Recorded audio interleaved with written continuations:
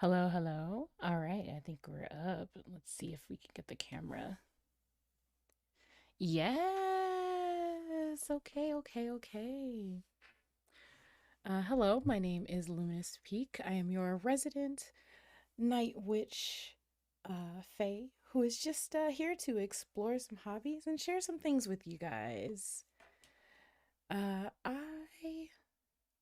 asked in the description of this video for you guys to pray for me because I've been plagued by basically no shortage of tech problems. It's been crazy.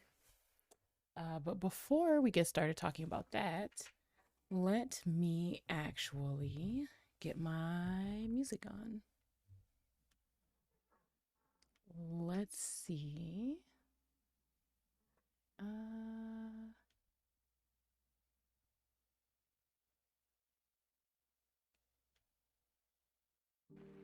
Yeah. Oh my gosh, guys. I've had a long few weeks. Also, that is loud for me specifically. Let's see.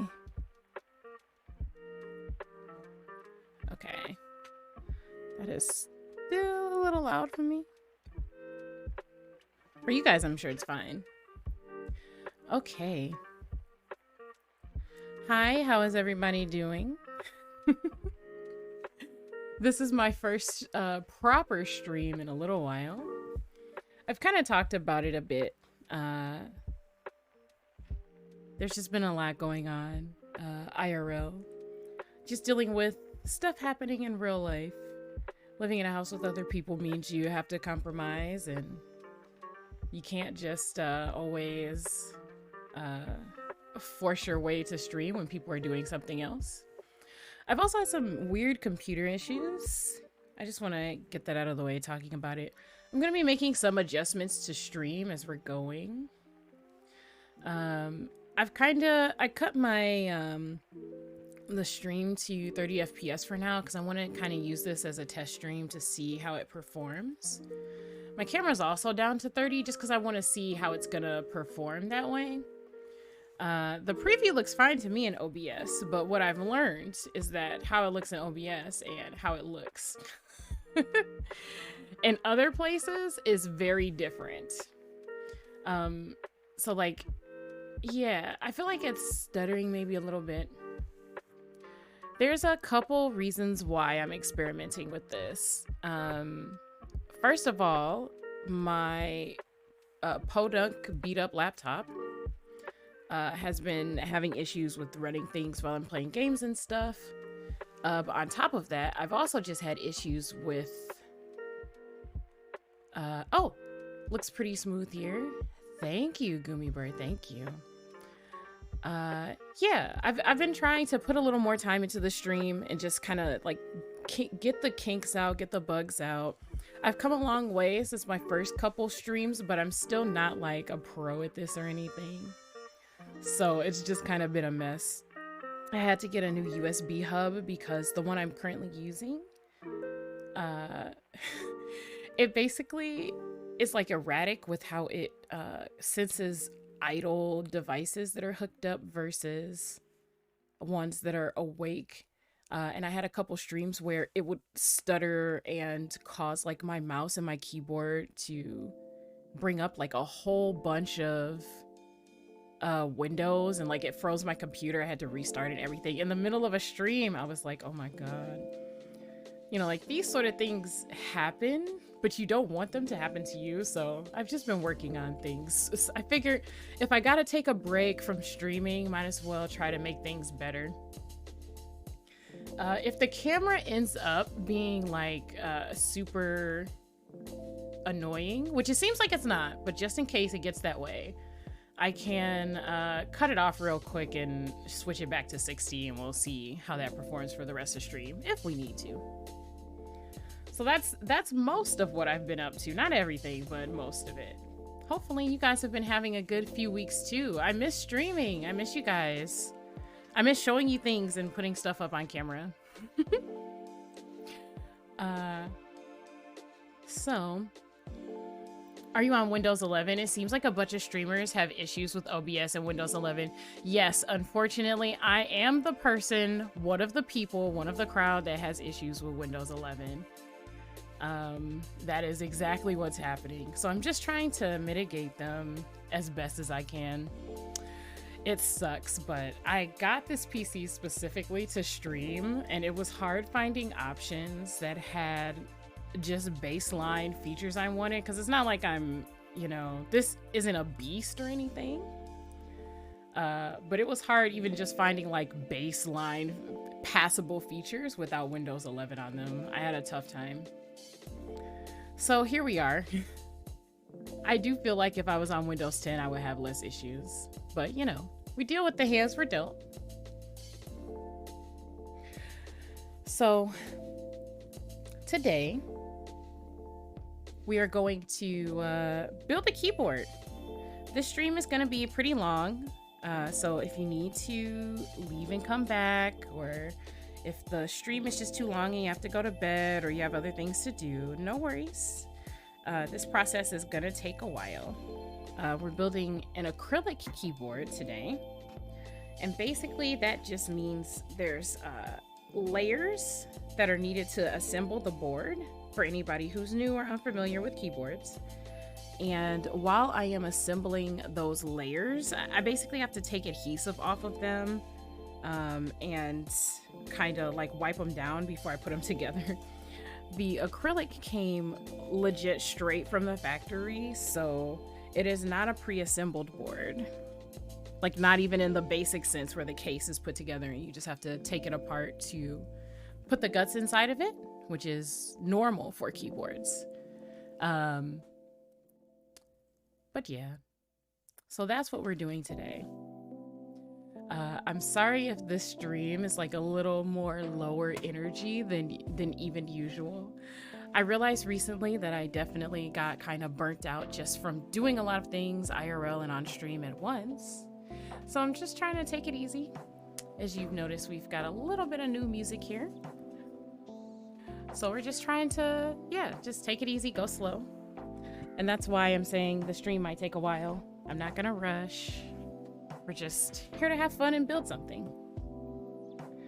Okay, so we're gonna get to the start of the show first, honestly. I don't see any point in delaying. Also, Gimme, feel free to tell me how your week was, how things are for you, while I'm grabbing this keyboard.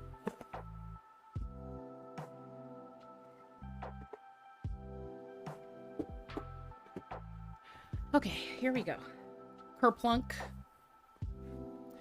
This is the Av4 Av4. Like I said before, it's an acrylic keyboard. That basically means it's made from cut pieces of acrylic that you assemble together. It is in a 65% style. And that just means that there's no F row, there's no number row. And there's no navigation keys, so none of the home and insert page up, page down keys are not there. But it does have arrows, you can see by this cluster here. There are a couple extra keys up here. I'll have to figure out what it is I'm going to assign to those. It'll probably be delete, home, and end. That is usually how I do these.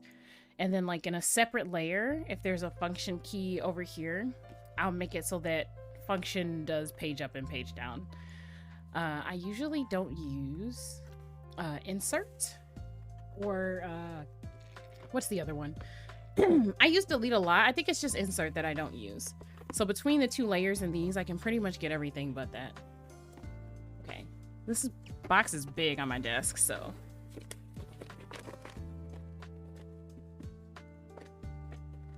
I have opened this up already just to see what was in it.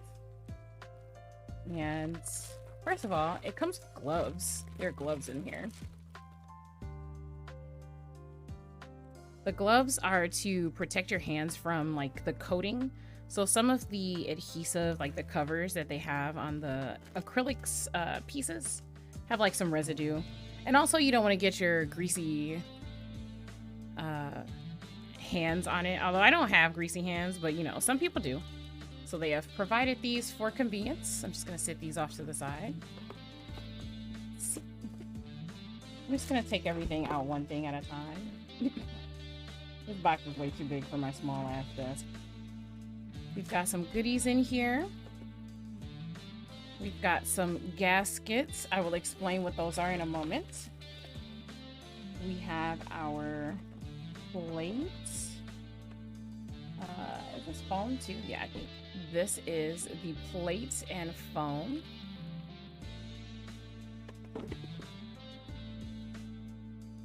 I don't think the PCB is in here. No, I think it's just the plate and the foam. Let's see.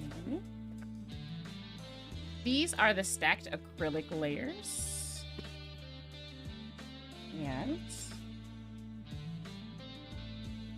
this is the weight. Weakest chill fired up Hades after Hades 2 was announced to find out my save was nuked. Oh no! I'm reminded how not fun that game is in early stages. Yeah, I played, but I don't think I actually beat it. I played like quite a bit. I need to actually go back and beat it before we get to Hades 2. And yeah, those beginning stages were definitely not fun.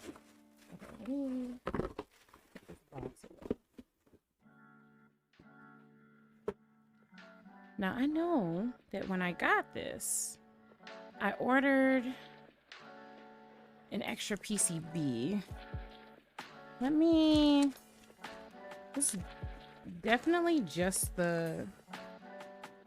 Oh, maybe the extra PCB is in one of my other boxes. Okay, no. Okay, so the plate, case, and the foam, and the PCB is in here. Okay, cool. I love Hades a lot. I just want to say that. I don't think there's a single person who's played it that thought like it was inherently bad, honestly. It really comes down to if like the game format is something you're into or not.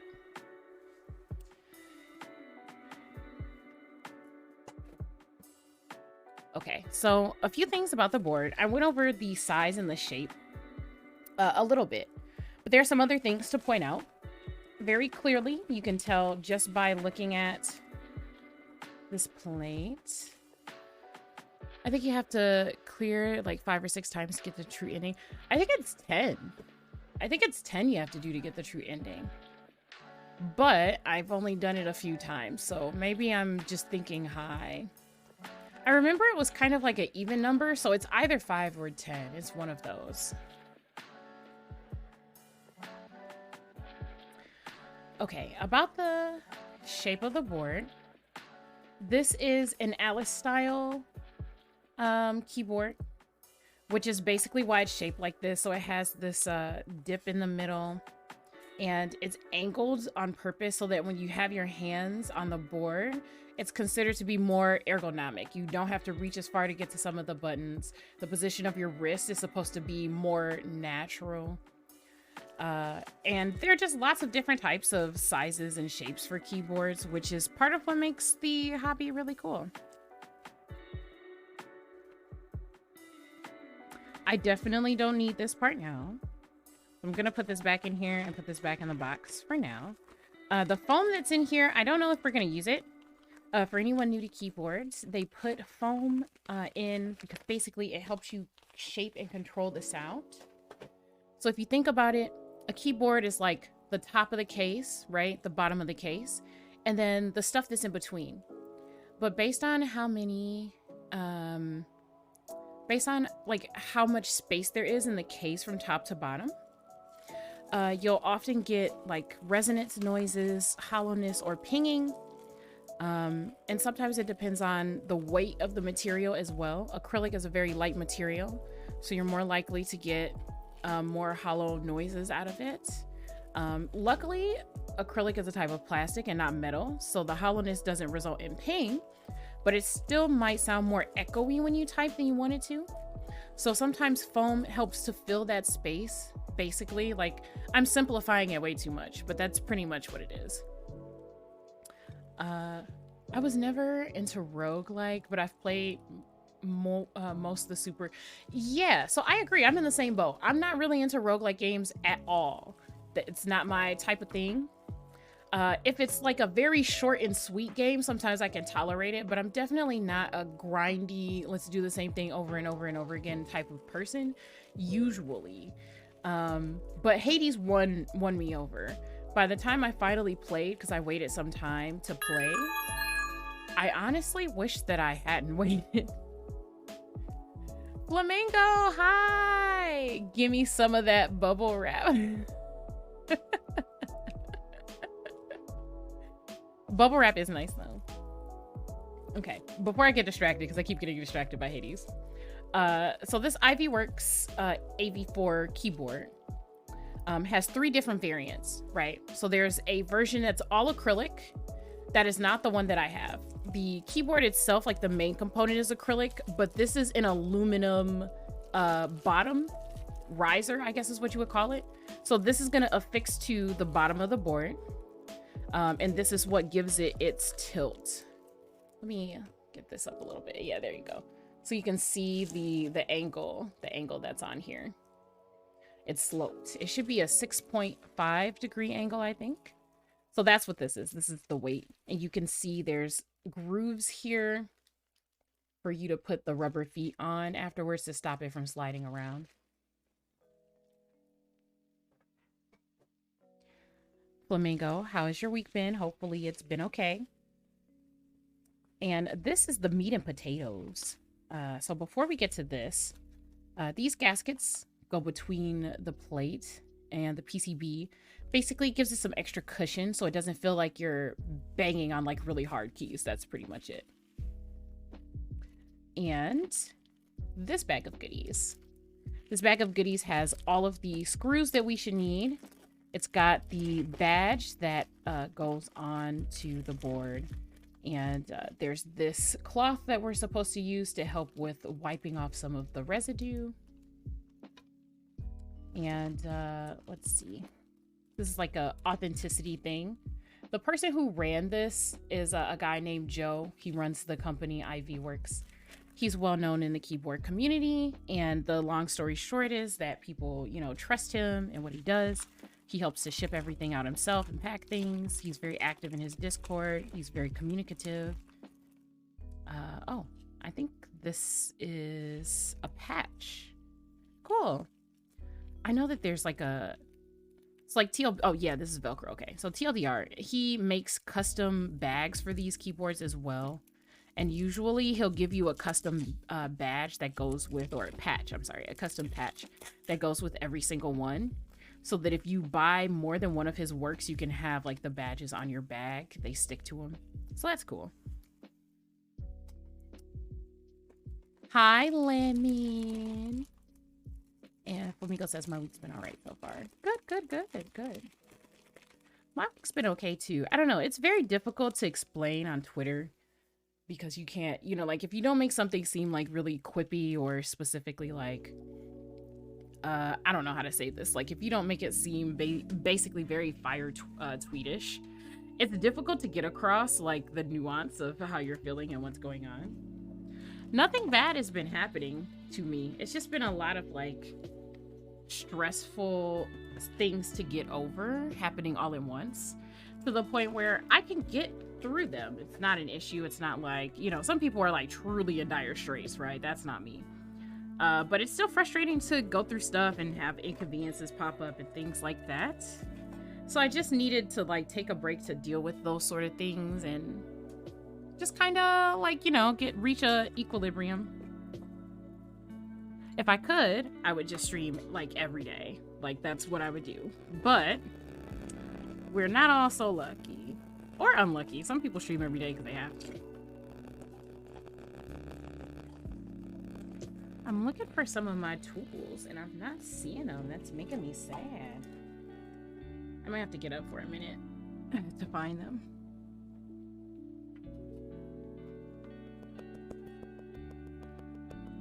I'm glad to hear this. Yeah, it's just, you know. And then also I've had a couple things like pop up with like transportation, cars and stuff where we thought we were going to be in dire straits, but we're not really. It turned out okay. So it's just like when things in life happen, you never know how they're gonna turn out. So you just end up kind of like trying to figure out how to plan your life. Okay, full disclosure. I have the gist of how to put this together, but this is my first time putting an acrylic board together. So this is going to be a learning experience. I'm taking it slow and steady because I do not have the nerves to get wound up about mistakes and things like that. So we're gonna take it easy. We're gonna try to look at the build guide. You should always look at the build guide. And we're gonna try to figure this out.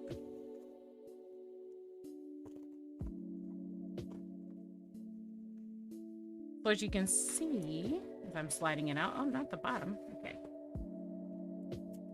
These are the different layers. I'm just gonna toss this. Boop. So these are the different layers, and basically we're gonna have to take these apart, take these, I don't know, adhesive things, protectors off of them. It's to stop the acrylic from getting scratched like in the mail and stuff. So we'll do that, and then we gotta stack it and put it together. I don't even know why I have my stabilizer stuff out. We got a little while to go before we start doing stabilizer things. Slow and steady is always best. Yes, I want to be the type of person, and I usually have a big social battery. And I think that the social battery tricks my brain into thinking that I have like a big physical battery. That's definitely not true. Lemon sawdust. I like the shape of it. Yeah, so this is an Alice style keyboard. I was explaining a little earlier that, let me just take the plate back out so you can see.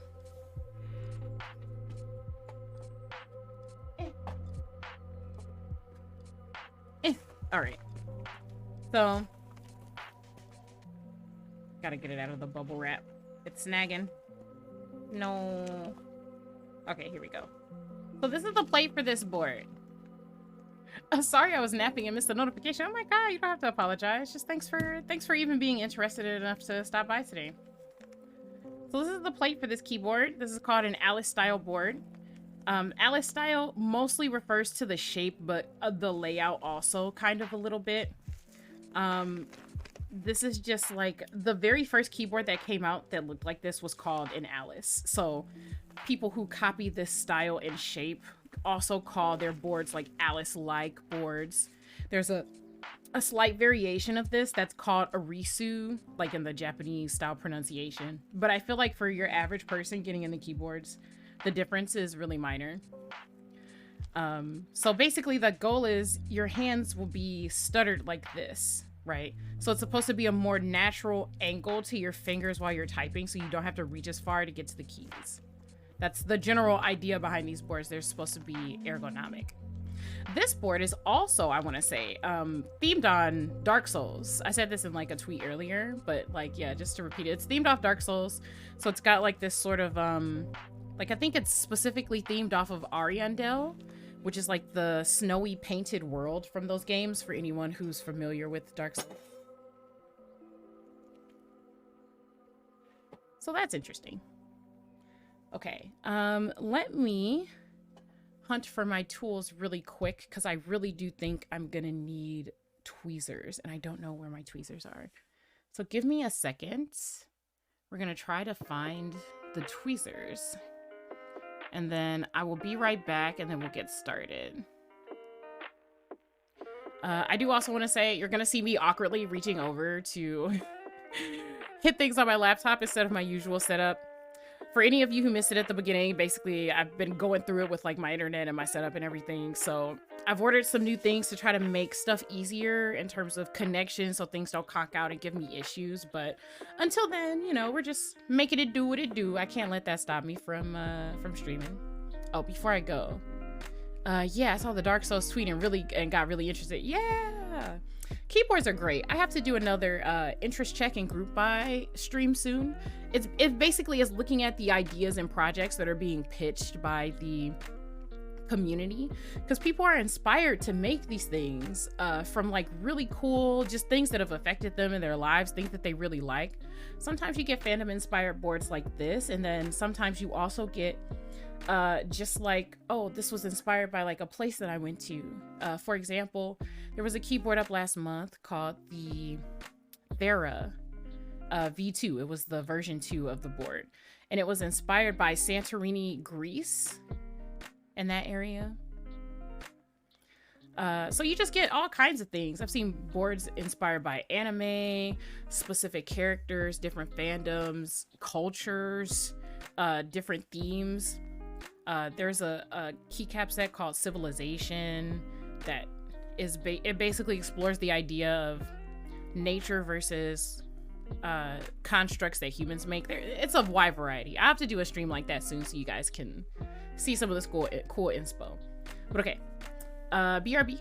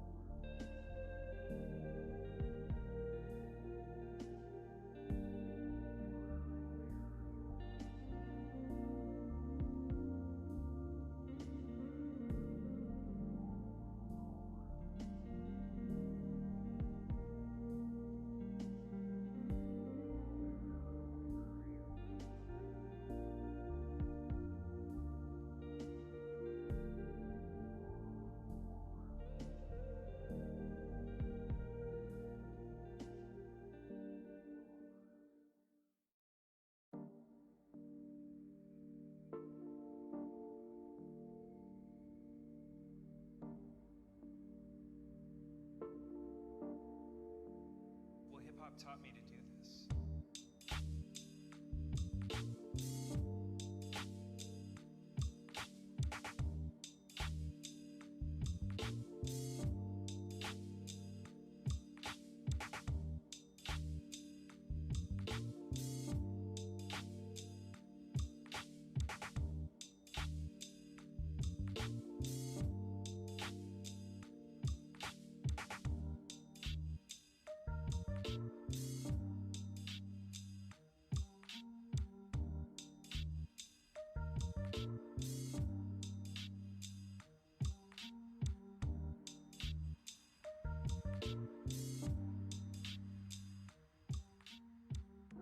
Okay. So, good news, bad news. The bad news is that I can't find my tweezer set. So we'll just have to try to deal with it regardless. The good news is that I decided to reward myself with a glass of wine for looking. So that's where we are. So that's what I'm hydrating with today, apparently. I think I have a spare, like one single spare pair of tweezers in here, maybe, from another set. So we'll see. Okay. We've got, that's a screwdriver.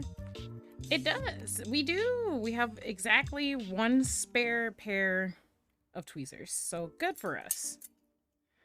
Oh no, not the tweezer set. Yeah, I have no clue. It's possible that I loaned it out to someone to use, like for tuning their keyboard or whatever.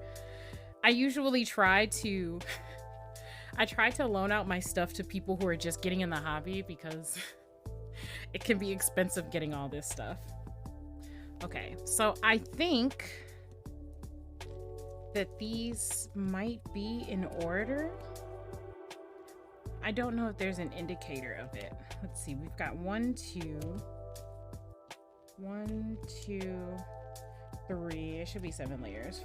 4, 5, 6, 7. Okay, so I'm actually thinking, now that I'm looking at it,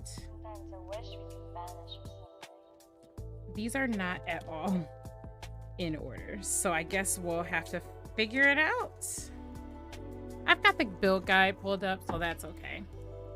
Let's take a look and see what it says first, because it does give you some pointers about what order you're doing things in. So let's take a look.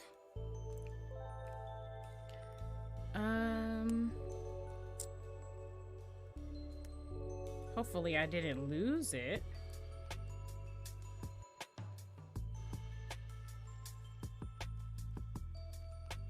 Oh no, I see. Okay. It is on Discord. That is where it is.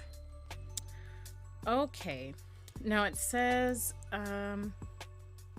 install and remove the brass standoffs into each hole on layers 3, 4, and 5. And then it says layers 4, 5, and 6 are identical. Okay. So let's take a look and see.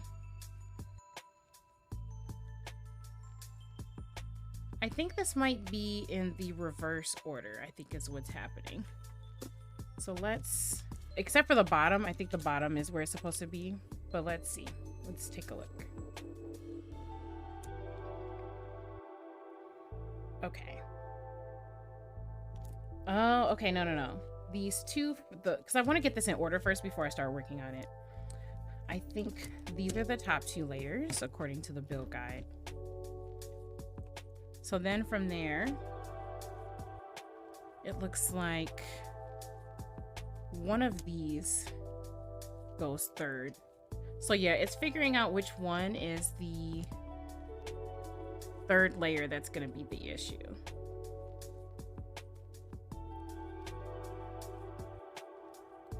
One, 2, 3. And then let's see. I just want to make sure I'm starting this off on the right foot, because if I put this together in the wrong order and I fuck it up, like, it's not about the build, it's about the friendship we made along the way. I actually agree with that, honestly. And then it says layers 4, 5, and 6 are identical. So that should probably help. So 4, 5, and 6 are identical. So these are probably 4, 5, and 6. So if they're identical, that would make this one layer 3. And I have a feeling this is also the bottom. We'll have to double check and see. Oh yeah, because the badge is supposed to go here. So if these are not on the orange side, maybe, or if these are the, okay. I see what's happening. Okay, so these are the top layers. Okay, so 1 and 2. This is very likely 3 because 4, 5, and 6 are identical, according to the build guide. And then this would be, so this is 1, 2, 3. This would be 4, 5, and 6. And then this is 7. Okay, that makes things a little easier to start. This is the thing I'm most afraid of, guys, when it comes to putting together one of these, is just doing the layers in all the wrong order. And then I have to like take the whole thing apart and just, I'll never be able to live it down or do anything ever again. Okay, I know for sure the badge is supposed to be on this side, so that helps a lot. I'm gonna start from this side, and we're gonna try to start unpeeling these things. You can tell this is the bottom also because there's these grooves here for the bump-ons. So that's just where we are. We're just gonna use this tweezer to try to get this paper up, and then we'll start peeling. I said in my tweet before that there was just going to be a lot of peeling, and it's just true. There's going to be so much peeling.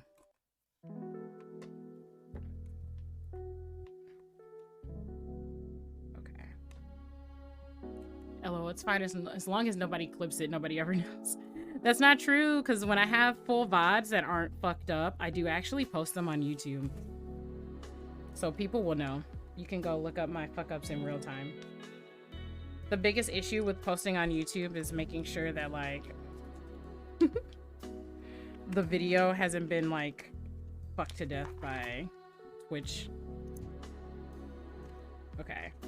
Just bear with me, guys. This is the first time I'm putting something like this together, so once I get this first layer unpeeled,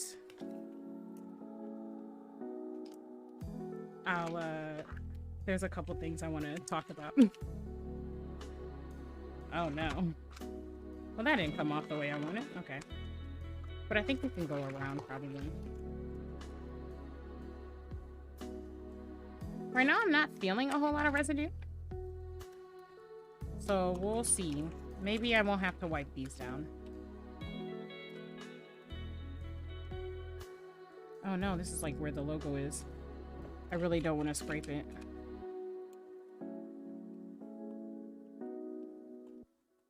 Okay, there we go. I'm sure that, like, OBS is doing the sound condensing thing, so you can't hear all the ripping of the paper that's happening as much, but I think it will get really annoying very fast. There we go. So now pick this down, come around, there we go. I'm just gonna have like a big ass pile of stuff of paper when I'm done. There's some over here. Let me show you guys. There's some over here. I'm sorry, I realize my desk is not huge, so you can't see everything when sometimes it's off camera. Okay. Then we have these, which are the bump-on covers.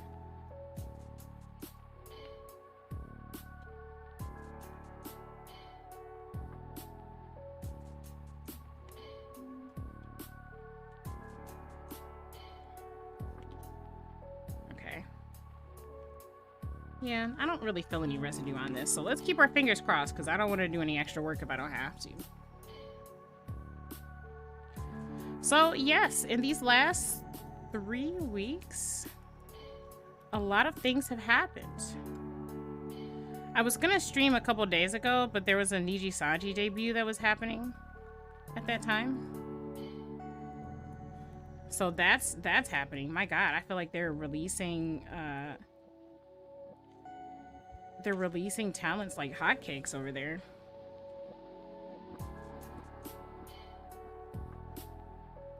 Okay, let's try to get started over here.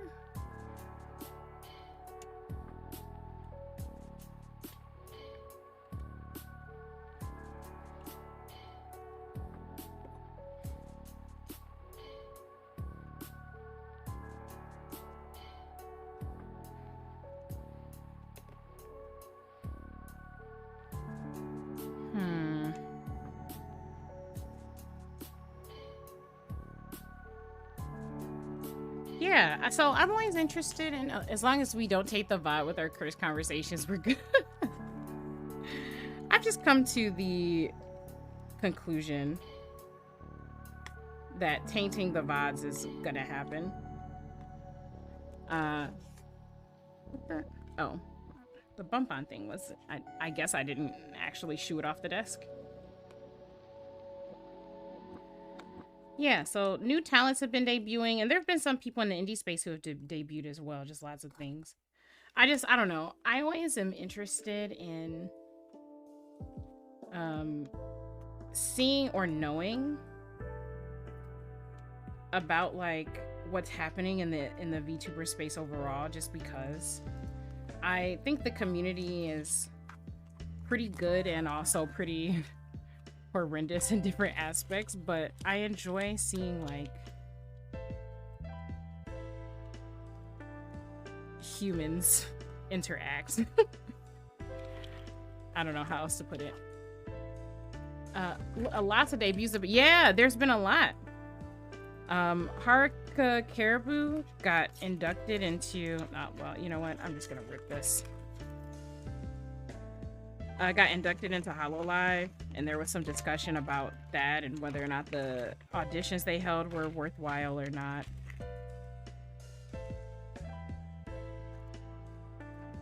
There's just been a lot of stuff going on. Some people have been talking about, did I scratch that or is that, oh no, I probably scratched that up.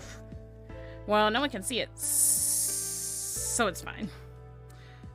Some people have been talking about like, some of Vox Akuma's content. I mostly keep up with Niji Sanji, but I know that Mori Calliope released an album recently, so that's super cool. Some of the Niji girls had new outfit debuts, so that's cool. Selene had a birthday, that's cool. And you said if only any of them were POCs. So I feel like that's a touchy topic, but what I will say is that I do value diversity. I think diversity is great. And I will say that in general, I do think that I wish that the VTuber space was more welcoming to diversity. And I don't mean like the talents or the companies, I mean like just everyday people. Because, you know, like when you have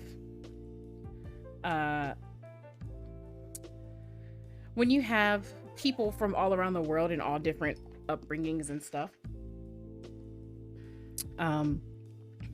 they bring things with them. And sometimes those things aren't great. That's basically what it is, I think. Okay. Now they said for layers 3, 4, and 5. But for the most part, I will say I do think that the VTuber space is mostly welcoming. You know, it depends on what pocket you end up at, you know. Unfortunately, the internet is made up of everyone, so being in a group with everyone, you know, you get to see everyone, and that's not always great. 3, 4, and 5. Okay, so this is 6. So I'm gonna sit this here for right now. They said install the standoffs first. Oh, okay, I see what they want. They want me to install the standoffs here for these layers, specifically to get any of like the rough edges off of the holes that are here. But honestly, I don't think there are any. I'll put them in just cause the instructions say to, but I don't think there's very many. Let's see if I can get this in here. This is what really determines my make as a, assuming these are even the correct ones. Okay, yeah, these are the correct ones. I'm afraid if I push it all the way through, I won't be able to get it out. Okay, so I got it on that one corner. I'm just gonna go ahead and do it because the instructions are like, do it, please. Okay. Damn, you saying I'm too hood for DG Sanji? No. That's not what I'm saying. That is not what I'm saying. I think that it's a bunch of individual decisions, you know what I mean? Like, I think that people are very quick to talk about what the results of things are without discussing the individual steps it takes to get there. Oh geez, this is gonna be a whole thing. I don't think it's just as simple as saying like Niji Sanji doesn't XYZ, right? You've got teams of people who make decisions and decide things, and regardless of what some people want or are into, they make those decisions. But I don't think that it's as simple as saying like, oh well, this whole company, everybody who works here, you know, like doesn't want XYZ. I think it's a little more complex than that. But I do hope for major companies to lean more towards diverse VTuber groups. I feel like there's some diversity there already. I feel like the diversity is mostly oriented towards Eastern countries, just because. I mean, like I said, I realize this is the controversial sort of topic, so I'm not going to spend too long on it, but I think that there are people watching who don't care about these things as much as some other people. And I think that that affects how people move as well. What on earth? How am I supposed to get these in there? Maybe I'll try to align some of these other ones first. This one's very clear. Like, I can clearly see where this would fit in here. So let's try this one first. Maybe if I get them all aligned, that corner will be a little easier.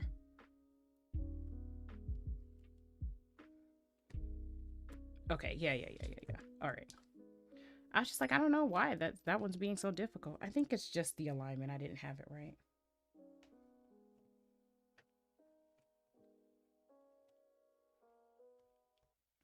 But yeah, in the indie space, I feel like things are arguably the same. Because again, it's people, it's, you know, groups and demographics and customers and people who want entertainment, you know, that decide these sort of things. There are gaps in terms of what people want to watch or listen to for different reasons. Oh shoot, that's not gonna work. Jesus Christ.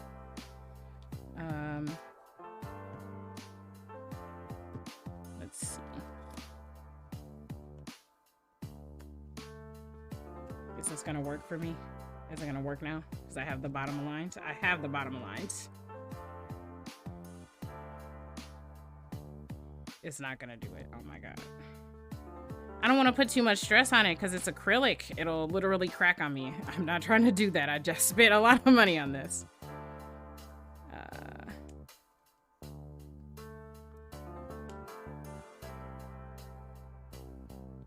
And these are like just the standoffs, so it's not like I can screw it in. Also, did you change your desktop cover? I feel like it's new. So yes, this is a different desk mat. Oh my gosh, you got me saying the wrong thing. This is a different desk mat than before. Yeah. This is one of the Amaterasu mats. It was a group buy that happened earlier this year. And it was, I mean, it was a project that turned out great. I feel like there's not even that much more to say about it. It was a project that turned out awesome. I see. So this is just gonna give me problems. Okay, let me try to get the rest of these and then we'll see about that one, because it might be maybe that the cut isn't great. It could also be the tape getting in the way. Okay, so we got that into layer 2 and layer 3 here. Okay, so it truly is just this hole. I'm really hoping that it won't give me too many problems after I get the rest of these put in the way they're supposed to. Oh, that went in immediately, at least to the first layer. So the cool thing about acrylic is you can actually see through it, and that helps you have like a edge on how to get these things in there. You can literally see what's happening. And for anyone that knows keyboards even a little bit, you can tell that this is like very clear. And that means that when there's RGB lights at the bottom of the PCB, so they'll shine through really clearly. I think that the top couple layers are frosted instead. which basically means that it's a little cloudier in terms of how it looks.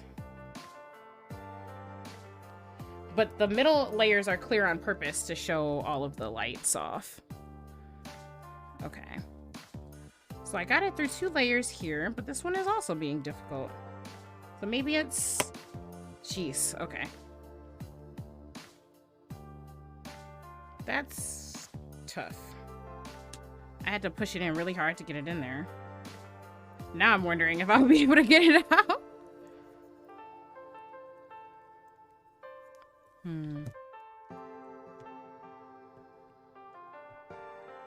Okay, so it did slide in there.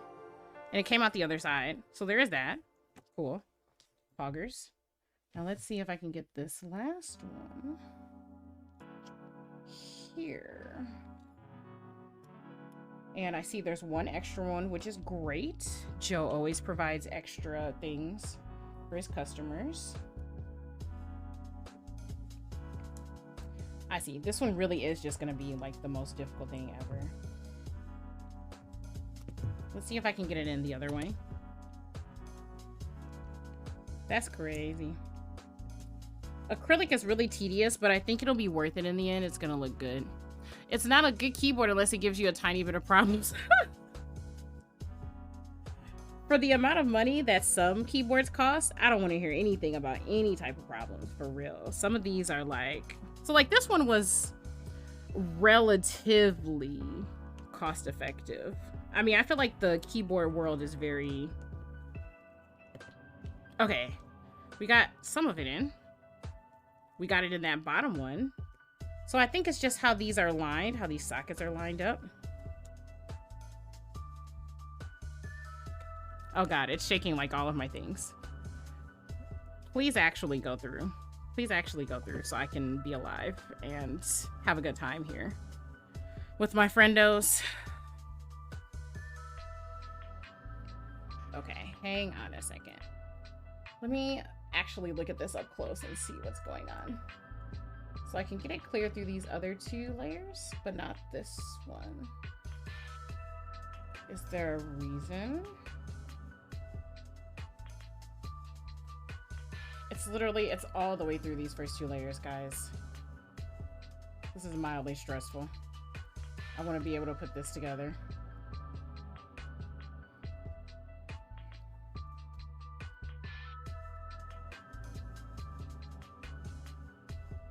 Technically it's plastic, like it's acrylic, so I could like file it down if I have to, but ideally I won't have to. These holes, these cuts look very similar to me. There's something happening about it not lining up.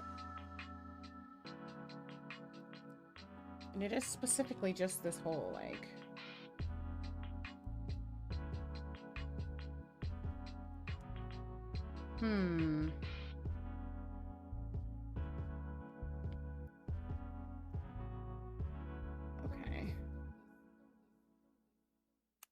Okay.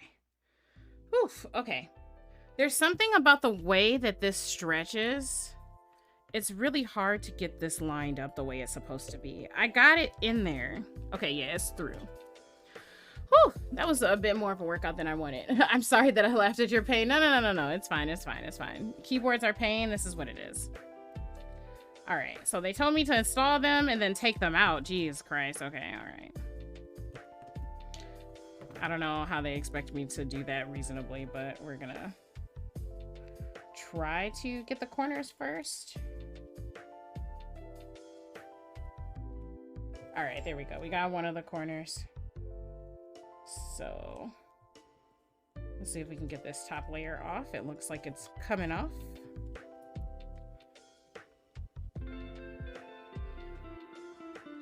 Okay, that one's giving me issues. It's not even the same corner. I think that the corners are just difficult because of how they're made. Oh my god, no. Okay.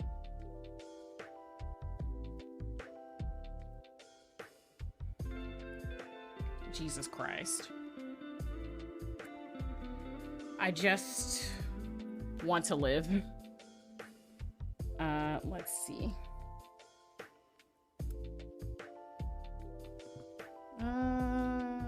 got the bottom half off. This is just gonna like bug me forever. Do I have a...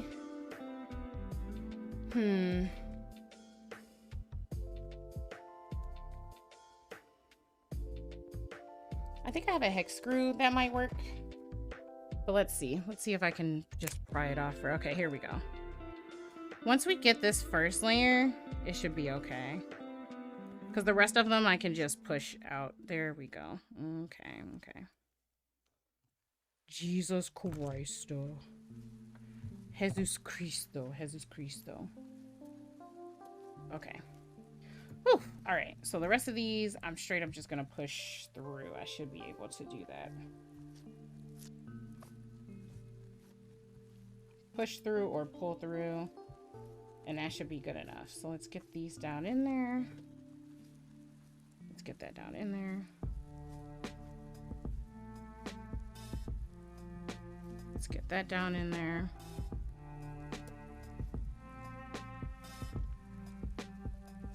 I have so much brute tank strength, so I admire you getting it in. It's rough because acrylic is a hard material to work with. Again, if you do anything too hard, you're just gonna break everything. And I've worked with acrylic keyboards before. If you fuck up one of the layers, like, it'll be okay. You can still put it together, but ideally you would prefer not to fuck it up. Ideally. And I mean, I'm not doing this for clients or anything. This is literally just like a board for me. So if it happens, it happens. But my preference would be not to. Okay. Let me just push this down. That's kind of what I've been doing. Just using this to push it down, but from the edges. If I can, anyway. Well, this one came out. That one. Then we have a couple more left.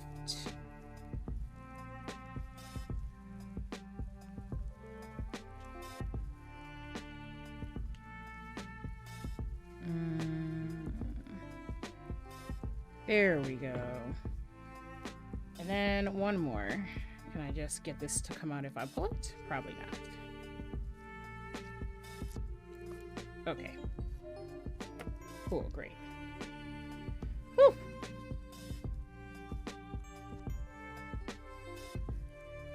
Alrighty, so we did that. We did that step. That was painstaking. It was ridiculous. So now we're just gonna... Frick. Okay. This is the bottom. Okay, so we gotta do 2 more of these. That's what we gotta do. Okay. The only way I fuck it up is on the dance floor. Oh, no. So, like, learning how to do stuff with keyboards, I fuck up things all the time. So, like, my mirror bottom, I definitely scratched it already. And I just get, when it comes to doing my own boards, I'm just impatient. That's just what it comes down to. I'm straight up just an impatient, like, person.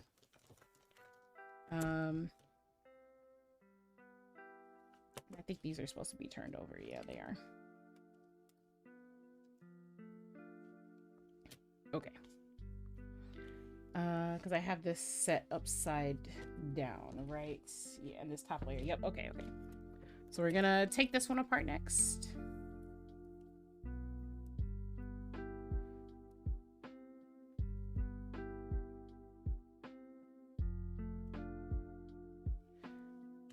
I'm just really proud of you, baby. Oh, thank you so much for the resubscribe. I feel really bad because I, took some time off.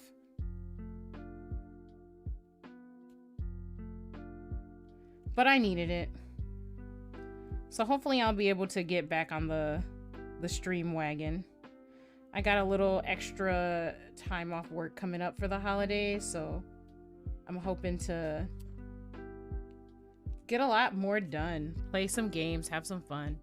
I'm impatient with some things, but usually I'm very patient with most things. Yes, it depends on the thing, I will say. I'm normally, with people, I tend to be patient if I feel they need like that kind of support. When it comes to stuff like keyboards though, my god, what I can tell you is that I just kind of do what I do and just do what I do. Okay. Let's see if we can round these corners. Oh, thank you for cheering. You're so sweet. What was it that I wanted to... I was like in the middle of talking about things before I got distracted by all of this difficulty. Oh yeah, just stuff that's happened in the last 3 weeks in like the VTubing world and being a part of things and stuff. I've also been, and I talked about this a little bit earlier, working on my own stream related things. I'm sure you'll notice that there's channel points now. I actually put something up besides the generic circle for points. They are names because Faye draw power from names. I do actually have like some written lore that I might read on stream about that at some point. We'll see how it goes. And I put a couple new redeems up, but I'm just testing things right now, so we'll see how it goes. Don't be, I'm always here except when I'm in a med-induced nap time. Okay, I'm hydrating. Does it count as hydrating if it's wine? Hopefully it does.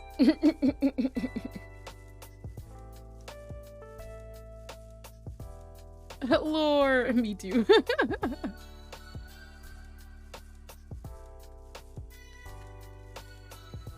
I just, I don't know. It's always scary to like show up and show the internet, like, hey, I did this thing. And I'm normally very confident about stuff, but because I am such a busy person, there's so much going on in life, I try really.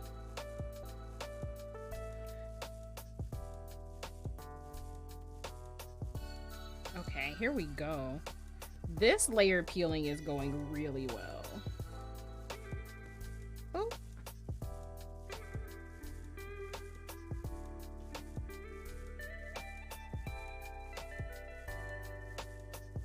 Here we go.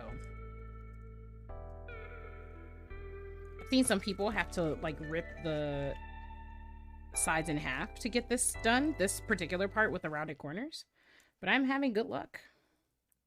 Hopefully the gods will continue to bless me with good luck. The stream gods. Oh, I love this song.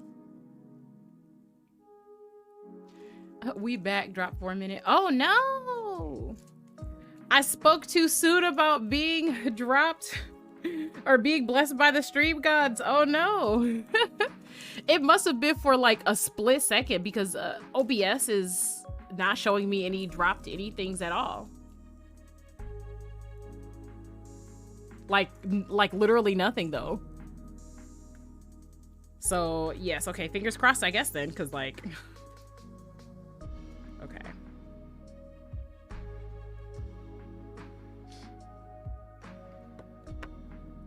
Yeah, it dropped for a sec. That's crazy. And that makes me wonder if it's an OBS issue as opposed to my rig issue. Because like I have nothing reflected here like at all. I guess I could reset it and see if it'll show me something, but let's reset and see. It could be Twitch. It wouldn't be the first time that Twitch has had issues with me while I was streaming. I found out not this last stream, but a couple, maybe like 2 streams ago, when I was having a bunch of problems with Obra Dinn, it turned out that the servers were having issues. And at first I just thought it was me, because, like when you're jank, when you're jank, it'll like, you just assume everything's your fault. But a couple other streamers were having issues as well, where they just like their stream just got booted, like just straight up booted and restarted, and Twitch was having some issues. Okay, let's get in here.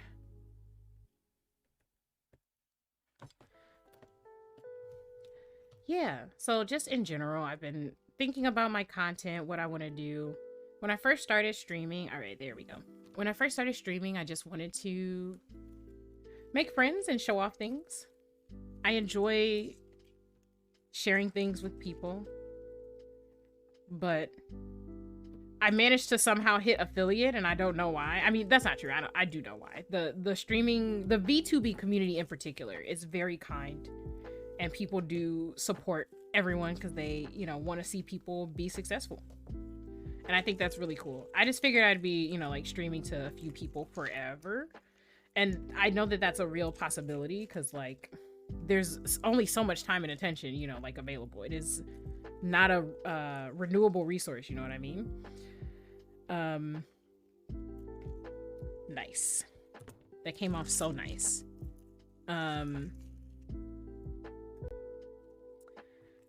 But I will say, oh, and this is the top, isn't it? Frick. You know what did I look at which one was the top?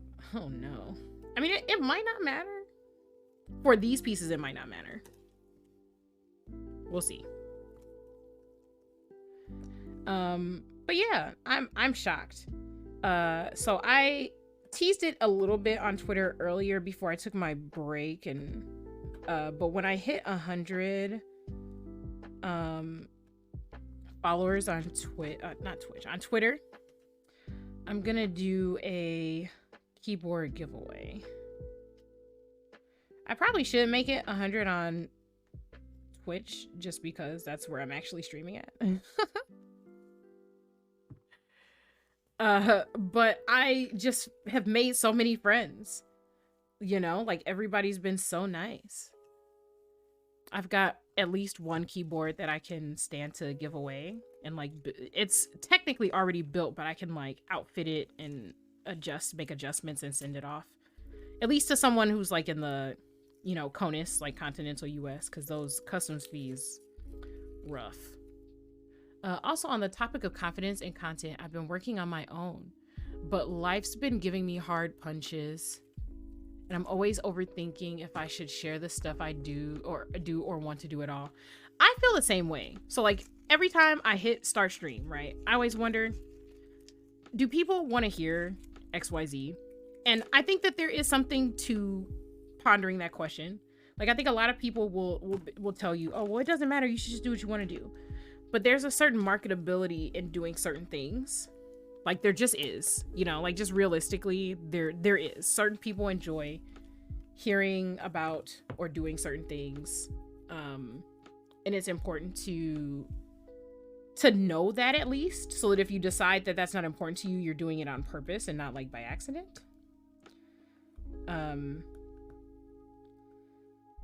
And I did some of that thinking, you know, like just back when I was deciding to stream, like, hey, do I want to be like, you know, in character 100% of the time? Do I want to just like what works for me, you know, sort of thing? And I think it depends on what kind of streamer you want to be.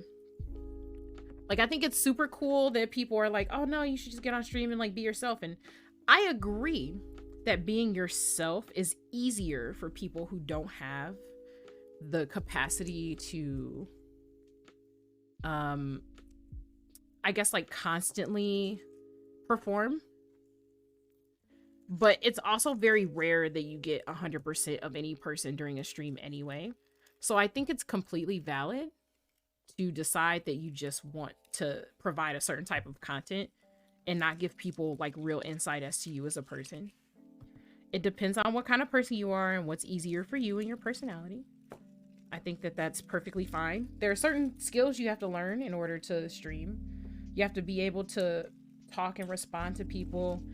You have to be able to not have any issues with like talking to yourself, especially if you're a new streamer, because everyone starts off with no viewers, you know? And then there are arguably, you know, like other skills, like being able to spin jokes or stories out of things if you're more of an entertainer instead of just, you know, like hanging out kind of thing. It honestly depends. So I'm not going to say like you should definitely do one thing or the other. I think you should take a moment to decide what you want to put out and what you can sustain. I don't want to be the trend following type of streamer, But if you want that sort of traffic, then you might have to. Yeah, I think it depends. A lot of people get into streaming just because they want to make it a job, right? And streaming is a job. That is something that I've never underestimated from the very start. I had friends and supporters of sorts who were like, oh yeah, you know, like you've got so much to say, you've got a lot to do, you should probably just stream like 4 days out of the week. And I'm just like, but when will I live? You know what I mean? Some people are just, you know, they don't have a whole lot to do, or they're ready to quit their jobs if they get, you know, like a callback for like a VTuber audition or something like that. And I think that that's perfectly fine. There are some people that just have a lot of energy, and those people could just, you know, like push themselves, especially if they're, you know, like younger, to just stream and stream and stream. And they want that, like that's what they want. They want to turn this into something where they can eat, you know what I mean? They can feed their families and everything. And I think that that's great if that's the grind you want to put in. But that comes at a cost too, you know? It comes at the cost of not having as much time to spend and do things with the people that you love and care about. You know, like a lot of, not just streamers, but content creators will tell you like, oh no, I'm a shitty friend, or, you know, like I, you know, am very bad at keeping up with people. Is this not the correct? Oh, this is not the correct way. Okay. And you can just tell by the shape, which is very helpful. Is this the group? Oh shoot, I had this. Okay, I had this upside down the entire time. Great, fantastic. Okay, cool. Well, at least I know which way these are supposed to go now. This was a lot easier to tell than I thought. I was so worried about not getting the size of things correct. Oh shit. Oh shit. Oh no, I think at some point I actually did crack this. Oh no, that's so depressing. That is very depressing. I did actually crack this acrylic. Okay. All right, so I'm just gonna deal with it anyway. It's not the top layer.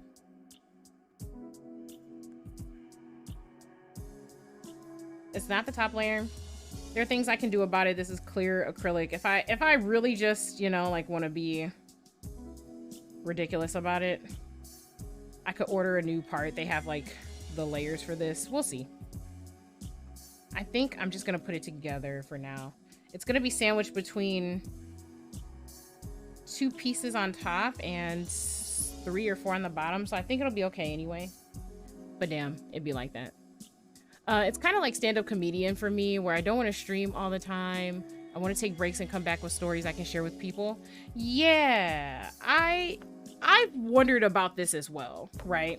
So like, it takes time to craft those stories. Some people are good with doing it on the fly. Ugh, that's gonna haunt me forever that I cracked that.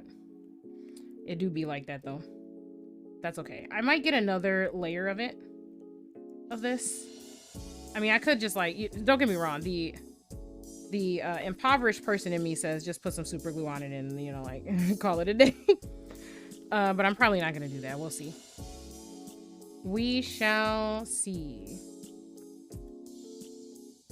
But yeah, taking breaks is important, and not just for your mental health, but just to like experience life. You can't talk about things and entertain people if you've never gone anywhere or do any, you know, done anything.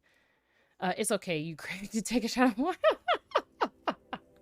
This is why I limited how often you could submit like how often you could submit the hydrate redeem. It's once every 15 minutes for this reason. But yes, I will take a shot anyway.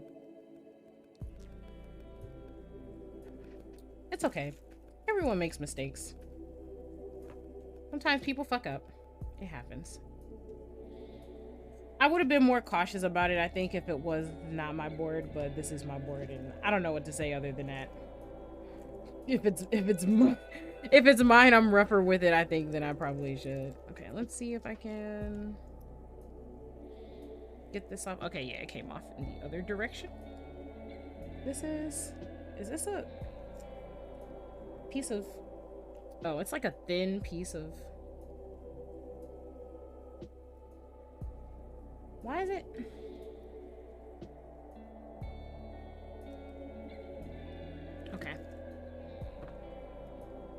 Let's see.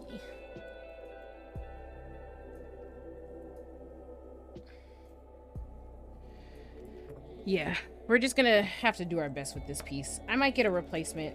If I order one, it'll probably only get here in like a few days. I could definitely take it apart after I've put this together and replace it. First time blues, it do be like that. Where is the crack? Because that actually makes it easier to peel this. Yeah, okay.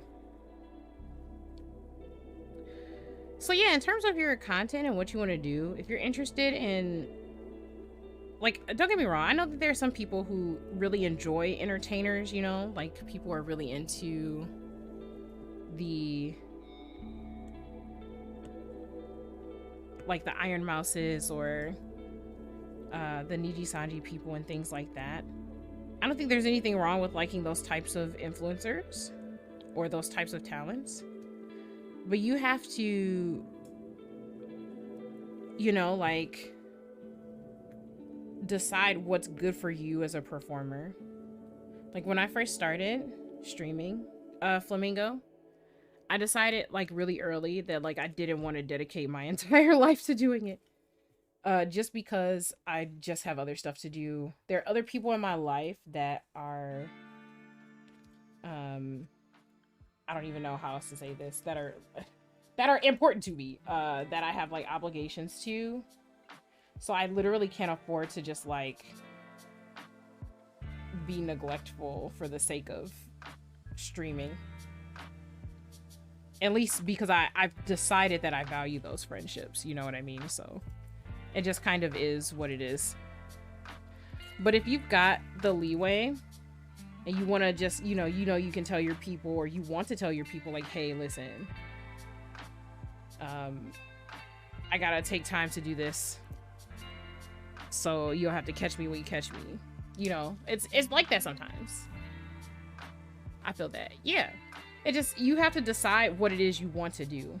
Thank goodness I didn't crack this, because this is just, this right here, it's over. It's over.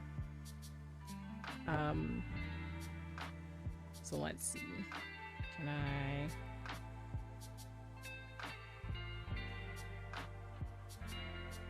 I'm trying to make sure that I scratch like just deep enough to get the adhesive, but not so much that I'm gonna get everything else, because that's just, I don't want super deep scratches in my acrylic, you know. This is just gonna be, this piece is gonna be rough, these last two pieces. So let's see. I've always enjoyed making content, but I do enjoy making music, so I've been focusing on that a little more. Yeah. So I think that if you've got something that you enjoy doing, oh my gosh, I want to scratch this off so I can peel it. There we go. Okay. If you've got something that you enjoy doing, I would just try making that a part of your streams, because that'll give you an excuse to do that thing, you know? Yeah, let me just rip that, and we're just gonna go across. I feel like that's the easiest way to go about it. I've tried to do that with some of my, like, occult-related stuff, because I want to study, you know, like tarot and things like that. I know that some people don't like variety streamers, like specifically they enjoy streamers that stick to one thing and only do that one thing, because then they are predictable, they know what they're going to streams for. They don't want to, you know, sometimes people who enjoy gaming streams don't want to see you do anything else. But I think it comes down to, again, deciding, do you care more about what your audience wants, or do you care more about what you want? You know, like, you have to set that tone early, set those boundaries early. Like, for example, I decided a long time ago, I care more about, like, just streaming and being online and being part of the community, making friends and showing them cool shit that I like, than I do about, you know, like, making money or potentially making this lucrative. Like, don't get me wrong, making things lucrative, always great. It would be nice to have some money paid back into what I've put into the stream already, because streaming itself is expensive. but I care more about just actually making friends and having a good time and being able to show people things that I like and like the quality that I can offer.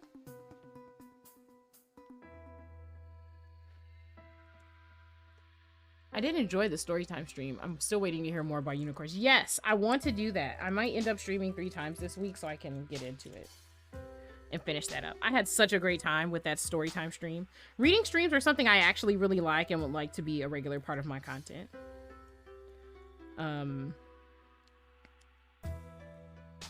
I straight up just haven't had time to schedule it yet.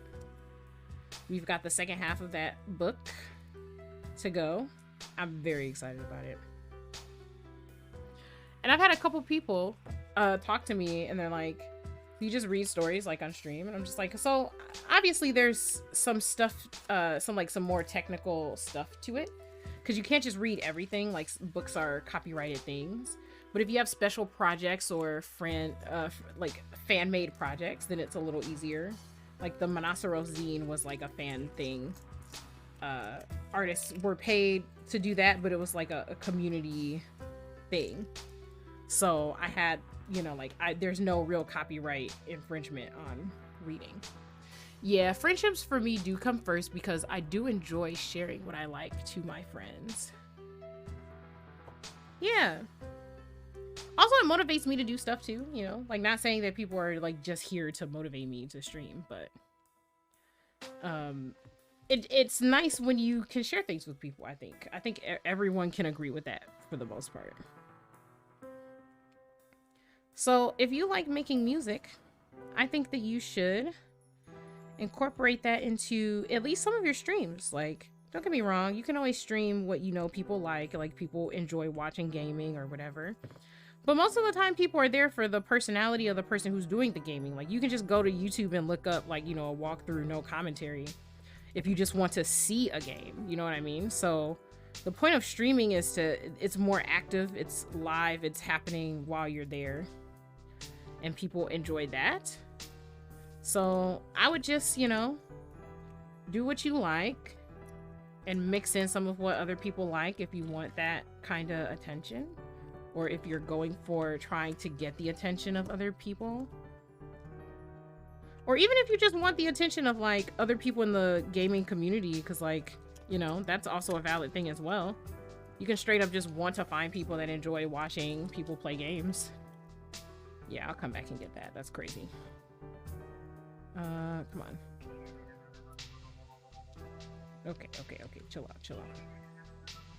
So close to seamlessness. So close. Let's see if I can hoax that. Nope, I sure can't. I could feel it just going over the adhesive and not just the adhesive not giving a fuck about me trying to move it. Okay. So now we're gonna rip that. Yep, I'm just gonna go around. I'll try to do a test stream for my music because my laptop is not streaming certified at all, but I'll try. Oh yeah, I mean, listen, if you have to wait to get your stuff together so you can do it, I think that's perfectly fine.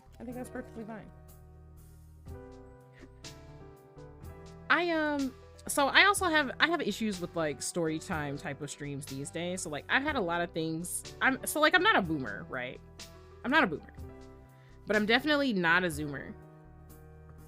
I'm definitely in that firm millennial territory. So I've had like crazy things happen to me that I can talk about, but for the most part, I feel like this is gonna sound like really shitty, but I'm fairly like competent in how to navigate social situations, and also the pandemic has made it so that I don't have to go to as many places or spaces. So I don't have like a whole lot of like crazy stories to tell people. I know that people like that, and I also enjoy that when I stream because it gives me a taste of what people are like outside. But man, when I tell you that like people just be going through it, you know what I mean? That's something a boomer would say. I mean, you know, it is what it is. I'm just gonna have to leave that where it is. That's what I'm gonna have to do. But yeah, it's a mess, a whole mess. I see these have the machining marks on it still. You can see like that dark space right there.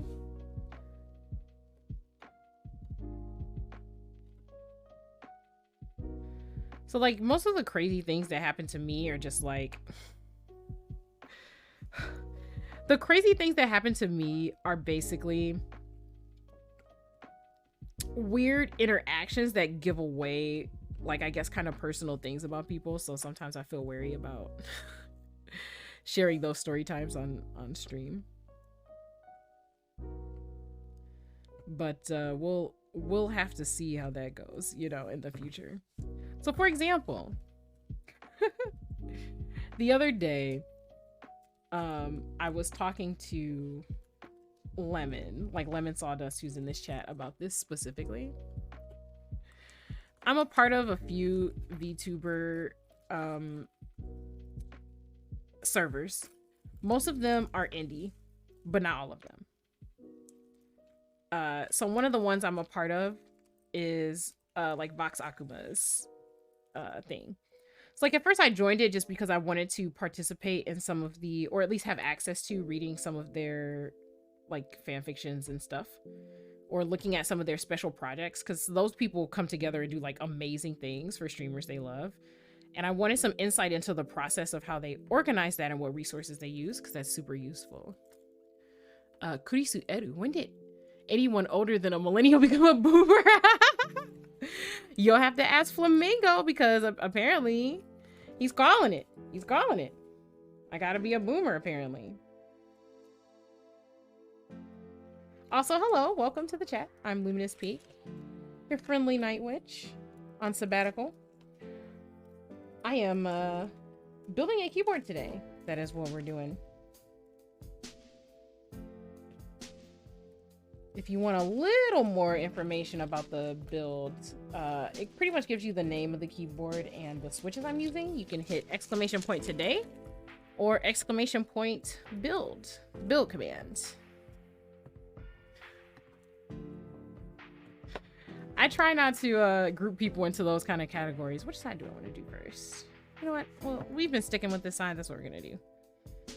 I feel like boomer is like a...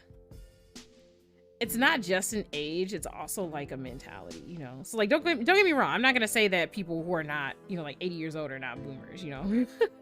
They're literally named after the baby boomer generation, you know what I mean?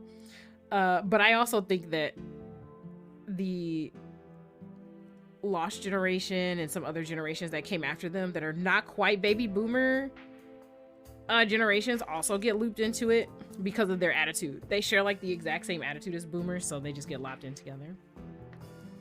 I don't know, I'm just trying to understand young people. Flamingo, you are a young person. What do you mean? You don't have to go hello there, fellow kids. I think I followed you after you popped into Bez's. Yes. That happened recently, actually. I don't always have time to watch people stream, but I do actually attempt to. If someone seems like they have interesting content, I try to drop in. See what's up. Just to give you, I guess, like, we'll call it the marketing spiel, right? I am a variety streamer, and I split my content between gaming, keyboard things, because I'm a big, huge fat keyboard nerd, to the point where it's hard not to make that on my content, and some occult things, because I would consider myself witch adjacent. I try not to, you know, like, be obnoxious with it, but sometimes things are cool. Occasionally you'll also see study streams from me, because streaming is a great way to push me to study when I need to, and other people like study streams as well. And I also read bedtime stories. I almost forgot about that one.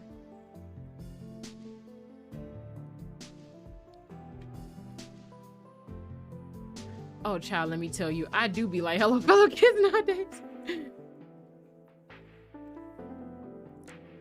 Also, it's really hard not to seem like, I guess how should I say this? Like, oh, this music. It sounded so familiar to me, and I know what it is now. It's a mix that's inspired by Toho. I was like, what is that sound? That sounds like something I've heard before. Toho is a bullet hell game that has like really killer soundtrack, so people do a lot of remixes of it, and that's exactly what this is. Been needing a bedtime story lately. Oh, I've browsed a few of your keyboard build VODs. It's always fun to see someone else into building stuff. Yeah. Full disclosure, I'm definitely an amateur. I've only been in the hobby for like a year. So you're not gonna get like fully professional, like, yes, keyboard connoisseur type things here. I'm still, I'd say like maybe at the end of the beginning of my keyboard hobby journey, but I'm not anywhere near like master level yet. I just want to help other people get into it and see what it's about, because I think it's hard to, when you're a vet and you're used to explaining the same things to people over and over, you kind of like lose your patience, you know? So I feel like it's important for people who are into it to show other people the way. Lemon, you will get that bedtime story. I'm gonna try, try to do it this week. I think this is everything. And I think these layers are also in the correct order, including Sag, that cracked one. Just poor Babu. All right, we'll see how it comes together. So we're gonna sit this to the side over here. We've got all our acrylic layers together. I didn't feel any weird residue from the adhesive, so I don't think I'm gonna wipe anything clean. I feel like we're probably fine. What? Amateur and Scuff? You haven't seen my streamings? There's a reason why I haven't wide angled my camera. It's directly down on my desk. I actually share this desk with someone else, so it's just like a whole thing. We're gonna hydrate. That's what we're gonna do. So yeah, I've just been learning a lot about streaming, learning a lot about keyboard building.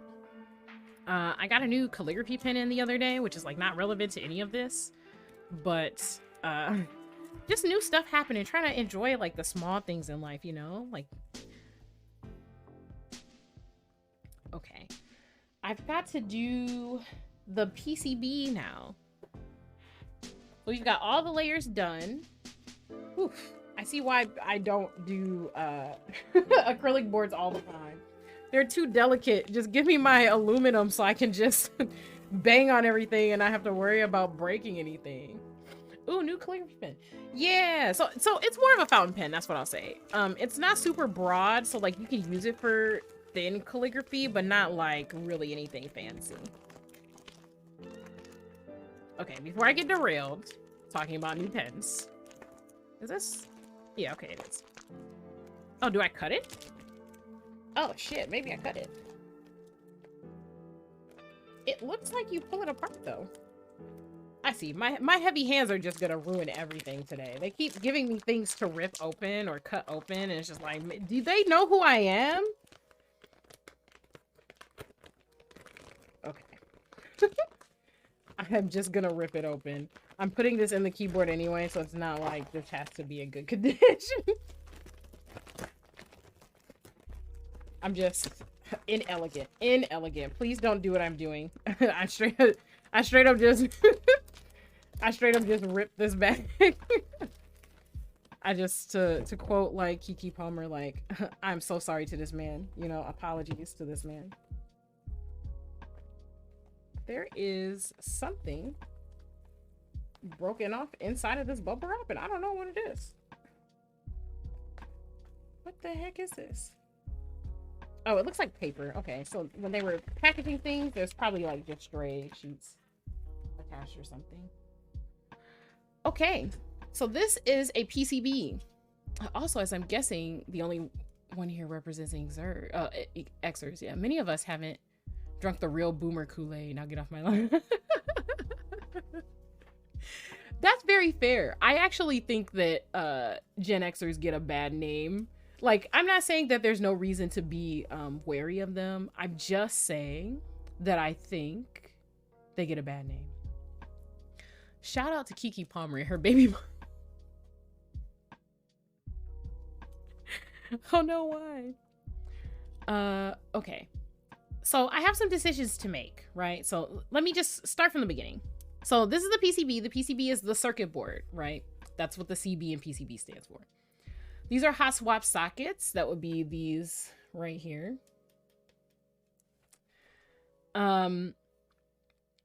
So hot swap sockets basically just means that you can put your switches into the board without having to solder them. I cannot solder here where I live just because the place is small. There's not enough ventilation. We have pets around and that kind of thing. So usually the boards I get are hot swap. Additionally, I feel like if I could get solder boards, I would just buy all the boards. This is a gorgeous board. Again, this is themed off of Dark Souls. So we've got this nice white splatter pattern here on the board. It's gorgeous. So I need to ready stabilizers for this. And it looks like I need 1, 2, 3, 4, 5, which is fantastic. If you're wondering what a stabilizer is, it is literally a plastic part that goes underneath the keys that are lengthy or very long on a board. So for example, your space key, your backspace, your shifts. That board is so clean and naked. This is gorgeous. Yes, I love it. I think it's great. It's a shame I cracked that one layer, but I think I'll replace it at some point. Yeah, with that being said, the point of the stabilizers is to literally stabilize the long keys on a board. That is what they're for. You do this so that while you're hitting the space keys or, you know, like the backspace, the key doesn't wobble based on what side you tap. Okay. I've gone through this like a million times on stream, but I'm not tired of it yet, baby. So we're gonna do stabilizers. At least if I can find where I put my package for stabilizers. No worries, I found them. I packed a handy dandy paper towel for me to put my stabs on. Now there's 2 steps, and I mean like in like the broadest terms possible. There's 2 steps to stabilizers, right? There is the lubrication process where you lube the stabs, and then there's the assembly process where you put the lubricated parts together. No wobbles. That actually sounds very good for hefty hands like me. You actually just need to lube and assemble stabs and use them for every keyboard basically, unless you have, I guess if you have like a grid ortholinear board that just none of the keys are longer than just a single key. That's different. But usually that's not the case. Let me count one more time just so I make sure I'm not crazy. 1, 2, 3, 4. I know I need 5. 1, 2, 3. Okay, 4, and where's the second set? 5. Okay, it's over here. It's very precise. I'm sorry. I'm looking at the back of the board, so it's harder to see. So stabilizers, just to start, are made up of, technically we'll call them like 3 components. So you have these bars here, these wires, that's what we call them. And then you have the housings. The housings are made up of 2 parts. The housings have basically the outer portion of the housing, and then you have the stem portion. So the stem is what we call the part that affixes itself to the like the keycaps. So the part where you actually press down and attach it to the keycap, that's called the stem. Lube up the board. Got it. Yes, everything. So like if you're new to the keyboard hobby, let me tell you, everything here sounds sus. Everything, every single thing in this hobby sounds suspicious. There's not a single thing. So you're constantly lubing things and fitting things into other things. You're lubing them up and sticking them in. That's the whole premise of everything in this hobby, honestly. Okay. Let's see. Where's my usual? I usually have like a black something that I use to show off the different pieces. So I'll use this just for today. So you've got the wires, which are very clear. You guys can see this here. But then you have the housings are made up of these two parts, right? So you have this long piece here, which is the housing directly, and then this shorter piece here is the stem. So basically when you're assembling them, you put the stem into the housing, and there's a space where you can snap in the wires so that they go up and down. Now I'm only showing you one side of a stabilizer. To complete a stabilizer, you basically need one wire. I know that's difficult to see, but you need one wire. You need two housings and two stems. And the reason why this is because this set will go on one side of the wire. This set will go on the other side of the wire. And once you've assembled that, you have a complete stabilizer, one complete stab. Sadly, stabilizers are not nicknamed stabs because you can stab people with them. Unfortunate. Lubing shit up and sticking them in. Buy a girl a drink first, then damn. I do in fact have a drink already. But I think lemon meant for them. They wanted a drink for them. Okay. Now there is like lubricant that you use. That's what this is. I'm actually gonna set this to the side because I'm very worried about something happening to it while I lube this. I have brushes that I use specifically for this. Technically, oh, actually, no, I think this is the right brush. Let's see. I've got other lubricant today, I think. I got... I thought I had another type of lube. I'm pretty sure I do. The question is whether or not I can find it. Let's see. This is the correct one to use for now. But there's another type I'm supposed to have. Where is my other lube?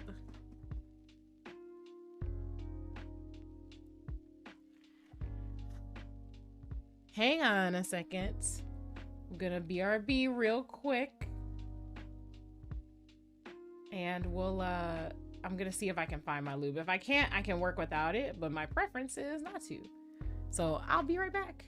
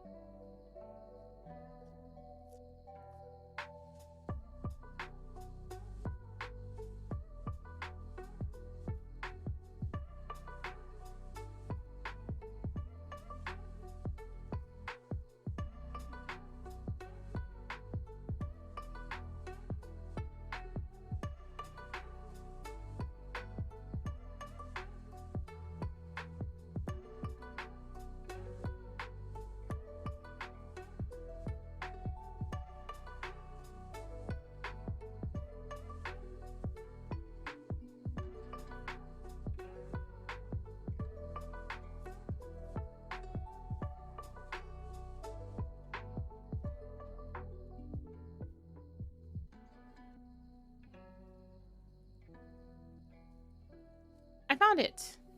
Huzzah. Also, what the heck is... Oh, I see. Sorry, there was a window up in OBS that shouldn't have been, and I was like, what is that? Okay. So this is a special lube for the wires. So I'll walk you guys through this process in case you're new to it or you haven't seen any of the other videos, or even just for anyone that stumbles across this video for the first time, right? I personally like to separate my stuff into the housing and stems, and I lube them separately. Now, part of the reason why this is because you only lube the inside of the housings, but you lube the outsides of the stems. So in terms of just not being messy, it's easier to lube the housings first and then lube the stems and fit them in. Flamingo, I saw when you lose your favorite lube. What is OBS doing? Too much. OBS is doing too much. Okay. So there are different types of lube that you use for doing this. There's no way this isn't going to sound sus, you know what I mean? So it just is what it is. I'm almost out actually of this. There's literally only this side of the jar left. And this stuff is like, it can be expensive, but man. Let me get some on my palette so that I don't have to worry about going back in the jar. My preference is to not have to go back in the jar. Jars are messy.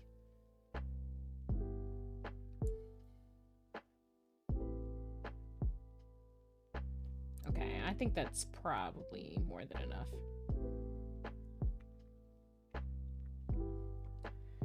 Only sus if your mind is in the gutter, so it's very sus. You think I'm very sus? Or are you saying you think you're very sus? Or are the two of us a very sus pair? I think it's pretty simple, like lubing the stabs, just for anyone who wants to know. So these are clear. It's a little easier to see. So like, you're basically just gonna brush a little bit. Oh, that's too much lube on the brush.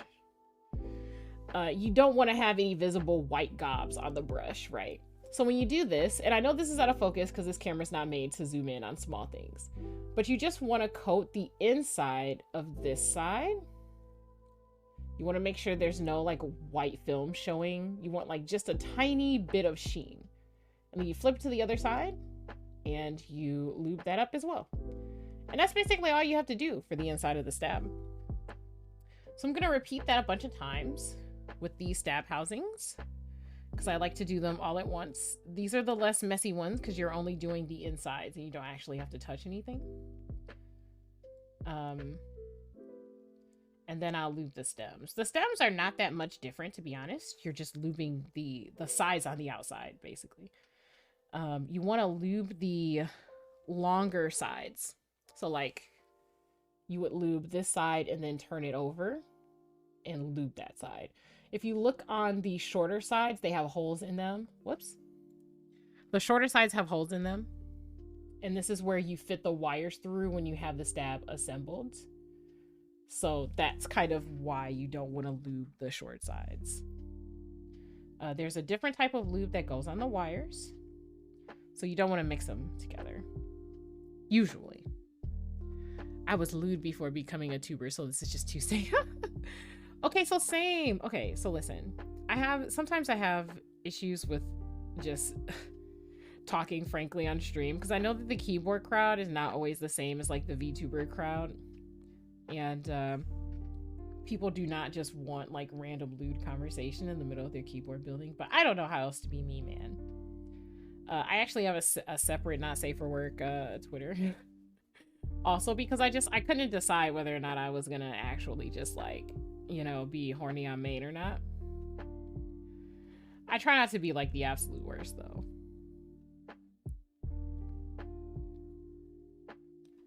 I actually lucked up quote unquote, and I had, oh, how many do I need? I need 5 stabs, so I need 10 of these. Okay, let me actually count that out first. So that would be 5, 6, 7, 8, 9, 10. Okay, so I should actually put these back in the bag before I'll just lube all of them.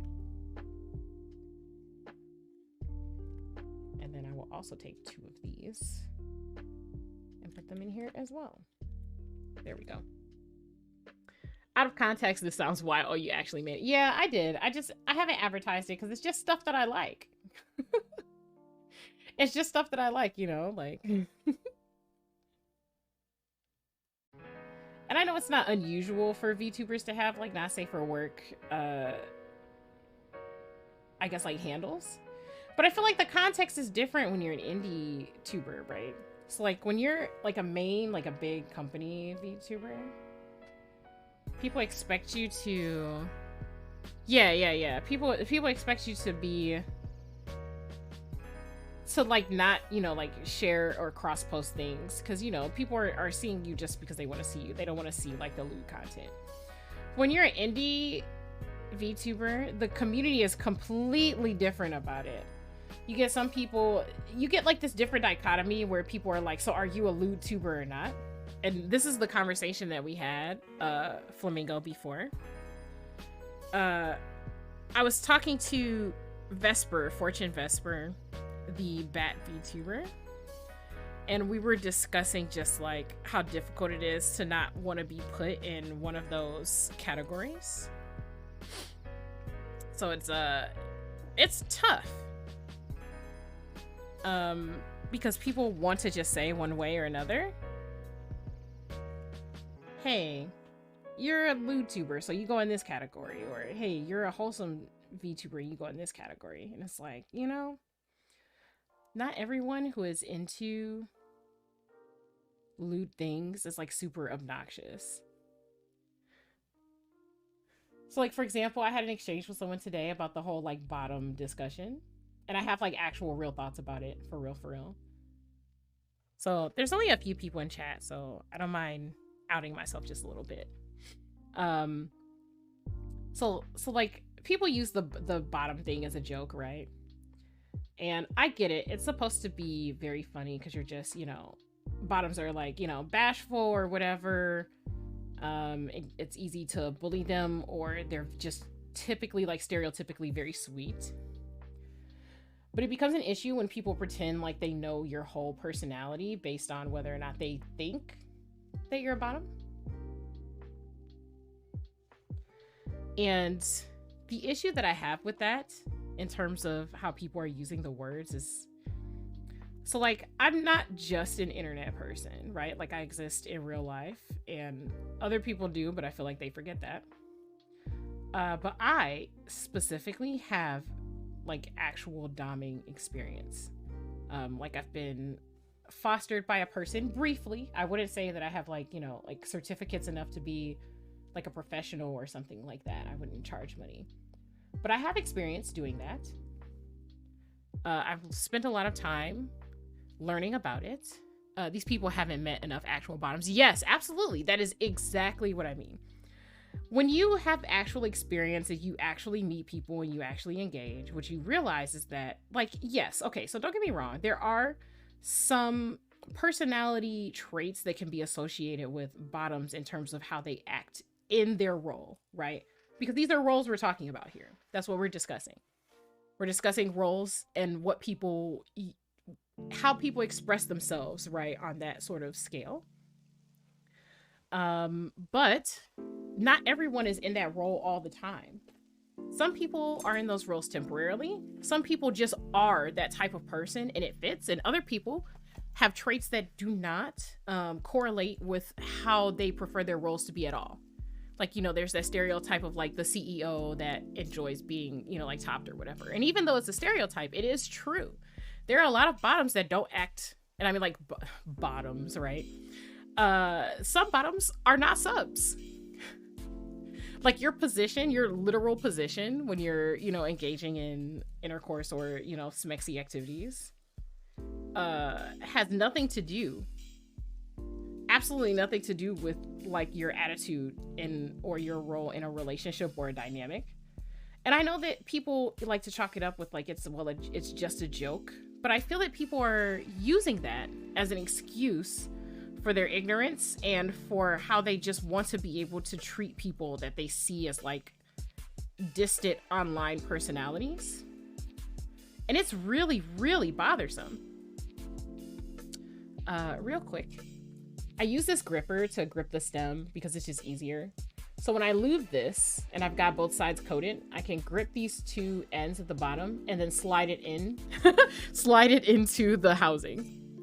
There's a way to do this. There's a side that has one hole and a side that has two holes. Usually the side that has two holes, this is super sus. The side that has two holes goes face up towards this hook section of the stab.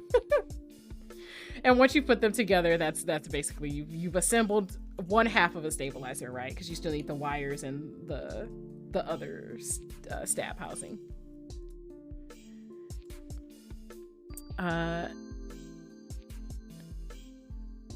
There's layers to this shit people don't understand. It's all about the conversation you have with whoever you're dipping your wire. Yes, whoever you're dipping your wire in.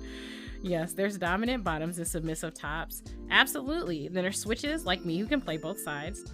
Right, some people just want a moment to relinquish control for a while. I just like how quite a few terms get thrown around so casually these days. You see, I don't want to say things because I feel the same. I feel like I also sound like a boomer, but also just, you know, like I don't...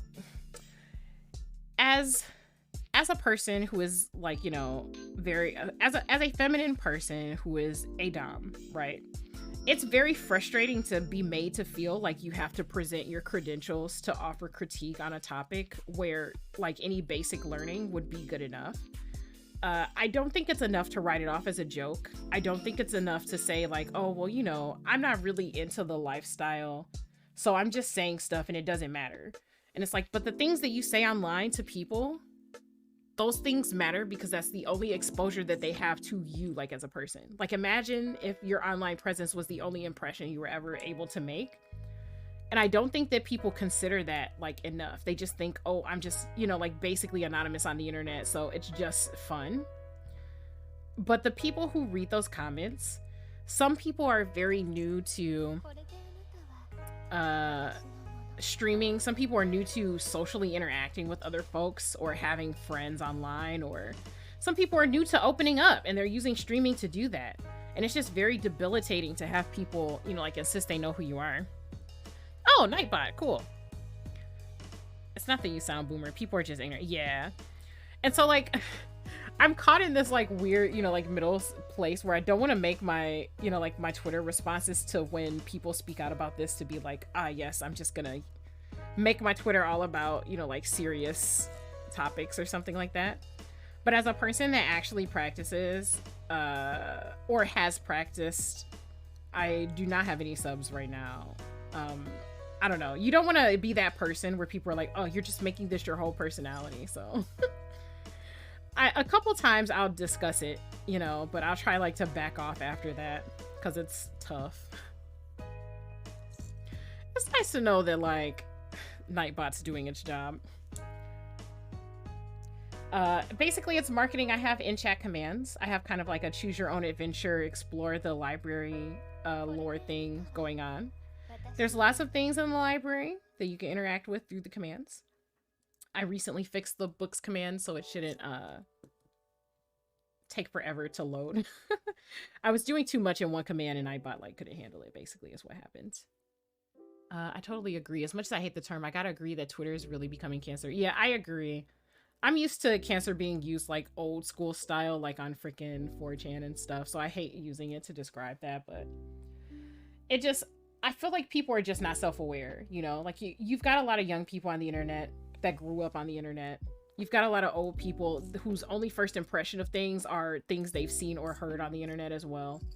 And when you get together with that, you get a lot of people who just, they say things because it gets a reaction and they say stuff because it's funny, quote unquote. And they don't think about it any deeply than like getting the attention or the jokes or making themselves laugh, I would say in some cases. And it's like, man, if this is supposed to be like an internet community, like, I don't know if we're communitying, you know what I mean? Because these people are not looking out for other people. Don't even respond, just exhale and keep scrolling. Yeah, I've done that a lot. I think I've only responded to things like once or twice. Sometimes if there's a discussion going about something already, I'll insert my 2 cents. Because what I've also learned from discussing things with people on the internet is that a lot of people not everyone, but a lot of people have never actually met a dom in real life. They just see internet personalities or people that, you know, like make money from marketing that. And they've never actually like engaged and spoken with a person who is like alive and does things to like have that epiphany that they are just a regular person like them. So that's kind of crazy. I was actually speaking with someone earlier. I don't know if they would be comfortable with me, you know, like dropping their handle. But I was speaking with someone earlier about just like my general history. And like the bottom sub thing. You hit the nail on the head, Flamingo. There are dominant bottoms. There are submissive tops. It just depends. I know that it's like edgy and exciting to mention those things and hint at things, you know, and pretend to know about them, but it takes so much to actually... Oh, I like this beat. It takes so much to actually engage on that level with someone, and it's just not as simple. I feel like at the point where we're developing the words bottom and top into slangs that you can use as like an insult and not just like a joke.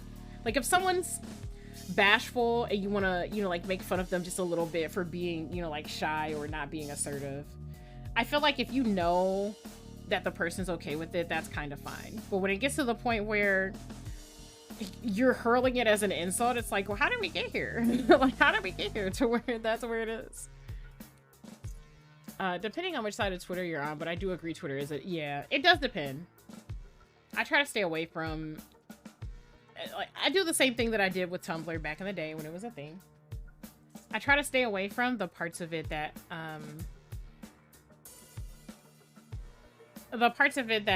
I don't want to engage with. You know, like, we all have opinions on things. We're all affected by things that happen day to day in terms of politics and stuff like that. But I try really hard to stay away from things that kind of like cross over into spaces that where I want to relax. Oddly enough, for all of the bad, you know, like the hate that Twitter gets, because I've stayed just on like artist and VTuber Twitter, Twitter is actually kind of like a happy place for me. Okay. Really quickly, so we've finished assembling the stabilizers. It's very hard to see them because they're clear, but I got them to be clear because I knew the case was clear. I wanted them to blend in, so like you can see it a little more here. So now that we've got that done, we're gonna lube the wires. And I don't need any long wires, so basically there's two sizes. There's these, and then there's longer ones for the spacebar. But because this is a split spacebar, it's got the spacebar split on both sides. You'll see in a minute. I only need this. Let's see. Can I do this just...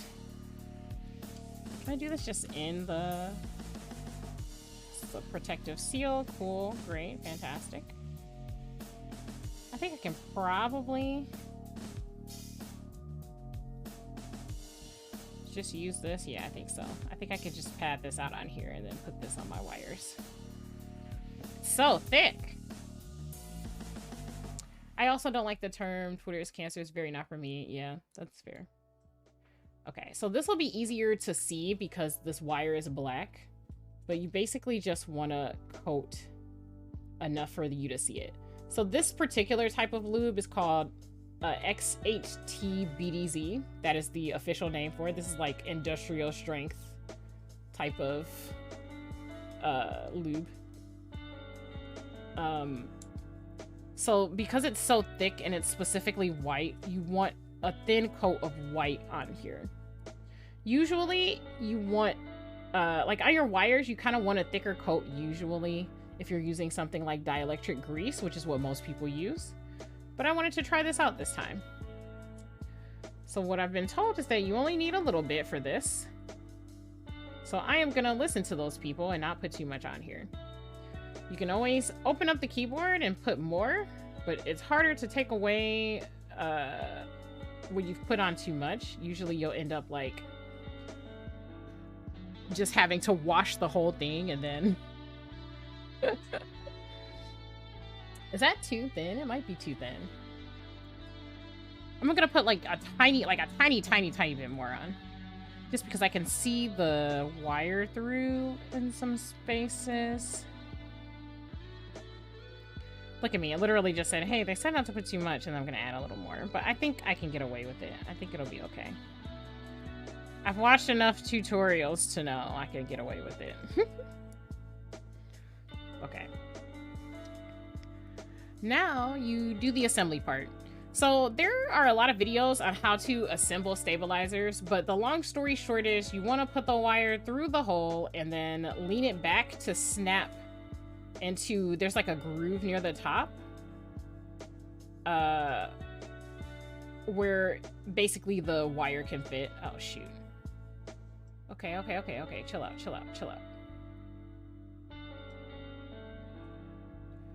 Oh my god, I can't get it to go through. Why are we here like... Oh, I see why. Shoot, I put this in the wrong way. That explains why. That explains everything. Alright, let's swap this around and make sure it's in there the way it's supposed to be. Jesus Christ. Scuff all over this stream. Just so much scuff. Okay. Some of this kind of like rubbed off on the inside. I am going to get a little more and put that on the wire.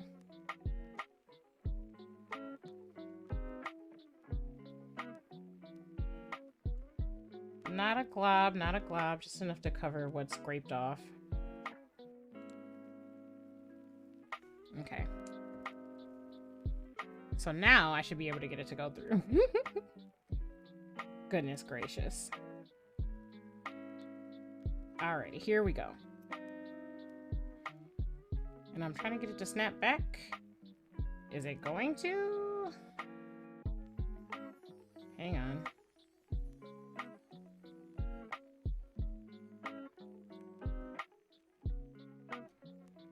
Oh, I remember. These Staebies, like, actually take a lot of force to get them in. It's rough.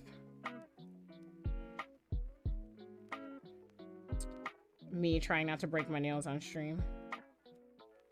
If these weren't, like, officially done, I think I would have broke them already. I'm not gonna hold you up.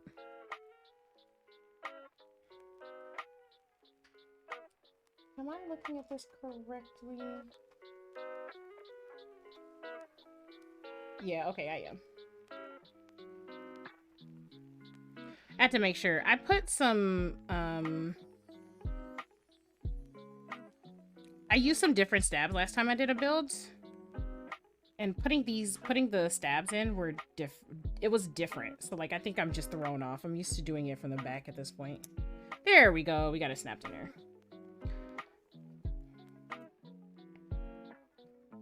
Yes, I know how that sounded. I got it. I had to put it in from the back last time. This whole hobby is sus.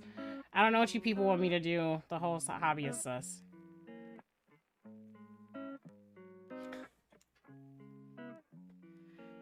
Quite fair enough. Ultimately, your experience will be what you make of it. Always best to avoid the spaces that don't vibe with you. Yeah. Not the bomb ass nails. No. The nails will be fine. That's fine. That's fine. My friend's been trying to get me addicted to getting my nails done. It's very disturbing.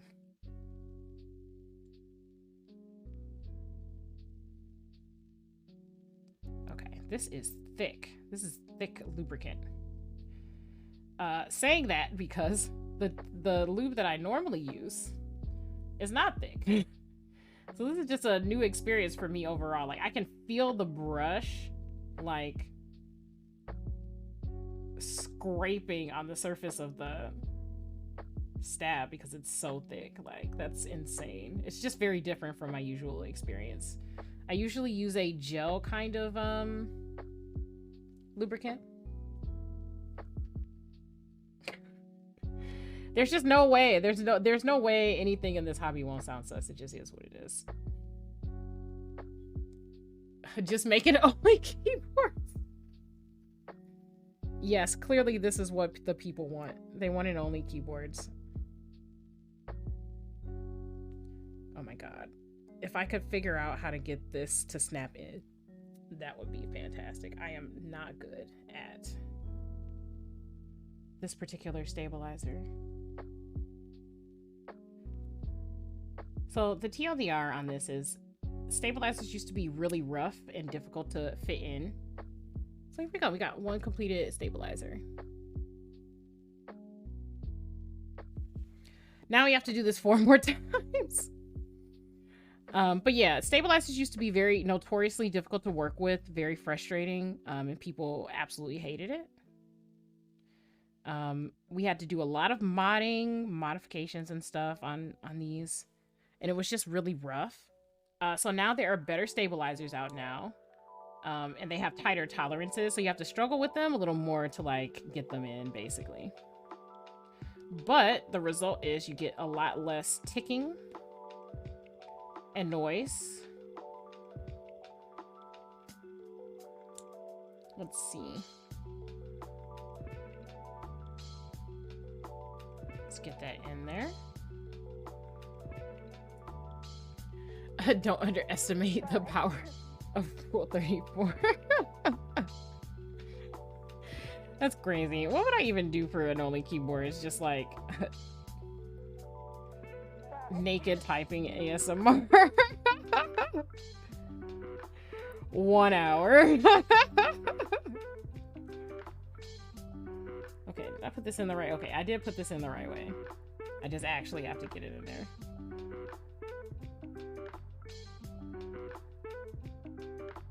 Come on.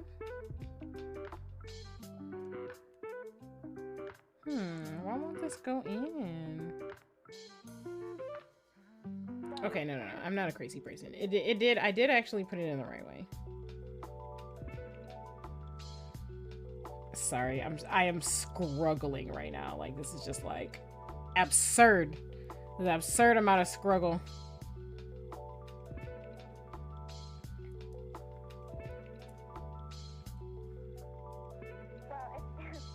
I wish I could say this wasn't regular, but it is.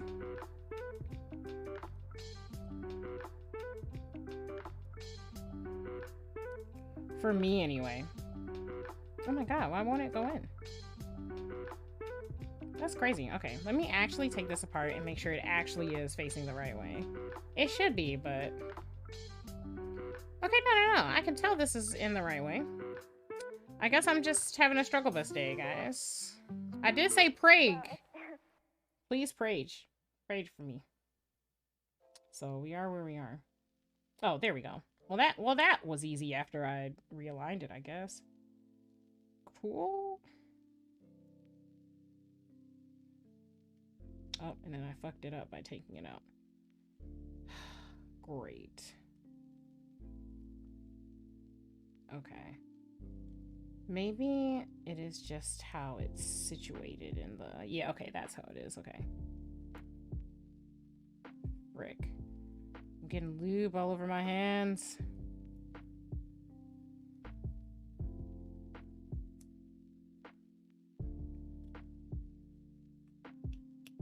Okay. I gotta go back in and put some more lube on it because I feel like I got it everywhere.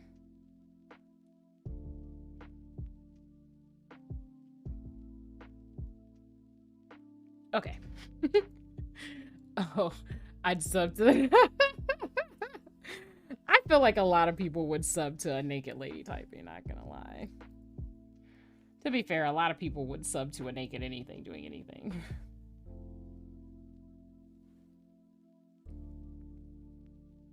Okay.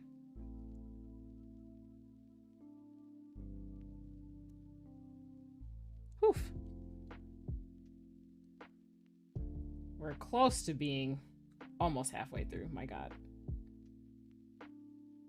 With the stabs, I mean. So once we get the stabs like on the PCB, we'll be mostly... Well, that's not true. I don't want to lie. We'll be basically halfway done with the build. So after that, we put the switches in, which shouldn't be that difficult. And then we put the keycaps on and we put everything together.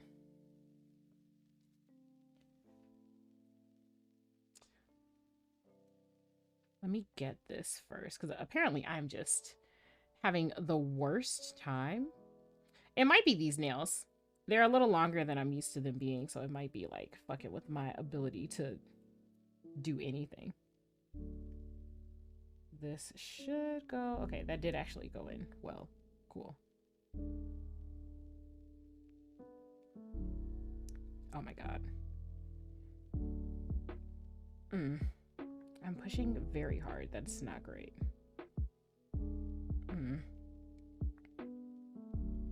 You can see the indentations on my hands. That's not good. It's like the angle is just difficult to figure out, I suppose. Like, yeah, and I am getting it into the correct place. I did on the other one. All right, there we go. Cool, great, fantastic. Do I need to add lube to anything? I'm gonna add a little more anyway, because I feel like this is just so thick. It slides kind of like everywhere when it scrapes against anything. I want to just make sure there's enough. Okay. We're getting there. Okay. So, unrelated to sussy keyboard stuff. I don't know what reaches of the internet you guys, like what rabbit holes you guys are a part of, but I loved watching Ludwig do chess boxing. I am not usually a sports person. Like if anything, I'm one of those people that's like sports ? Go sports, I guess, like type of people, right? I'm not a sports person. Originally, I wasn't even going to watch the matches. I was just kind of like, you know, whatever. But I found out that Chris Broad, whose content I like, was going to be doing a thing. So I ended up watching it anyway. And it was actually fun.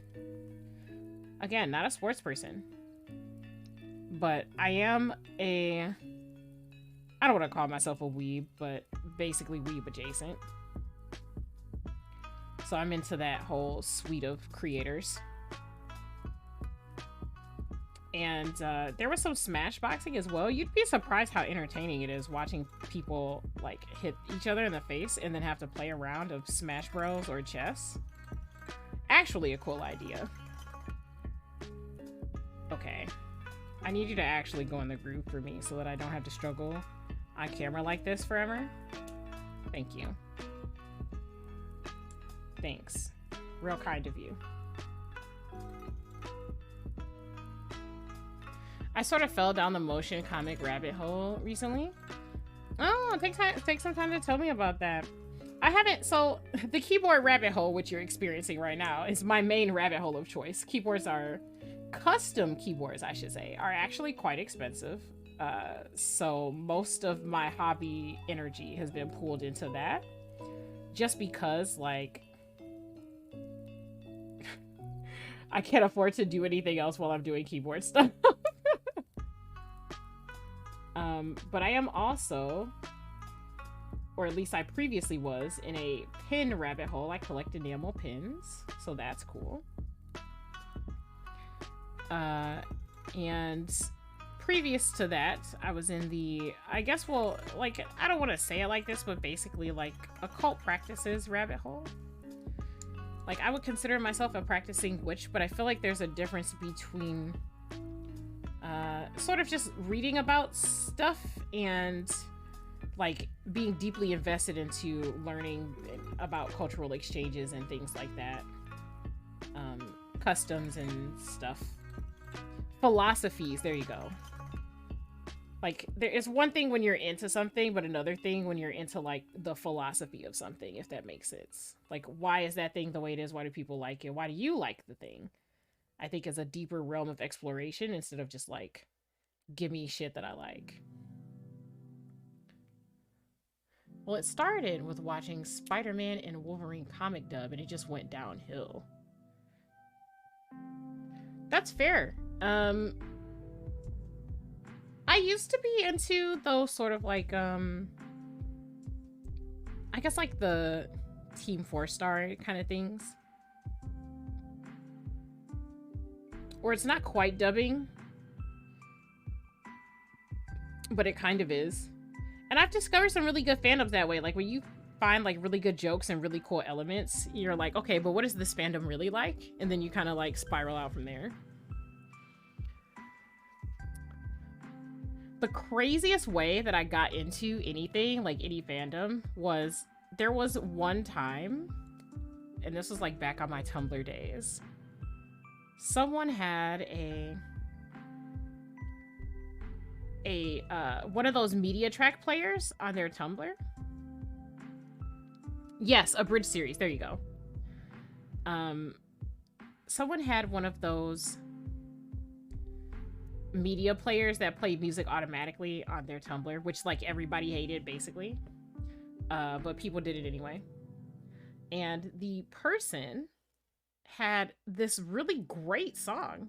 Like, I think this was probably the only time I had ever heard a song in this manner, and was like, it didn't immediately mute it or pause it to stop it from autoplaying on the profile.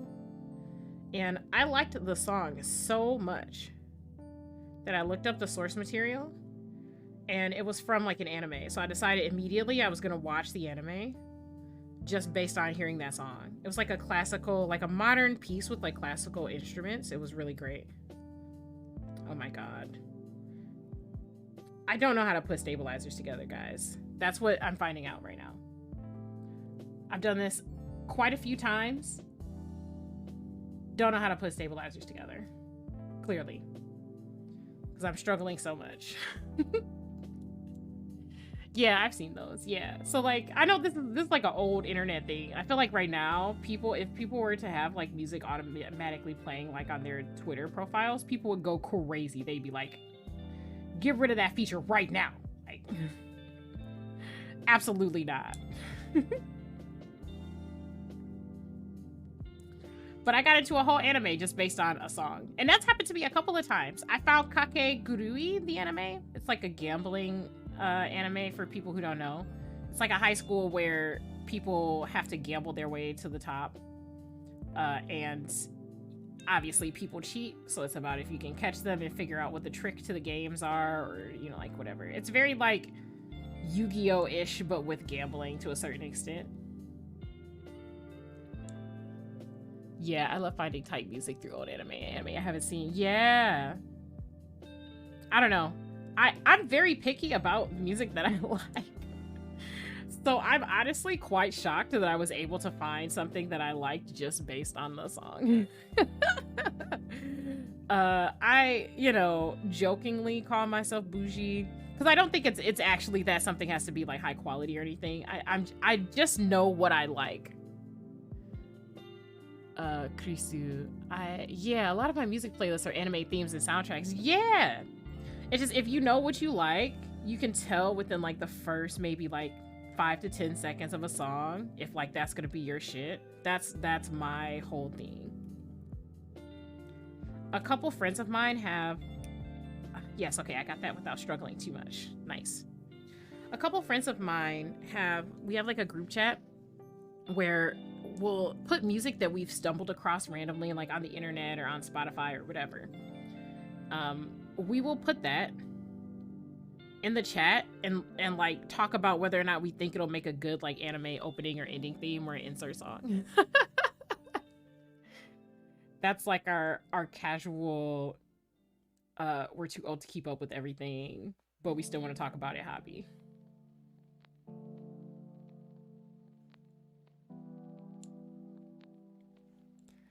One of those people that I talked to in that chat is actually a YouTuber. His name is Redus101. He does like reviews of media and stuff.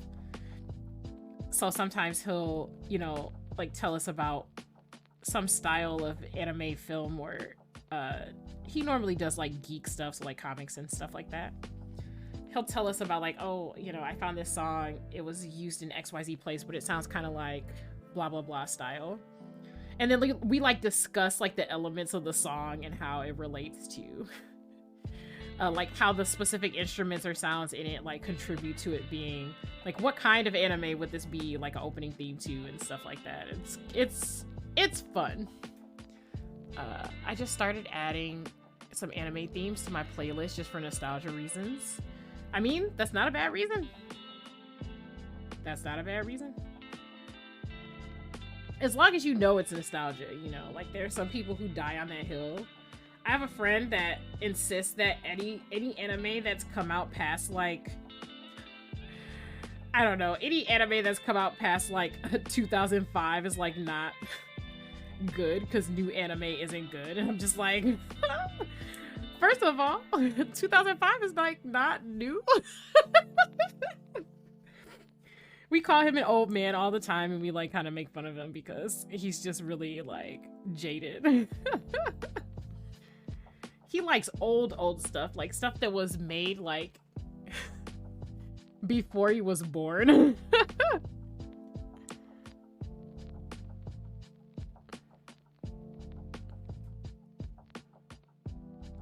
And I'm just like, why?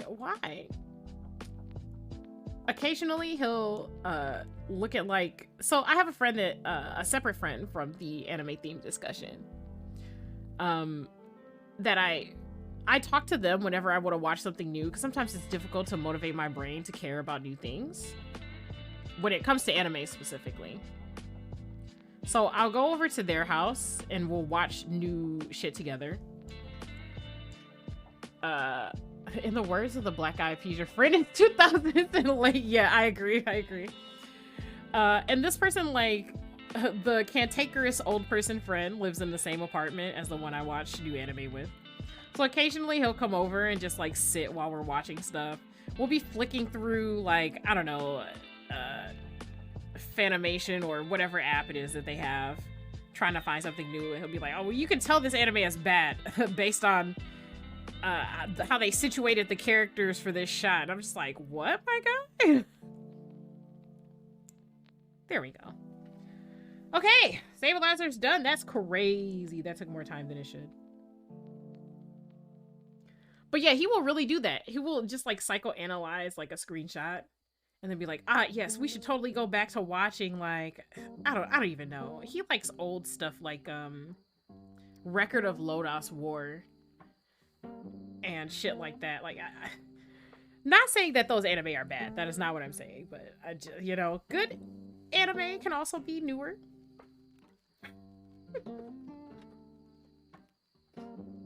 So me and my my friend just talk about how he has that boomer spirit, you know. You know, like, because when you talk to people about anime, you know, like, you have to be careful about like whose tastes you're talking to and appealing to. Like, certain people like certain things, and I feel like it's hard to find people who are, for lack of a better word, like not niche anime watchers or people who are like mainstream, because they'll talk about their own interests like people should only be interested in the same type of anime that they're interested in, which doesn't make any type of sense at all. I gave, and I talked about this on stream at some other point, a friend begged me, like literally begged me to give Black Clover a try. That was an experience. And I just like, you know, just gonna rip the band-aid off. I did not like it. I was not a fan. And I attempted to have a conversation with some people about this where I was very plain. I very much said, hey, I totally get why some people would be a fan of this. If you're in a certain demographic or you like a certain, you know, like type of story. But I don't like this, and I think it's bad. Like, it's not even just that I think this is something that I dislike, because, you know, disliking something and something being structured badly are different. I was very frank and I said, hey, I just don't think this is a great story. And I don't think that the storytelling develops in a way that makes it worth it to watch through 100+ episodes. But yeah, I didn't get past the first episode of Black Clover. Also, Flamingo, I saw you. It's not for a lot of people. You said the beginning was rough. Some friends told me the MC's VA stopped just shouting his lines, but it's too... Okay. Kurisu, listen. I watched 30 episodes of Black Clover in an attempt to give it a real chance. Because my friend said, hey, it starts off really rough, and you need to give it a chance to actually develop before you can get into it. And I was like, so my usual policy for anime is 5 episodes max. right? Because despite being a fae who is quite a number of years old, my sabbatical is only gonna last so long, you know? I don't have entire decades to dedicate to seeing if an anime becomes good or not. So my usual limit is 5 episodes. Sometimes I'll make exceptions for things like this, for example, when people are like, hey, I really want you to try this. I went the extra mile for Black Clover. I got to episode 30. Yeah, that's not a 3 episode rule. Yes, absolutely. I think the standard is 3. I sometimes extend it to 5 for anime that have like slow starts or whatever. Holy fuck, that's not a chance you try to bite. Yeah, you ate on a bloody entire, yes. I had a day that was very convenient for doing this. I had a day where I spent the entire day like styling my hair and doing some other things that took time. So I was like, cool, okay, great. We're gonna do that. Do I have the right screwdriver for this? I say while I'm already putting the screw in. Let's see. Here and... No, not that. These are not correct. Shoot, I have to go get the right screwdriver. Hang on.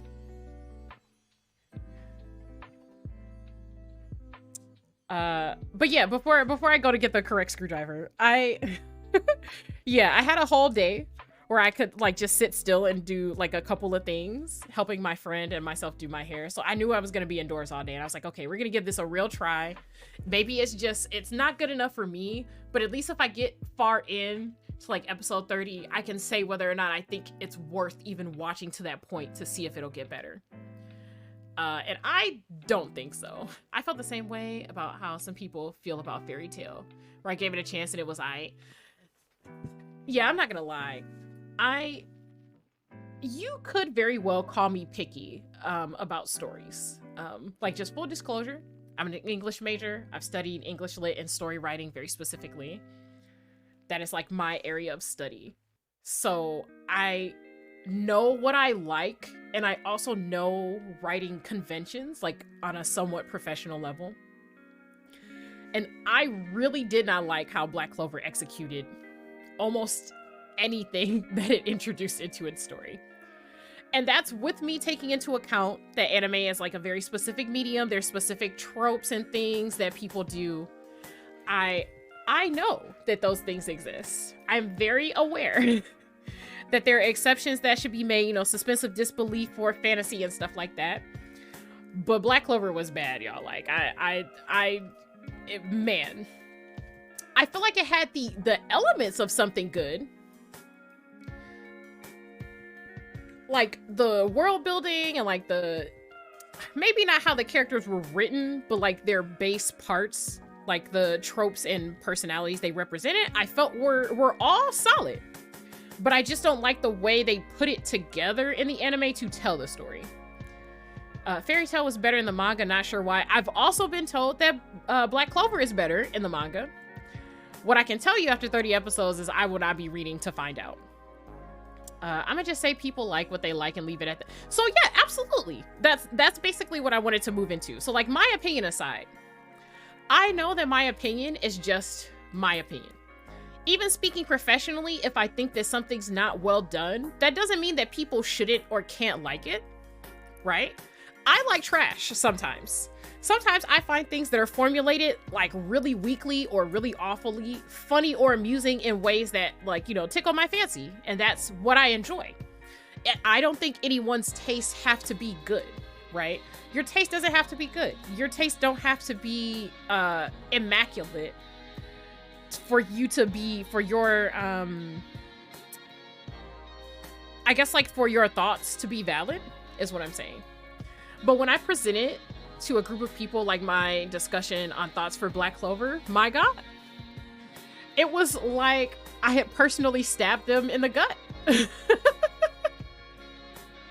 As much as I love anime, it's always going to be an abridged version of the original source novel or manga by the nature of the medium. It's not going to translate. So yes, some adaptations are really good if you translate them one by one. Others are really, some of them have flaws even in the source material, so they're going to translate to the work or you'd have to make changes and stuff.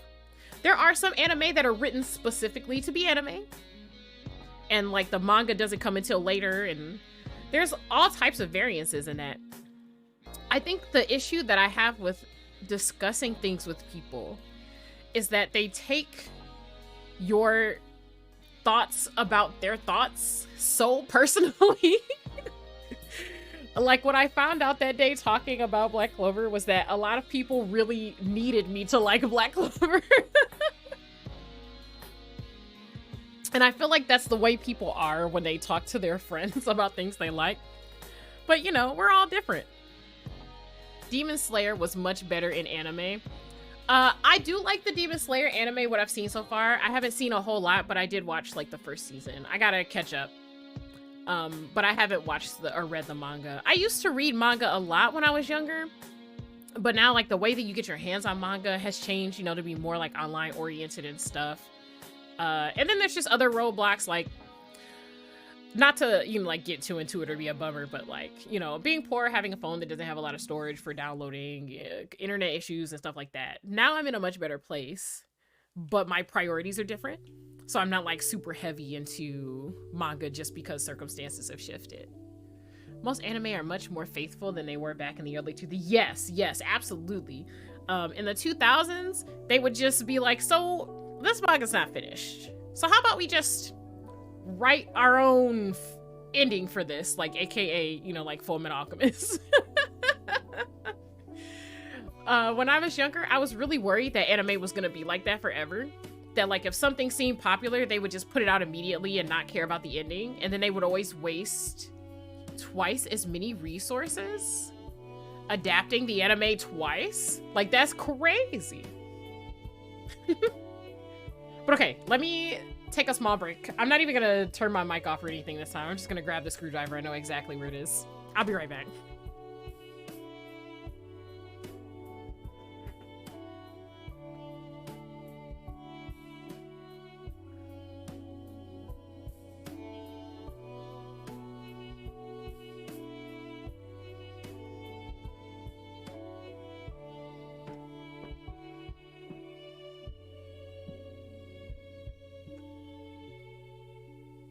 Hey, I'm back. That was very quick. I've reached both the sorta end of Black Clover and not really like them, but I took the time to understand why. Yeah, I think it's so. Part of what I think is important is for people to actually watch things they talk about, right? So you can't hear about something and be like, oh, I think this is bad. Like you have to experience the thing, which is part of the reason why I went 30 episodes into Black Clover. My opinion obviously does not span beyond those 30 episodes because I can only talk about what I saw. Oh, look at Nightbot doing his job. Good for that. But I don't like Demon Slayer, not my thing for some reason. I mean, if it's not, it's not, you know? That's just how it is. Sometimes things don't tickle your fancy. Some people are really into, you know, like, shoujo. Some people are really into seinen. Some people are really into BL. Some people are really into like lots of different things. What's important is that you know why. Oh, that's not the correct. Oh, shoot. That's not the correct. Oh no. I think I could have used the other screwdriver this whole time and I didn't notice. No. That's fine. That's okay.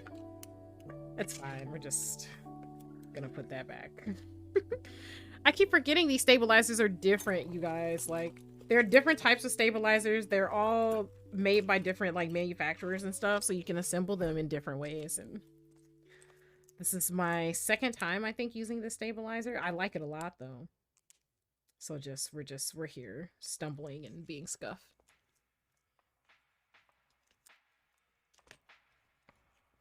Like, for example, I happen to really be into not like old school yaoi, but like BL the way it is now.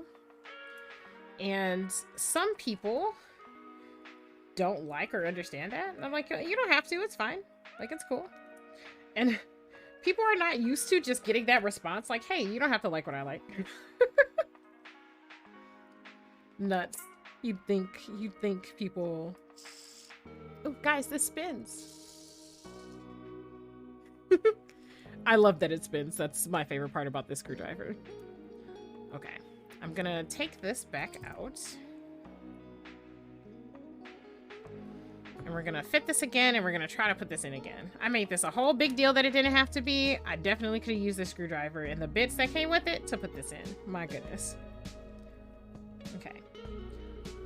So the long story short about putting in stabilizers, by the way, just for anybody that's wondering, is there's an end that has a hook that goes into... So basically, the PCB has like 2 sets of holes in it. Let me actually show you. Around the longer keys, you have 2 sets of these vertical holes. And let's see if we can get them in the light. There we go. You got these sets of vertical holes right there. And that's where the stabilizers go, basically. There are a lot of up-close videos, like macro shots of people putting them in for instructional purposes. And eventually, if I get a good enough camera, I plan on joining the ranks of those people. But for now... that's as good as I can do in terms of showing you on camera. For now. Hopefully that'll be changed soon, but we'll see. Okay. This one I actually got to go in the way I want it, so I guess we're gonna screw this one in first. The opposite side of what I was planning. So there's a washer you put in. Just to make sure that there's no metal-to-metal contact on the PCB, because you don't want to short the board. But that's basically it. Everyone's got their preferences and it's all good. I like that people have different tastes than I do. It gives me something else to check out. Yes, absolutely. Absolutely. And I think it's important to know, at least, you know, like if you're dealing with like your friends or people that you actually care about, it's important to know what your friends like so that you can have like a good idea of what to rec to them instead of just showing them things that you like. I feel like that's something that happens a lot. Like people would just be like, hey, you should like this, so I'm just gonna give this to you. Or I like this, so I'm gonna give this to you. And it's like, geez. Okay.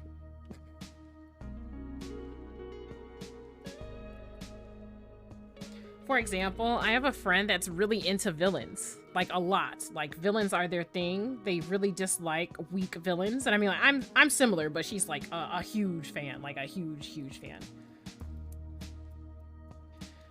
Her favorite villain is Hannibal. And just people have a hard time grasping where her tastes are. And it's like, you know, it's okay. You don't have to be into the same thing. You don't have to like it. Okay. So that's what it looks like when it's fully installed. And we got to do that 4 more times. And then we'll be done with the base of the PCB. Then we can start putting switches in. Switches are the buttons that you press when you are typing down on the keys. And then we'll assemble the whole board. That looks stuttery to me, but I don't know how it's showing up on Twitch at all.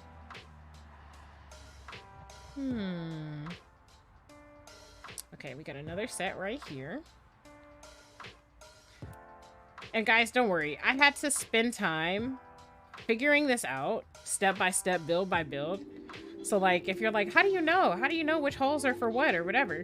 When you put together this, like as many boards as I have, and I mean, like, it's not like I put together a million boards or anything. But when you put together enough, you know where to look and what things look like. Looks pretty smooth, no stutters. Okay, thank you. I've had nothing but scuffs since I've begun, like, we'll call it a VTubing career. So at this point, I'm just paranoid on what shows up in OBS versus what shows up on Twitch. Man, I was so proud of, like, some of my streams before, and then I would go back and realize, like, the audio was jank, my guy. Like, oh my god. And apparently, people just are nicer than they appear. Or at least it wasn't a hindrance to the people who were listening. So they were like, oh no, it was cool, whatever. And there were no complaints throughout the entire stream. Then I go look and I'm like, oh god, no. I am my own worst critic. I've also definitely had, oh god, this fell into another hole. I've also had streams where I'm like, okay, I spent all weekend working on this. I'm pretty sure I figured it out. I did not figure it out. For keyboard stuff, it's especially frustrating because, like, for example, I have my filter on my mic right now. or it should be on. I'm afraid to check and see if it's on just in case it's not. And I have to remember to take it off when I do a sound test, or else you guys won't hear anything on the keys. No. Go in the hole, screw, please. Flamingo knows this because he's been to other streams of mine, but screws are my worst enemy. These screws? Me and screws? We are mortal rivals. Bitter mortal rivals.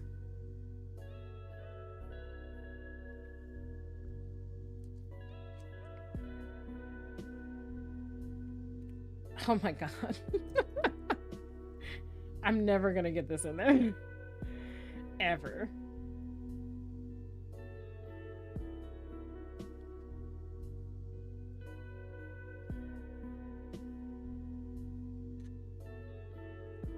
Oh wait, oh, hang on a second. Crap, I have to put this down. There is someone at the door. I will be right back. I'm gonna swap to the BRB screen just so it's not noisy.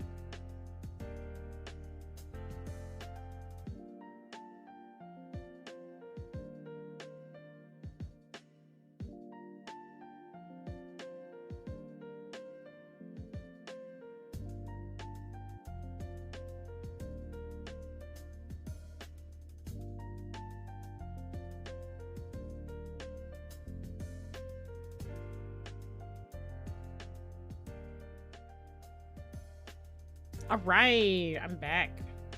It was a package.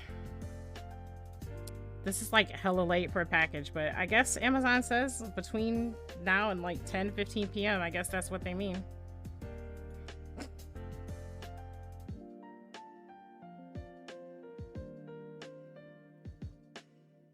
Okay, we're gonna try this one more time.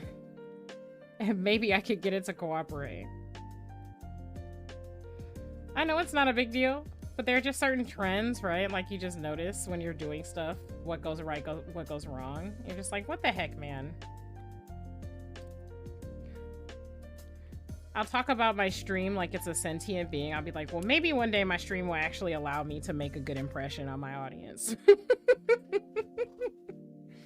Maybe we'll get through a stream without like a whole bunch of scuff. To be fair, this stream hasn't actually been that bad. At least so far as the sound and everything. But I feel like I'm gonna jinx it just by saying that.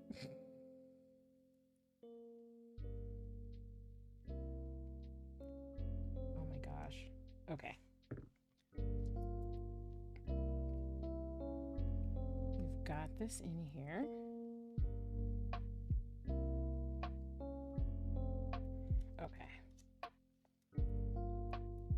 It's hard maneuvering this stuff and also doing it on camera so that like everyone can see what's happening.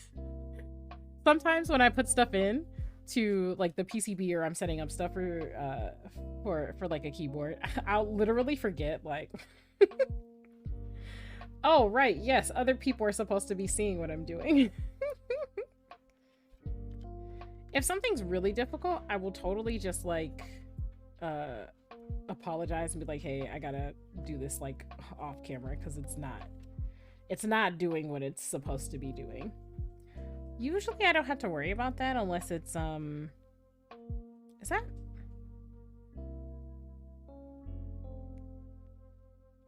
I just want to make sure I'm not crazy. Okay, no, this has to be for the backspace, so this is correct. Oh, I see what this is. It supports split backspace. That makes perfect sense. Okay, so I want to explain this. There are different types of keyboard layouts where you can shape the keys to be different, like oriented in a different way. And sometimes when you do that, you can basically change the size of the buttons and stuff to match the layout that you like or that you want. So one of those things is split backspace. So it's exactly what you sound like, or what it sounds like. It's when you have 2 keys for your backspace buttons instead of 1. So instead of that one like long key for your backspace, you just straight up have 2 separate keys next to each other. And you can program one or both of them to be backspace. Now, when I first joined the hobby, I was like, why? Why would someone want their backspace to be 2 different keys? Is there like a format where they're using the other key for something else? But what it comes down to, I found out, is yes, sometimes people want to have that extra key to use something, because most people don't. I don't want to say most people. There's a handful of people that don't actually type properly, so they don't actually have to worry about which finger is tapping the backspace key. They'll literally just take their keys off the keyboard, or take their hands off the keyboard and just hit backspace. So when you do that, it seems like the backspace is taking up too much space, and they want the extra key to assign it sometimes to like, oh shoot, sometimes to like delete or something like that. Sometimes people will put an artist in there. A second reason why people do that is because they like their keyboards to look symmetrical. So like if you go to your, you know, like computer or your keyboard and you look right now, you'll notice that on the other side of the board, on the far right where you have like escape and like the F row, those are not long keys, right? Your escape key is not a super long key like your backspace is. So they think it looks more aesthetically pleasing to have the whole top row just be single, like normal size keys. Oh my God. Please. I just want to get this in there. Screw, please. And when I first found this out about like the symmetrical nature of some designs, it blew my mind, because I was just like, based on symmetry? Now, mind you, I'm an aesthetic person, so I get it. I got it immediately. Like, I think it's interesting. I think it's cool. I see why visually people would enjoy that. But I guess I just thought to myself that it was a odd reason to specifically design a keyboard to do that, if that makes any sense.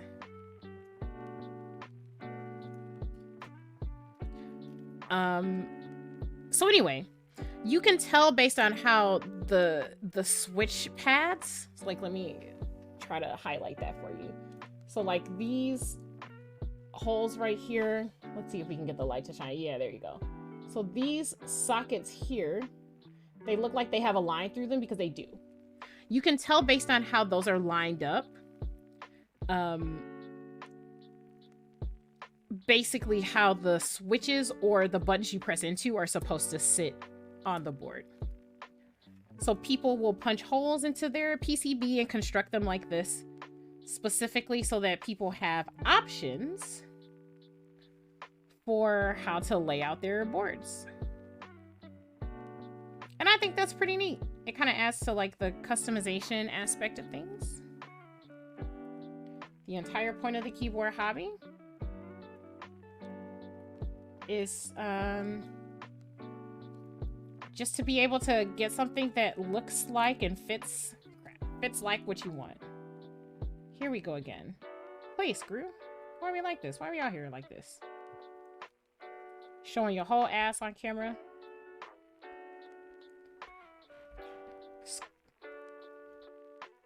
There we go. Okay.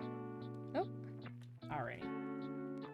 So now we only have 2 more to put in, and then we'll be like halfway through this build. The other half should go in pretty fast. I will say that my builds usually take about this long to complete. The reason why this one's taking longer is because the acrylic took the extra time. normally all you do is just unscrew it and you just unscrew it, take the two parts in half, and then do your PCB. But, you know, we had all the tape and stuff to go through. It is neat. I want to build a dactyl variant split keyboard at some point. I want to try alternate keyboard layouts.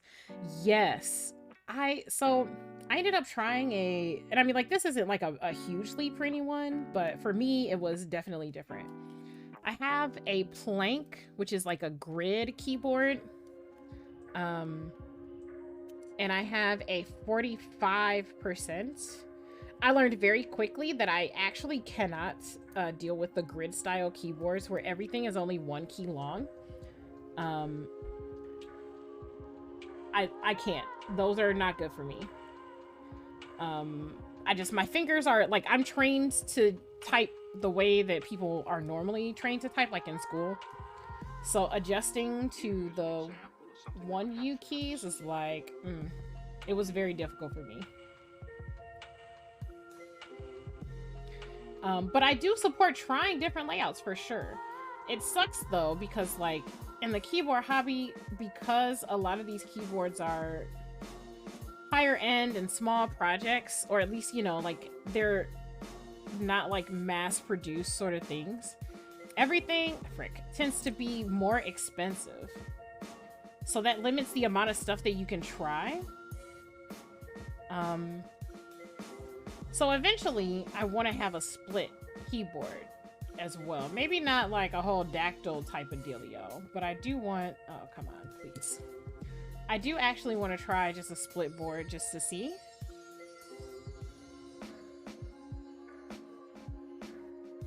If it's actually ergonomic, if it actually helps.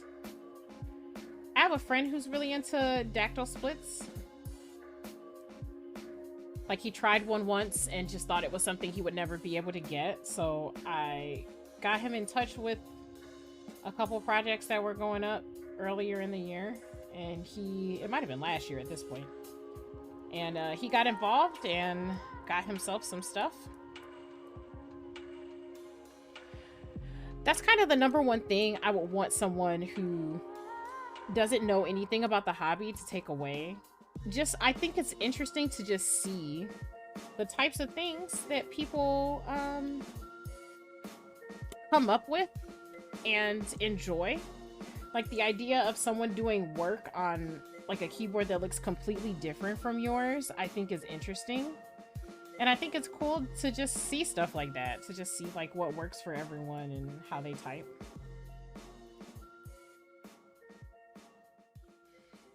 I wish you luck on the dactyl split though. I hope that you're able to find one. There's been a couple split projects up, but I'm not sure if any of them were dactyl. Let's see, I want to set up a Colmac. Oh, Colmac, yeah, that's crazy. So for anyone who doesn't know, Colmac is a different style of typing format. So like when we type US English, we use QWERTY, right, where the keys are laid out like that. But Colmac is the keys are different. They're in different spots too.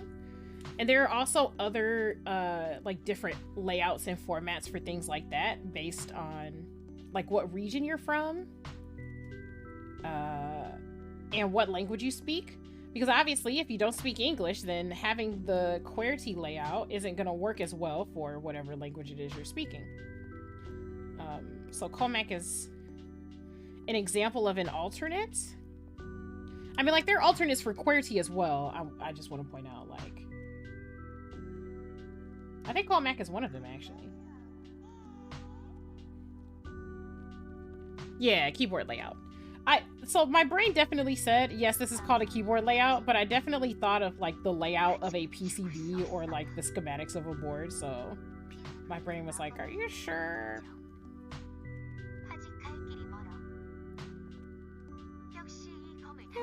Okay. I think I got it. Let's see. I think I've been indoctrinated to QWERTY quite thoroughly, so I'm not sure if I'll ever really go for anything too crazy. Oh shoot, that bit just came right out.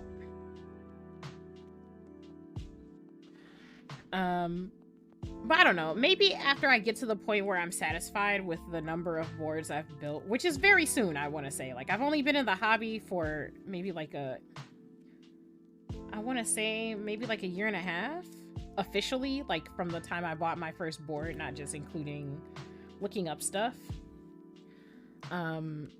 So I think, get in there. I think I'm nearing that point very soon where I've gotten things on my wish list, right? I've been able to fund a few projects. The pandemic definitely helped for sure, because I didn't have to spend on commuting costs and everything. I think once I get to the point where I'm like, yeah, I'm happy with these explorations, I'll go off into like crazy shit and just start getting boards that maybe I don't even plan on using.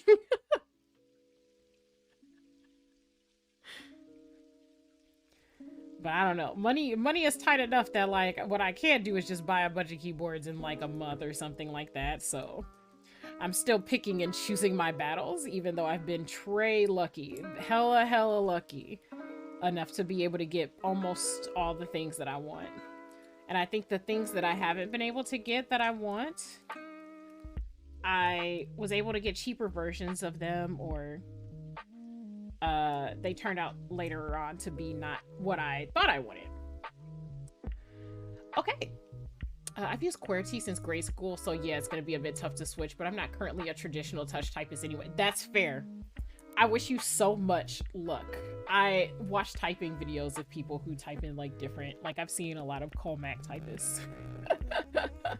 Truly, actually a nerd. Okay, so we have all of the stabs on the PCB, and I think that I might have even not fucked it up. Like, struggling to get the screws in is like completely different than actually fucking up the stabs, but I think they are all flush, and I think that they're all fine. I used to put pads underneath my things just because, like, I don't know, I didn't want to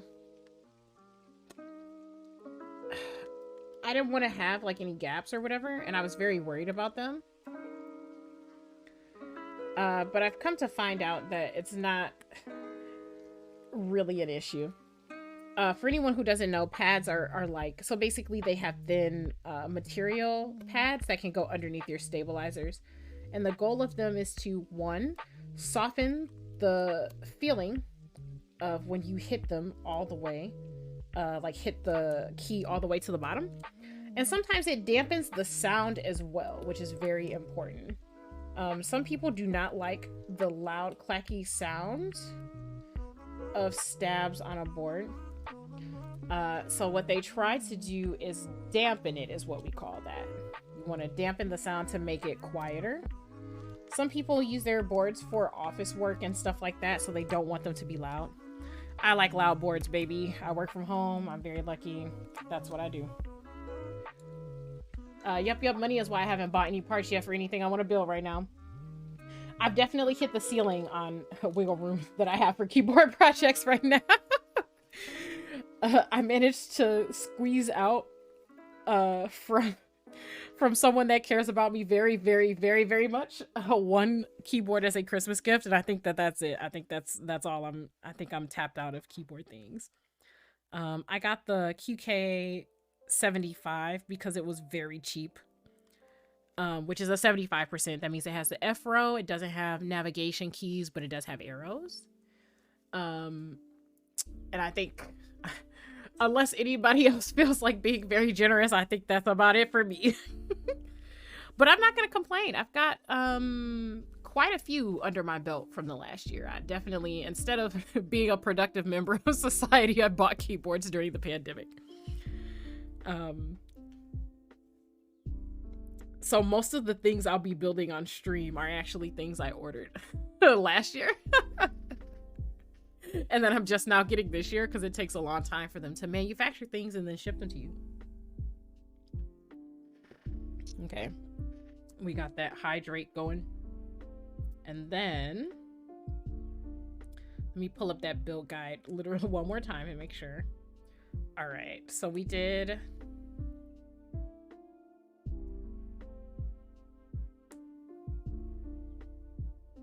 Okay.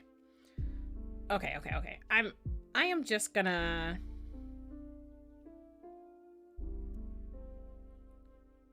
Okay, it says to install the foam and the leaf spring gaskets on the side of the plate. Okay, so let's actually do that first. I want to get the internals for this finished before we go for this. All right, so let me sit this here. We're gonna grab the plate. I don't know if I want to put foam in this.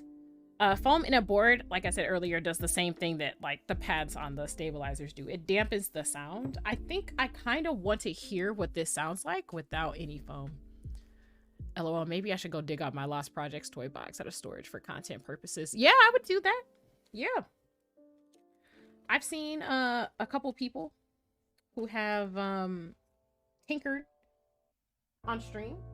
It usually works out pretty well for them. Okay. This is gonna be like surgery. So basically, these are gaskets. These gaskets are little pads that go on the tops and bottoms of this. So on all of these little, I guess like they'll call them leaf springs, these little tabs that are out here. These go on these outer edges here. And the goal is to soften the feeling of typing. So when you type, it'll cushion it when you press down and it won't feel quite as hard.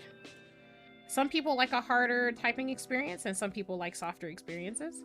But some people build their boards on purpose to have a softer experience. Oh man, this is gonna be a time. Does it go all the way to the end? I think it does. Okay. Let's see. I want to make sure I put these on correctly. Oh god, it's sticking to my fingers. Some people say they only like putting these things on with their fingers, and I don't understand it, man. I feel like I'm ruining it already. Oh my god. You don't want to pull too hard when you're moving them because you're gonna stretch them. I'm gonna try to line this up in the middle and then smooth it down on both sides. That's what I'm gonna do. Okay. Okay. That is a little better. Let me... Come on. Don't be like this. It's very close and I'm a perfectionist. I don't want the adhesive to give up though. It's on metal, so it shouldn't, but... Oh my god. I can't get it to angle the way I want. I'm sure it's within acceptable levels, but like... And then this is...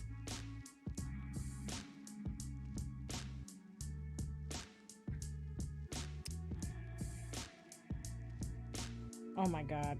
Oh my god. Please don't be actually stuck. I'm sure that I could leave it like this and it'll be fine, but I don't like it. Okay, yeah, we're gonna, okay, all right, okay. That middle strategy is not hidden. It's not hidden, so we're not doing that.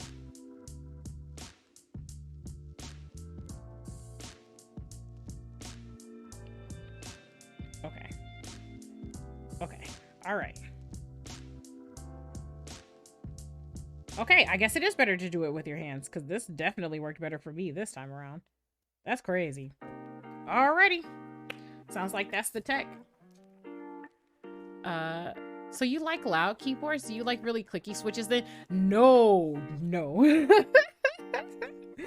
Okay, so what I will say is that I've tried clicky switches, but it's the kind of click. So like, I'm a fan of Thok that's really loud, and Thok is like a lower pitch sound for anyone who's not in the hobby. And I'm a fan of clacky sounds, which are higher pitched. It's the satisfaction of being able to hear your effort on the keyboard for me. I need the sound to be pleasant to my ears in particular, and clicky switches do not do that for me. There's something about that extra Like that, the fact that you can hear the bar on the inside, like the sound of the bar when you get a click, a clicky switch is something that I don't like. I have a set of box Jades, and I did put them in my, I made a mistake, definitely. I put them in my favorite board because I wanted an excuse to use them and not like just put them somewhere and let them sit forever. And I think I liked it for about a week. After that week, I feel like if I find the right board for the box Jades, I could like them. But I don't know. I'm actually a crazy keyboard lady, Krisu, like, just to tell you, like, I am actually a crazy keyboard lady. And I name all of my keyboards, so they have like implied personalities to me. And I think I would have to find, I should just flip this. I don't even know why I started doing this one instead of just doing the last one on the bottom. So it has to be like a sound that matches the implied personality of the board for however much or little sense that makes. Like certain boards you look at, they have like you want to hear a certain sound from boards when you imagine them in your head. And I need my boards to match that. So I feel like if I find the correct board that looks like I should expect a clicky sound out of it, I would be able to tolerate it. But I made the mistake of putting them in my favorite board, which I don't want to sound like that permanently, and I just was like, nope, it's a no for me. I like the idea. I like the idea of clicky switches. I really do. I like the idea of there being a switch that sounds like that. But in practice, my ears are not about it. Oh my gosh, I don't want to rip this gasket. You know what? I'm just going to leave it like that. I wanted to try to move it over a little bit because I've noticed this one and the bottom one are off like just a little. But maybe I'm being too much of a perfectionist about this. Should I? Okay, I'm gonna leave it. I'm gonna be smart. I'm gonna leave it. I feel like I'm doing the right thing if I leave it.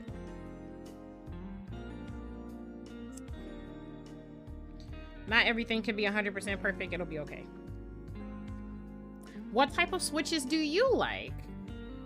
Or anybody, if you're hanging around in chat, even if it's just like, you know, you like the switches that came with like the keyboard you're using now, like if you've just got like red, blue, or brown switches, that also works. I don't really think there's any wrong answer. It's just preference, right? It's just what you like. Same as anime.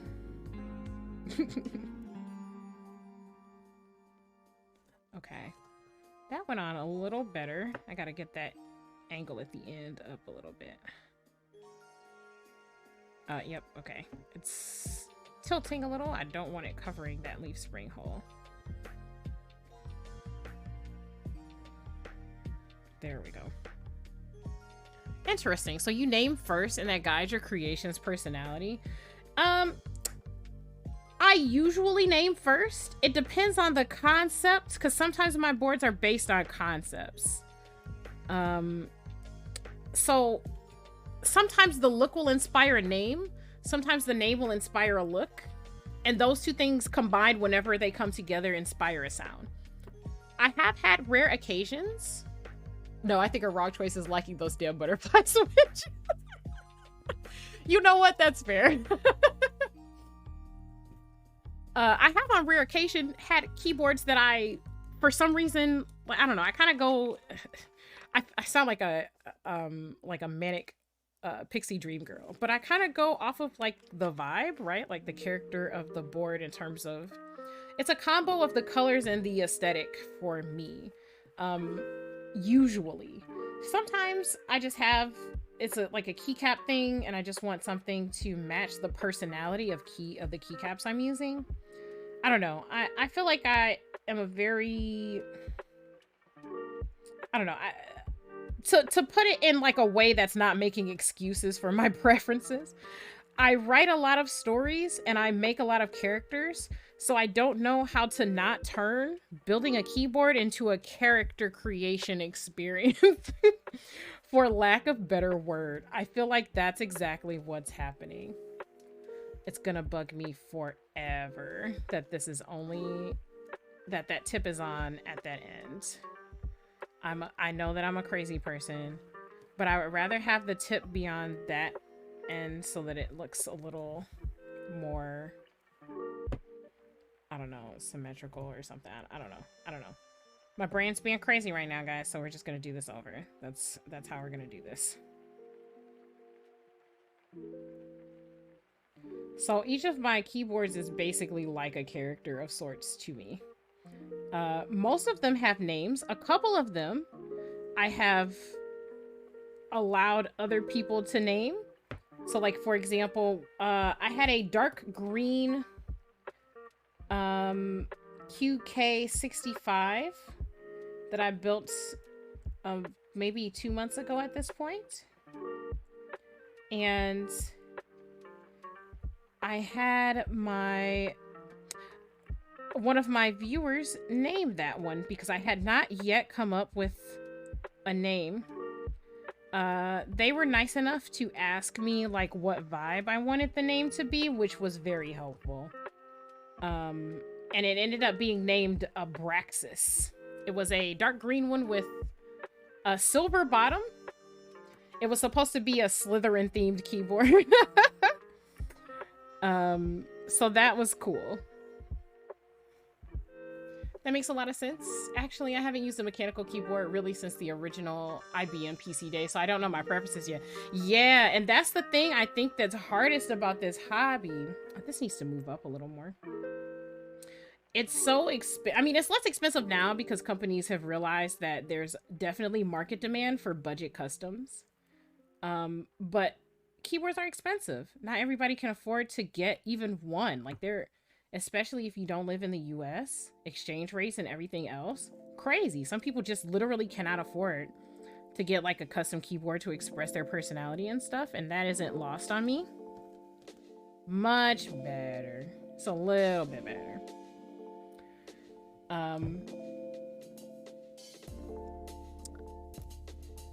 So it takes a lot of time and builds, or at least like different types of versatility options for your keyboard for you to test and figure out just what you like in a keyboard.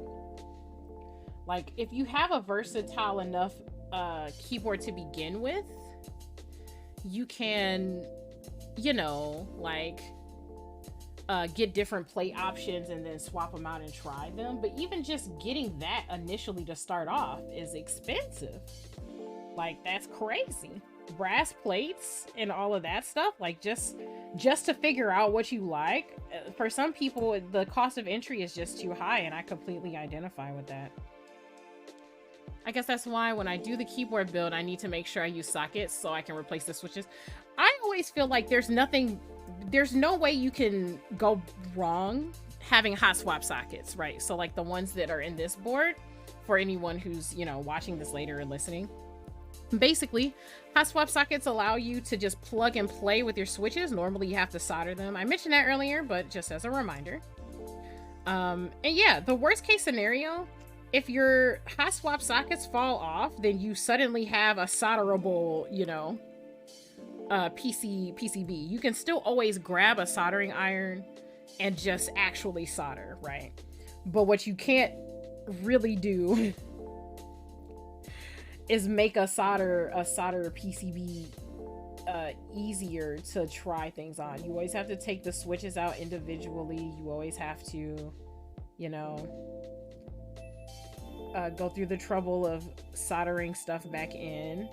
You can wear out hot swap sockets and just deal with it and be fine, but the other way around is more difficult. And a lot of people in the hobby will of course tell you, you know, you should be soldering anyway. Soldering is a valuable skill. And while I agree with that, that does not at all dictate whether or not people have the time or inclination or the space in their homes, depending on their situation, to learn to solder. So hot swap will always be an option I think that goes over well with the majority of people. I think this is the first time I've ever put on gaskets where it was easier for me to do it by hand. Oh no, that's kind of lopsided, I think.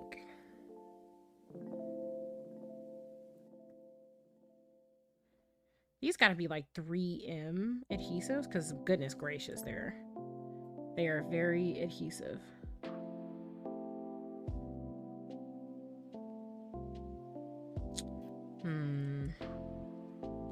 I feel like what I did was the exact same thing I did when I put them on the first time. Okay, so that's where the angle changes. I just want it to be straight.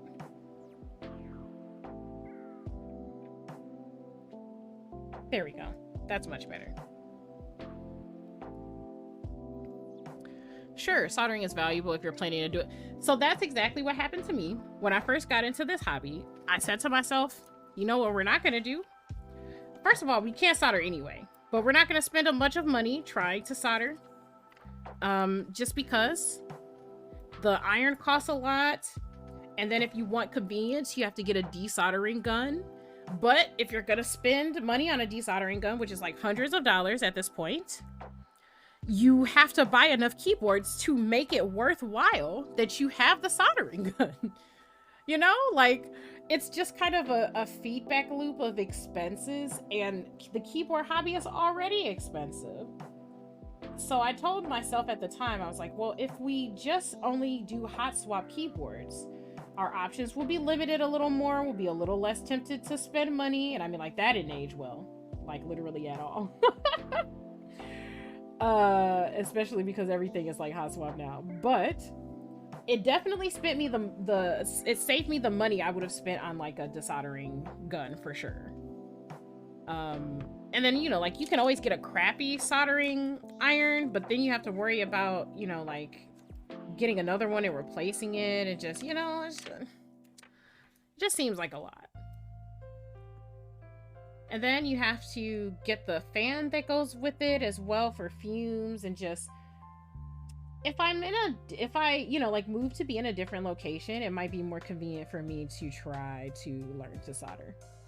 But for now, I think I'm okay not doing it, even if it makes me buy what some people would call, like, not like a real keyboard hobbyist, I guess. But I'm fine with that. It is what it is. You got to do what's more convenient for you, especially in this hobby, which is already inconvenient and very expensive.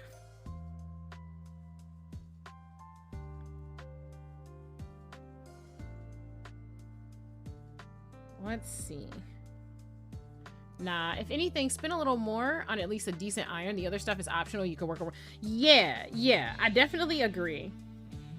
But, you know, when you go to, like, Reddit or other websites, what people will say to try to get you into soldering is, oh, yeah, you can just get one for, like, 50 bucks off of Amazon. And I knew from the moment I saw that, I was like, that's a trap. That's what that is. That is a trap, and it is one that I will be avoiding. Thank you very much. And I did literally exactly that. And I mean, now that I've done more research into it and I know more about it, I know more about getting more decent soldering irons and where to go to find them, recommendations, things you want a soldering iron and stuff like that. That's sloping off a little bit. Let's fix that. So I do think that I will be learning to solder at some point. I'm not against it. It's just for right now, based on where I live and how things are going. Oh, shoot. With my pockets, I would rather have the boards than have the soldering skill. I'm not going to hold you up. And the desoldering gun costs at least the cost of a board. So that's just not it's not an option for me at this time. Eventually we'll get there, though. We'll get there. I've had a couple people ask if I would do builds for them, and I still feel like I'm too babu really to do anything for that's not like for a close friend that doesn't mind me, you know, like not doing 100% A+ job. So I'm just getting practicing right now, and that's what I'm doing. Okay, that is much better than it was before. Let's do this last gasket. And then we'll put switches in. I warned you guys. In the alert and also on Twitter, this was going to be a long one. I knew that acrylic is going to take some time. Okay, that is angling up. Let's not do that. Oh, slightly off screen. And then I have not been looking at the preview at all. It's probably been off screen like the whole time and I just didn't notice. It'd be like that though, you know? Okay. So this should be the correct orientation. And I think I am going to build this without foam. I was thinking about it. Foam is nice, but I kind of want to hear just what the acrylic sounds like without it. I'm going to ignore the fact that there's a little bit of silver peeking out from right here. We're going to try really hard to not be that kind of perfectionist today. I admit I've never used a desoldering gun. I've got a cheap suction type tool. Yeah, see, like, I've seen those. And what I can tell you is that I would not have the patience. I've struggled with quite a few things, but I don't know if that's what I want to struggle with. You gotta pick your battles. Okay, so we're gonna start putting these in. These are DS White Jades, which is a tactile switch. I am, in fact, tactile gang rise up. I do like linear switches as well. It just, I don't know, the bump. When I first got into mechanical keyboards, it was specifically because I wanted that typewriter kind of like experience.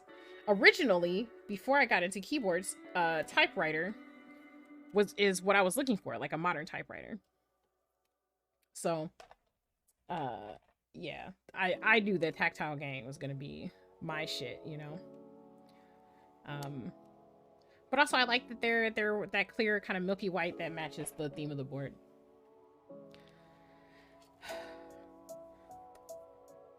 Maybe I'll do like a stream one day where I'm just like, hey, come join me while I try to solder for the first time. And we'll see how many people get pulled in, you know?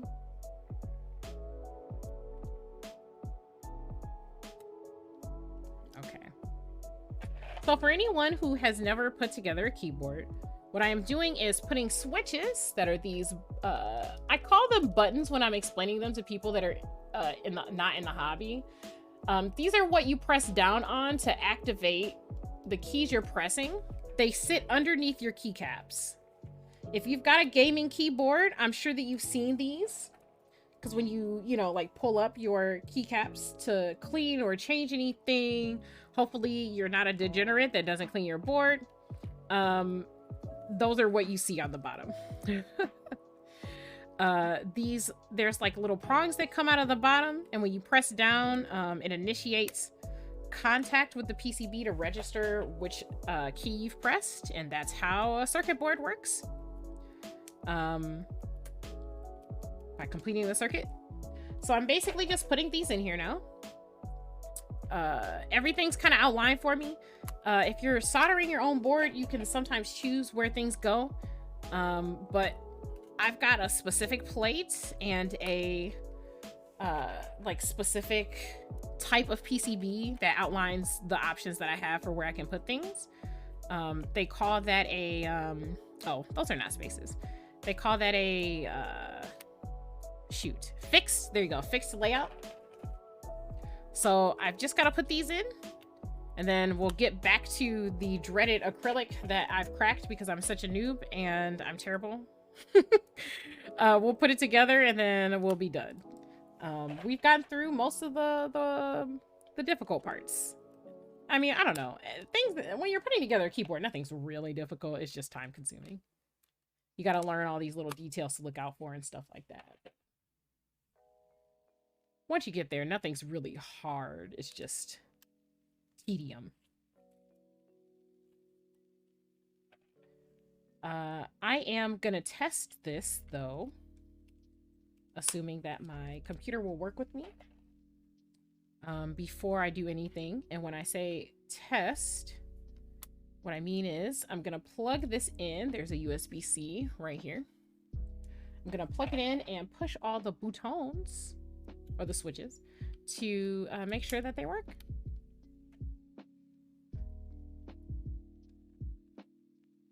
Ooh.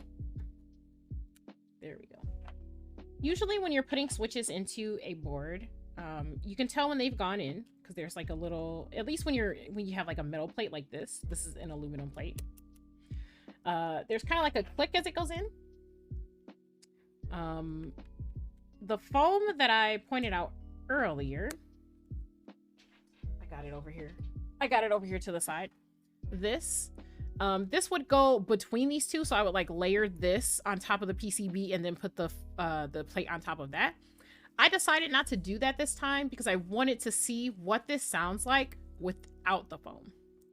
If I want to go back and put this in there, you are absolutely correct. And if you're thinking I would have to take the keyboard apart to take this part out and put this in there, you're absolutely correct. That is true. Hopefully, I will like how it sounds without any foam in it. All the previews that I've seen for this board have been without the foam. So, hopefully that'll go well. I don't think that foam is bad. Sometimes foam, like I said, it dampens noise, right? So, well, you read mine.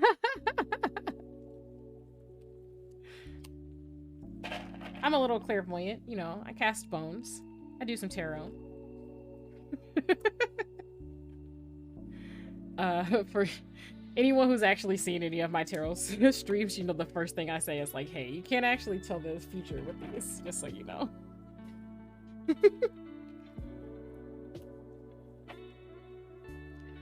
But yeah, as you can tell, like, so putting the switches in seems simple because I'm just putting them in, there's nothing else going on. But normally you would have to actually take these switches apart and lubricate these as well. That is a whole separate process, and I tend to do that on my downtime so that on streams I don't actually have to take time to do that. It takes several hours to lube your switches. There is separate lube that you sometimes have to use depending on if you have a clicky or a tactile switch.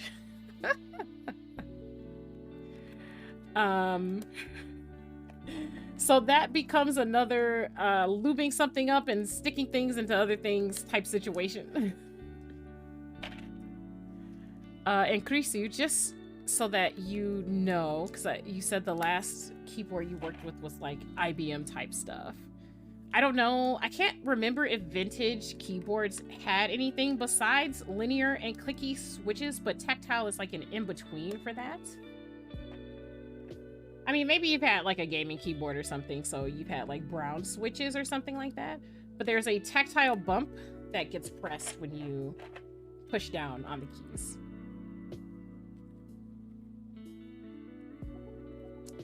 You have to lube the switches as well. They don't. So, because this is a hobby, what I will say is there are... Oh, this isn't in there all the way. Oh, no. I gotta see. Did that get bent? Did it get stuck? Some switches come pre-lubed, but usually you have to pay more for that. It is more expensive to get pre-lubed switches. Okay, no, it didn't bend. It just didn't go in all the way. Cool, cool, cool. Yeah, most switches don't come lubed at all because everyone has different lubing styles. Some people use different types of lube for their switches because it affects how it feels when you push down on them. So you can get factory lube switches, and there are people who offer lubing services. So like you can send your switches to them and they will lube them for you and send them back. Sometimes when you're customizing a purchase, like if you're on KBD Fans, that is a website that's dedicated to custom keyboard stuff. They're pretty big and well trusted in the hobby. They will ask you, do you want to pay, you know, like the extra cost up front when you're ordering your board to have your switches lubed when they they offer build services. So they'll ask you, do you want your switches lubed before we put your keyboard together? Is what they'll do. Oh, wow, like fluffers, but for switches. Yes, absolutely, yes. You can find people like on Reddit and like the keyboard marketplace and stuff who are just like, hey, I've got these specific type of switches. They're lubed and they cost like, I don't know, like 10 or 20 cents more per switch because they're lubed. I think right now the quote-unquote pre-lubed kings are called oiled kings. They're literally called oil kings. And they come pre-lubed. And the lube job from the factory, from what I hear, is pretty great. I've been wanting to get a set myself, actually, to try them out, because I haven't been able to yet. Are these... Hang on. I think the plate isn't up all the way.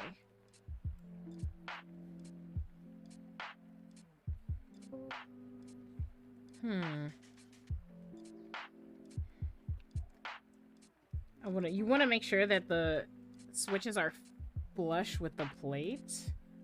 I feel like there's like an area where that's not quite happening.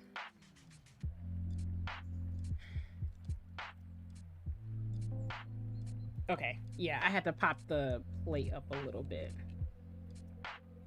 All right, there we go. We should be all good now. I've been trying to hold the plate carefully so that I'm pushing up on it as I'm pushing down with the switch, but managing all that with your hands is kind of hard. There are things called switch forks which you can use if you're not putting foam. It's like if you have a layer of foam in between here, usually the foam itself will space the PCB and the plate. But I opted to go without, so I have to make sure that everything is aligned right myself. So we'll see. I think it's okay for now. You can usually, once you've put in some switches, it's easy to tell if it's flush or not. But yeah, people do pre-lube stuff. The issue is manufacturers used to offer pre-lube switches, but the pre-lube job was like really bad. Like some people would get uneven batches. Certain switches wouldn't be lubed at all. I halfway want to go through this VOD to see how many times you've said the word lube. It's lubricants. That's what it is. You have to lube everything. That's something that I learned very quickly. So like, get this, Kurisu. When you lube your switches, you have to separately lube the housing of the switch. So that's usually the bottom housing. You have to lube the spring that's inside of the switch with a different lube than the housing for the switches. And what you use for the housing, you also use for the stem. But still, lubing a switch requires 2 different types of lube. Some people have their own personal mixes and they'll, do that or whatever. That's, they're like freaking switches and custom switches and okay. Can you come out so I can just like check and see if you... Oh, geez. I gotta get the heavy duty one out. Let's see. Oh, shoot. My heavy duty switch puller is in the living room. Okay, I don't feel like getting it, so we're just gonna have to figure this out. Come on, come out. Oh my god, it is actually stuck. That's not good. That makes me think that it actually is probably bent. Oh my god. I don't even know where that went. That's crazy. You know what I'm gonna do? Just use a different one because I'm not gonna go chase after that. Having been a part of the lifestyle as well, can't confirm which is prefer to be lewd.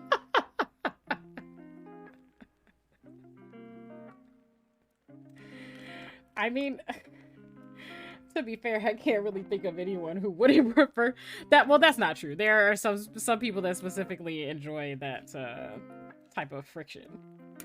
But I think by and large, most people want to be lubed, you know?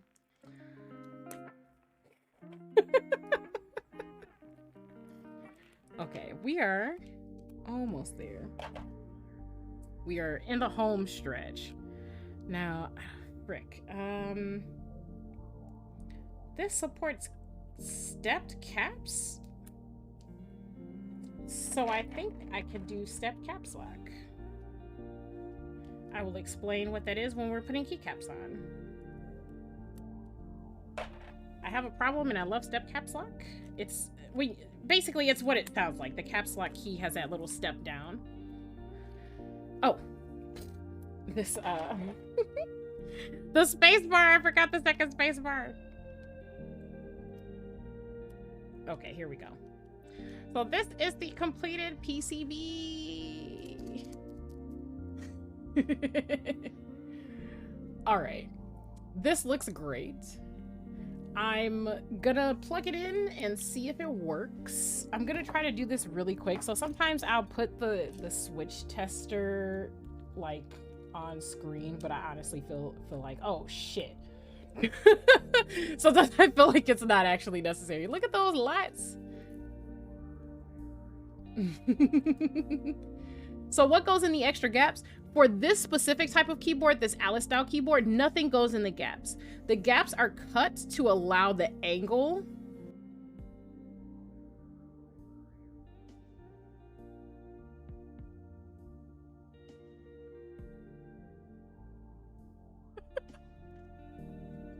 Oh no, I hit a hotkey by accident. No! Stop!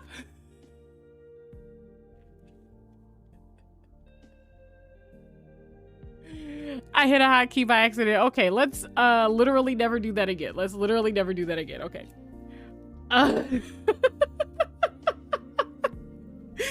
These caps are just here to orient the shape of the keycaps. Oh my god, I'm scared to do anything now. Okay. Okay, so to give the technical difficulty explanation for what happened here. Because I don't have my wireless mouse connected as per usual. The scene stayed selected, so when I hit the up button, it literally jumped up. Because that's what happens when you don't disable hotkeys on OBS. Okay, let me freaking do this test real quick so that I can make sure all the keys work. And then we can move on. While this window is up, hopefully, let's see. Can I refresh this? Will it actually? Okay, let's see if I can. I'm gonna unplug this. That's a really tight fit for the USB-C. It's not reading the keyboard.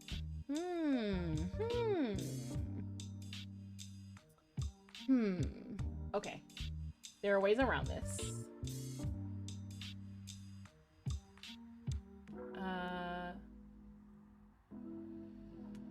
Let's see. Hopefully it won't take a long time. I think I'm gonna, okay, I know what I'm gonna do. There is like an online keyboard checker that you can do. It's literally like keyboardchecker.com, and it will test your keyboard for you. So what I'm actually gonna do is just go there, and we're gonna do that. I just don't, I can't wait for my new mouse to come in the mail, and my new hub to come in the mail, so that I don't have to deal with this. But we're struggling today. I know my arm is like all over the freaking screen. Okay, I am currently on the website, so hopefully. Note to self, use separate computer if possible to test keyboards and connect. No. You can disable hotkeys, but I've had them enabled since I did my debut, and I just didn't. And I didn't unactivate them. Also, part of the problem is because I'm using the mouse on my actual laptop instead of my usual Bluetooth mouse. It's harder to tell when the tabs for your scenes are not selected. So that's basically the issue. I was still in that space. Okay, so just really quick, this is delete, that's page up, and this is page down. I'll have to change that somehow. We're gonna do this real quick. Again, I normally put this kind of thing like on screen because some people like watching it, but I also feel like we've been building this for a long time, so we'll be, you know, we'll be all right. So far, all the keys seem to work.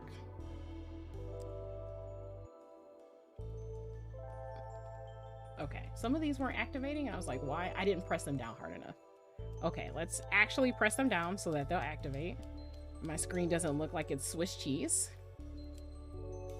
My God. Okay, everything B, B, B. Yes, the appropriate B, the left B, works. So we have Alt here. This is Control. This is probably a function key, if I had to guess. Okay. So it works. It works. That's all I needed to know. Again, apologies. Usually I will actually throw it up on screen, but it was really quick. Gotcha. I just showed Bez my scuff setup where I hooked up my piano keyboard as a MIDI controller to... Oh my gosh. That's legendary. I don't know what you're talking about. Scuffed. That sounds like innovation to me, is what that sounds like. Okay, so we're gonna put this away for now and get to the case, my poor cracked case. And then put some of those together. We're going back to the build guide. And we're gonna finally work with all of these screws and things that are in there. So we removed the paper from the acrylic. Yeah, we did this.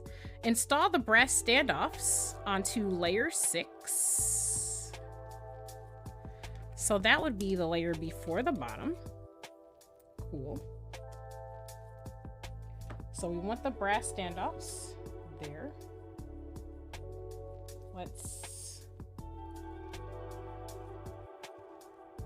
Okay. We should be able to just lay it flat and put these in there. I think we'll be okay with that. Yep. Okay. And honestly, I don't know why I didn't think to do this before. I feel like I should have I wouldn't have cracked it if I wasn't... So like when it said install the standoffs into layers 4, 5, and 6, I think is what it said.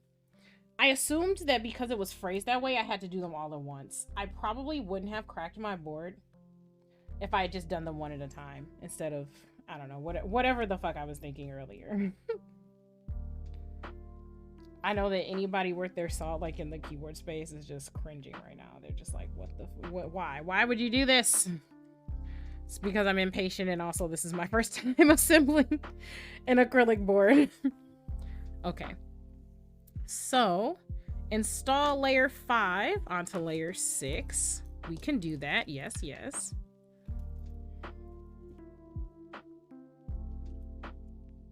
That's so clear. That's so good. Okay. All right, here we go. Here we go.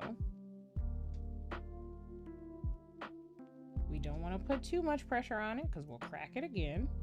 Let's try to avoid that. I'll go around to this. Okay, so all the bottom is done. We just got to get the tops. Okay. So we got that. We got that. All right, here we go. That corner is just... I think that's the same corner that cracked as well. I think there's just something about the tolerances maybe that are slightly off. Let me see if I can move this over to the right. So there we go. Yeah, you got to pull that edge over to the right a little bit. Okay, and then it says repeat with layers 4 and 3. 3, I think, is the layer that I fucked up. So we'll... So tell me about how that went. Like, you using your piano as like a controller. It's like I've seen people, you know, like do similar things, but with OBS that seems like literal genius. Like you would have to be a smart person to know how to do that.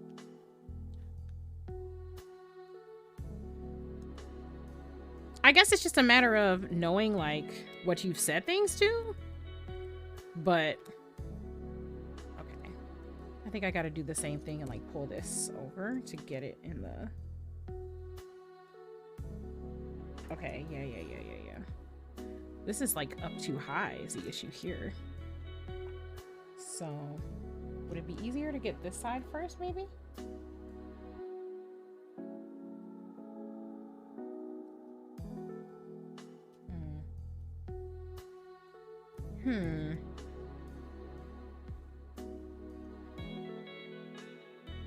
Yeah, like, I want to avoid cracking this in more than one spot since I've already ruined this. All right, let's do it this way. Let's see if we can. I want to try to wiggle it in there. That's tough. Okay, we got that side kind of aligned, I guess. And then, like, just try to push this. No?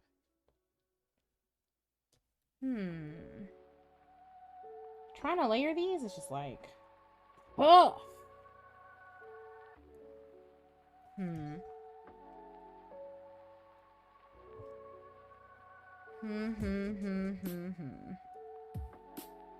I can see where it's misaligned. It's just, you gotta shift.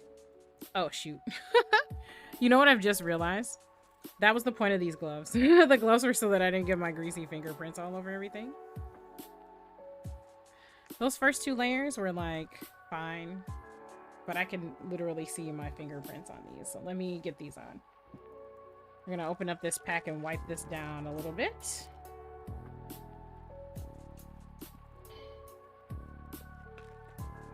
A long way from affording all the cool toys, so I'm about making things work with the stuff I have on hand. Yeah, I'm about that.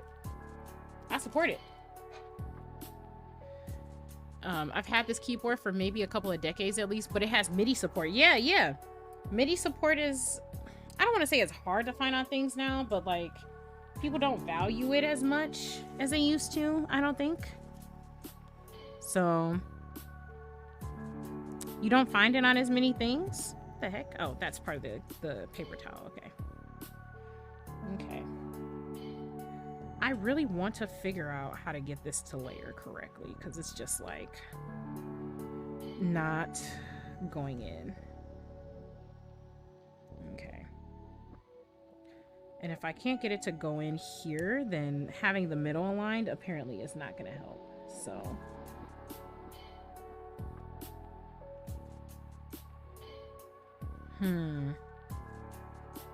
so this side is all good. It's literally just these two corners that are being difficult. Let's see.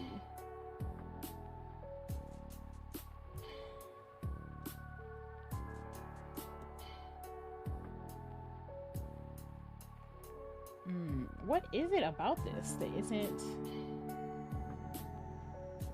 that same piece of paper towel won't leave me alone? It is,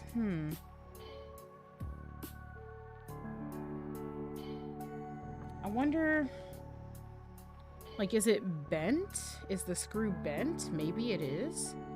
Maybe if I take my tweezers and pull it up. Oh, shoot.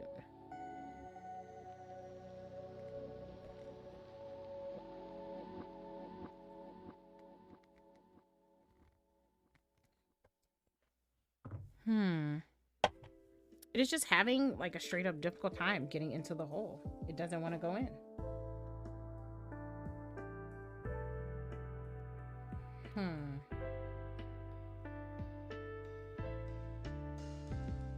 Sorry. I really want to try to get this in here the way it's supposed to be. So I'm just doing it off screen because this is, ugh. I mean, I could try another screw and see. But the issue does seem to be the corner cutouts. It's just these top corners though. Everything else seems aligned pretty well. I might have to file it down. You can still get MIDI support. There's a plugin for OBS that lets you use a MIDI controller to bind commands. I hate when that happens. Yeah, hopefully it's not a tolerance issue. Yeah, so this would, if it is, this would be like the first keyboard I have ever that has that kind of issue. Maybe it's the angle. I'm gonna take this off and try again. Maybe it's just that by not settling the, oh shoot. Maybe it's just that by not settling the everything evenly and doing like one side and then the other, it's just not gonna settle down. So let's see. Maybe it's just very precise tolerances which would make sense. The guy that manufactured these and was at the head of this project, he really cares a lot about quality. So I wouldn't be surprised if it's just that it's very precise and I'm not doing a good job. Okay, there's just this one thing.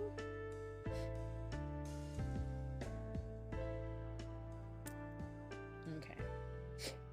All right. So this came out. Let's see if I can actually get this in. I gotta take this glove off to do it though. Yeah, the nails make it difficult. So let's see if we can drop this exactly on top and see if that'll help.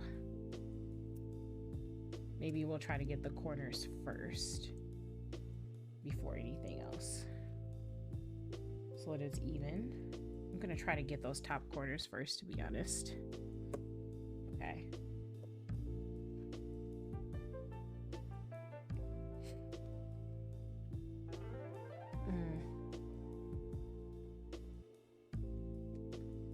Okay.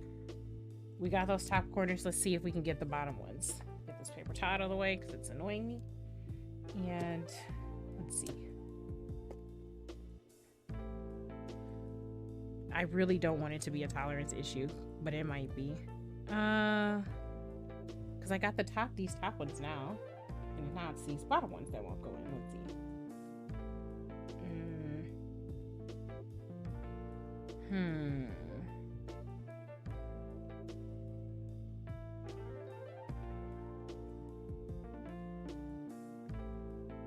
Okay.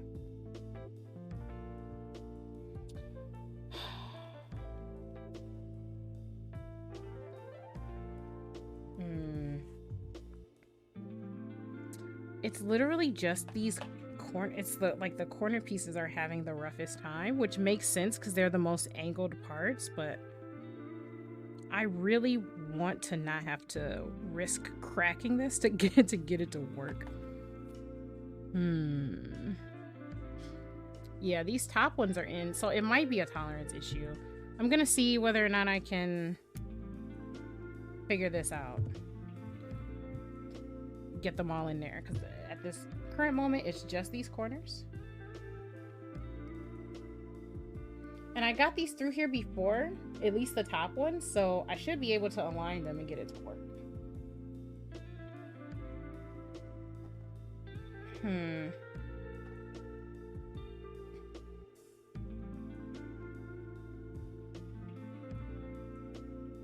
I might have to get a file and maybe like file some of the edges. But I don't want to make it too loose either, so that's kind of an issue.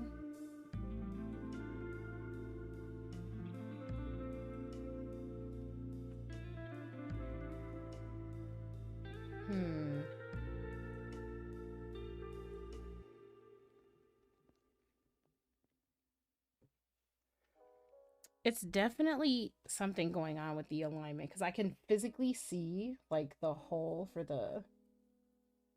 It's tilted slightly up. But let's see. Where did I put my tweezers? Did I drop them? I probably dropped them. Oh, here they are. Yep, I sure did drop them. Okay.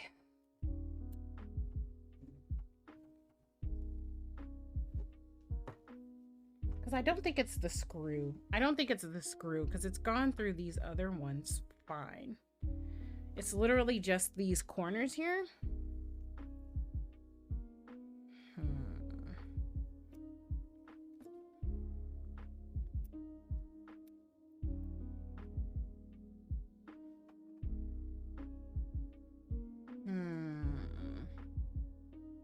Maybe if I take them out and try to get these corners from the top to the bottom.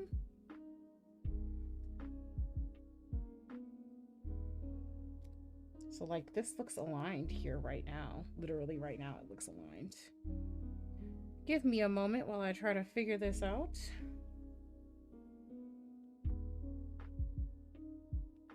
This will be the first time I've ever had alignment issues with the keyboard. I've been very lucky so far. Okay.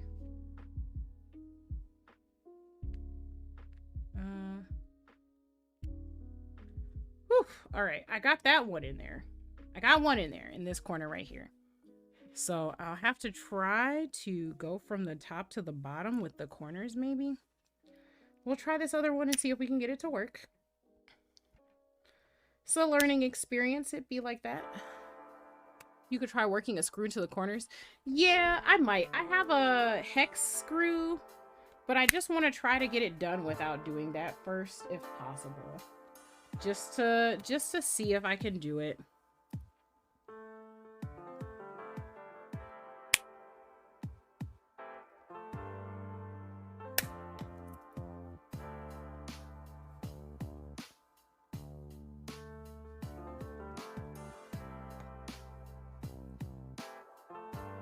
Okay.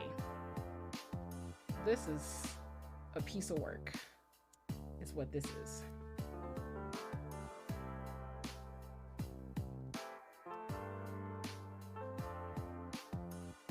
Okay.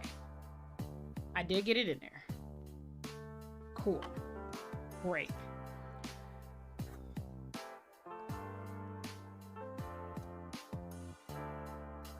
Okay. Now it's install layer. Oh, wait. Okay, wait. 6, 5. Oh, they want layers 4 and 3 as well. So I got 4. Oh, and one of the screws actually freaking fell out. I think. Oh, I just didn't. Okay, that's easily in there. And they want this to be flush at the bottom so I can put 3 on. 3 is the one that I cracked. Sag.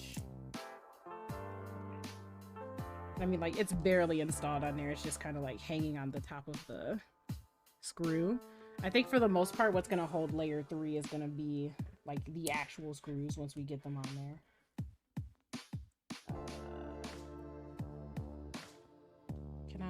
Get this to push.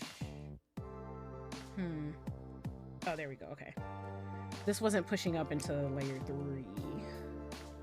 Let's see. I'm afraid if I push any of these any harder, I'm gonna like ruin something. Okay, that's easing up. I just had to wiggle it up to get it in there. And I think the same is true. Yep, okay. So all of these I just gotta wiggle up. All right, cool. Hopefully the screws will take care of aligning things too. All right, cool. Everything's relatively okay. Aside from the part that I cracked, we're gonna pretend like that's not a thing. Let me wipe this down and then we'll get to the last couple layers. We got through the hard part, so now we just gotta put it together. And I'll try not to hate myself for cracking the for cracking it. So now we have to put layer 7 on the bottom. So I'm gonna flip this over. And the bottom is here.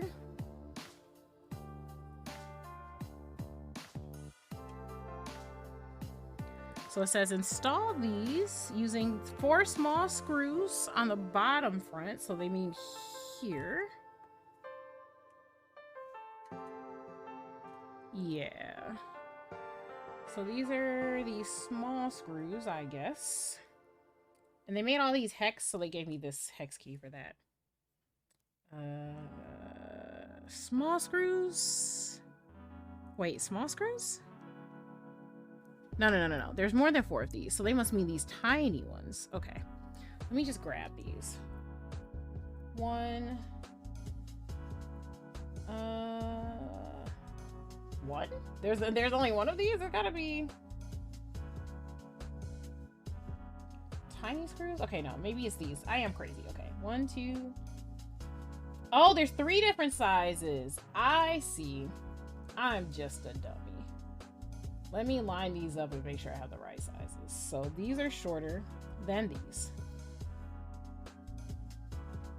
So we're gonna want 3. And I'm thinking this is 4. Yep, okay, these are the same size, I think. Maybe? Yeah, I think so. I think there's one extra as well. I'm gonna move that over just so I can measure it. Yeah, okay, those are all the same. Cool, cool, cool. This one might be longer. Is this longer? Nope, they're the same size. Okay, cool. So now we get to install these. Great. I'm glad we're finally at the install phase. You can't see it because it's off screen. Great. Okay.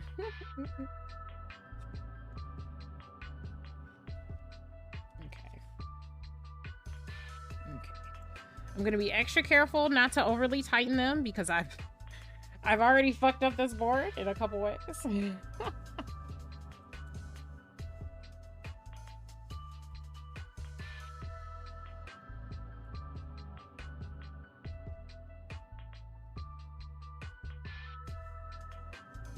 So once the screw starts to give me, you know, like some resistance, some like, you know, you just gotta stop.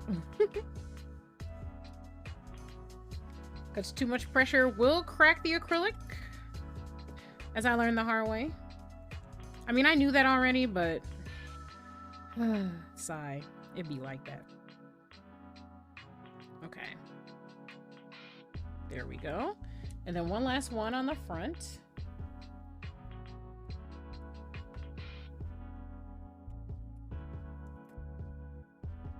Hopefully, these layers are sandwiched between other layers, so the one that I cracked will be fine. That's basically what I'm hoping for, to be honest.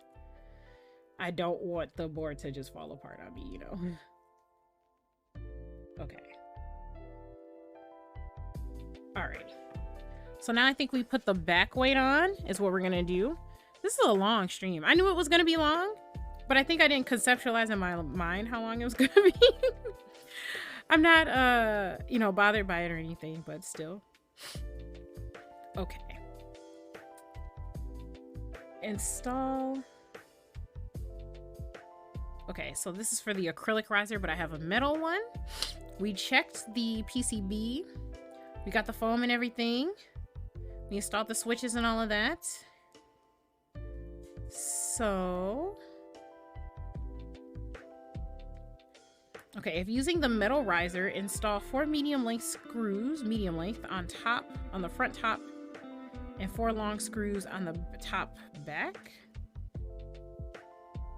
Okay, wait, top front and 4 long ones on the top back.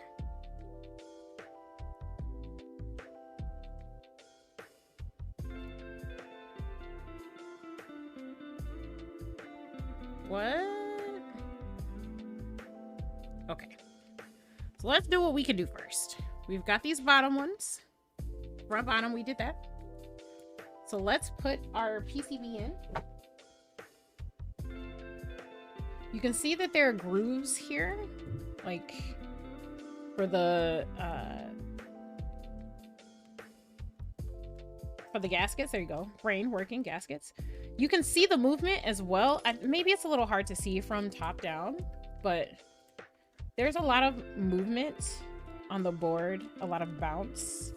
I'm gonna try to bring it closer so you can see, but basically if you push down, there's like some movement on the PCB. Let's see if I can angle it and see. It kind of like bends down underneath my hands. That's what the gaskets are doing. The tabs allow it to flex down when you press. I don't know if you can see that, but it's pretty dope. So let's see. We've got everything in there. So we've placed the PCB on the top of the case. We've aligned it. We want to install the badge layer. The badge on layer 2. Okay. With the smallest screw. Oh, I see what they're saying. Okay. This is layer 2, and this is where the badge goes. So let's get the badge. Yeah, you can see the flex. How does that affect the feel when using it? It makes it softer. That's what happens. It basically, so like, there's a difference between a hard bottom out when you feel like you're pressing against like a solid surface, and a softer bottom out where you can't quite feel the bottom of the PCB. when you're typing. And the long story short of it is that the softer, some people like softer things, some people like harder things. Just like, I feel like, oh my god, this is just such a sussy hobby. But hard is like bang, bang, bang, pretty much. And the soft is like it's kind of like a squish. It's kind of like a squish. Where is the screw? There wasn't. It was an Allen key. Where is my Allen key? Did I put the keyboard on top of it? I didn't. Oh, it's over here. Here we go. Yeah, I feel like soft is just the best way to describe it. It is a softer feel. You're not making it any less sus, just saying. You know, some things are just easier to lead into. To describe what I just did, there's a badge that goes here. There's a screw on the back, that little tiny one I was looking at earlier. I just screwed it into this hole because I know that's where it goes. And then we're gonna put this top layer here. So this is cut specifically so that it's not just poking out from the whole board like a lot. It's only poking out maybe a little bit. Maybe like 0.5 millimeters. It's not that far. And then install layer 2 and 1. Align the edges of the case. Sure, okay. And then if you're using it for the top back, top front. Maybe I have to use different screws because of the metal bottom.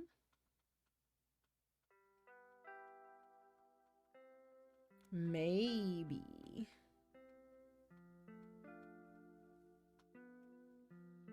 Okay, let me make sure that I'm not a crazy person.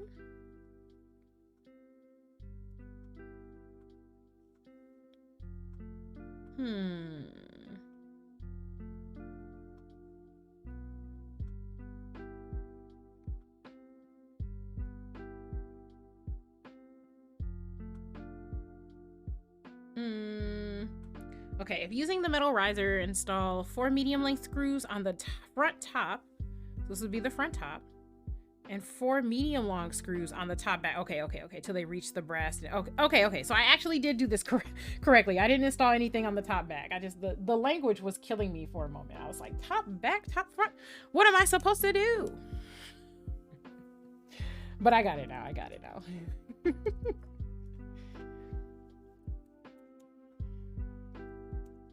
Okay, so now we're just gonna screw these in. Oh wow, there's so much resistance going into the...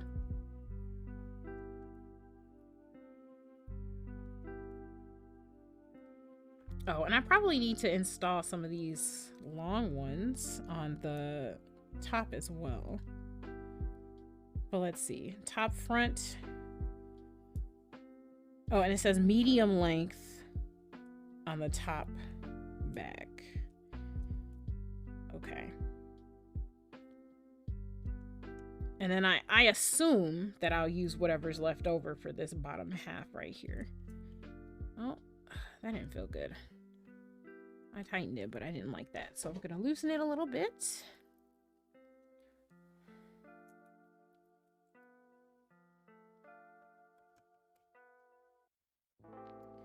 Alrighty, here we go. We are in the home stretch of this build. And we are at 420, funny number, blaze it.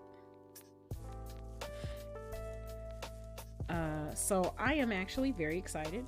I have a special set of keycaps that were made exactly just for this keyboard. So usually you don't get keycaps that are made especially for keyboards. That's not usually how it works. I will say that.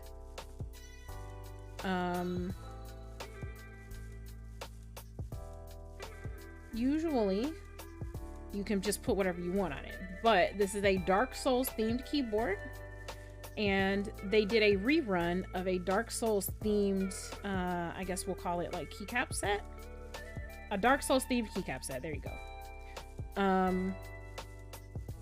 Okay, I feel like that's in there. Yes. Okay. I'm concerned that it's... I can't tell if this is...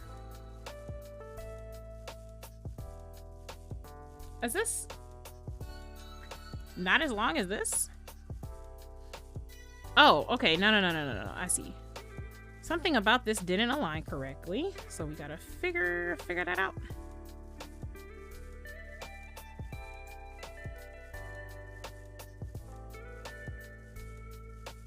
That is exactly what happened. Okay, something about this did not align correctly. That's probably what I heard. I probably heard this moving. So maybe I'll have to take it out and...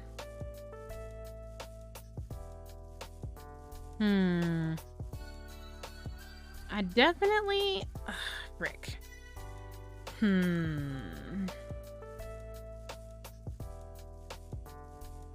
don't want to have to take this apart to do this again, but I might have to.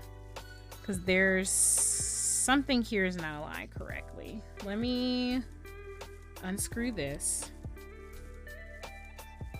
And then we'll work with the top and try to figure it out.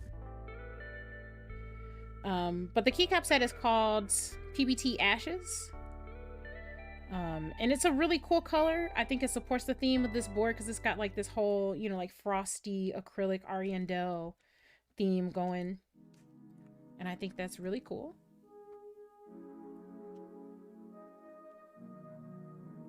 Okay, here we go. Is this enough for me to get it out of the...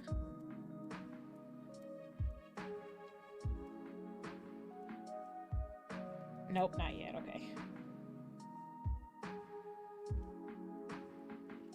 Insert jokes here about how long a screw that is. I'm definitely not helping to make this hobby not sus. I just feel like, why pretend the jokes aren't there, you know? They're definitely there. I want to use the Allen key like a cool person, but I think I'm just not, I don't have that skill set. Okay. Let's see. Okay, there we go. We got it. All right. So I know these two top ones are not aligned. Let me just take these off because it's these middle ones that are not playing nice. It is definitely the fault of... It is definitely the fault of that cracked layer. So... I suppose when you make your bed, you must lie in it.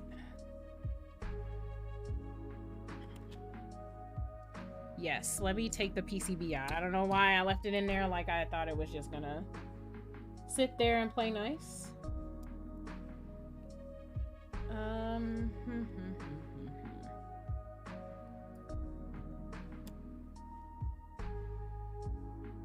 Acrylic boards are frustrating is what I'm learning today. It should be aligned, but it is not.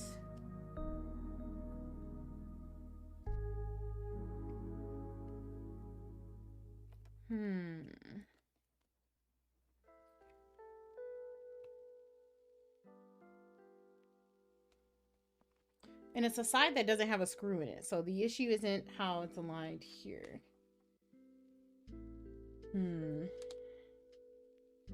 It's just that one. Everything else is actually perfect, I think.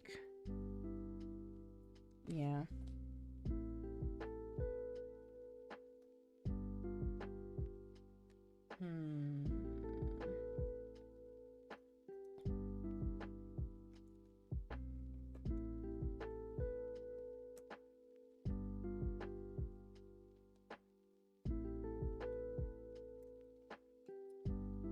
Let's see if I can get it. I'm sorry. I won't have the vantage point to do this in the camera. So I gotta do it off camera. I'm sorry.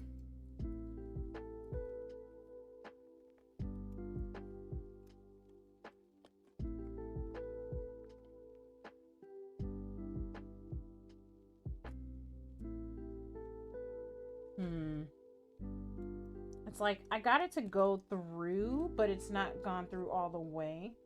So it's causing problems when I put the top on.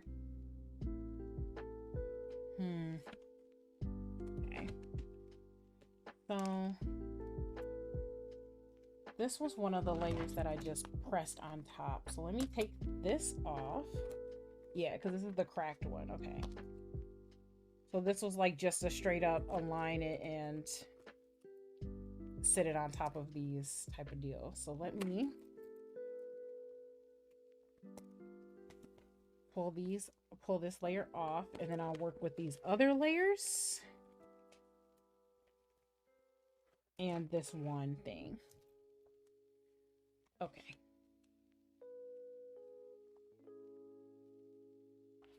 Okay. I kinda... Okay. Okay. I definitely got it.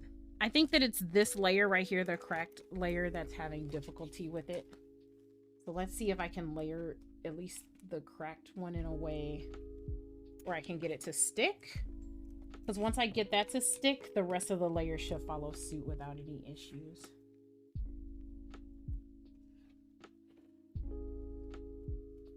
Okay. Okay. We got that in. Everything is aligned the way it should be. I know we have that cracked layer, but we're gonna deal with it. Is everything aligned correctly? Yes. Yes. Okay. So I'm gonna try to put that back again, and we'll take it from there. There we go.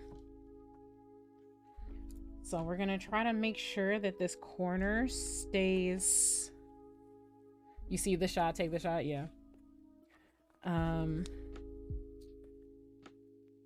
Okay, we're gonna try to make sure that this long boy screw actually goes in the way it's supposed to.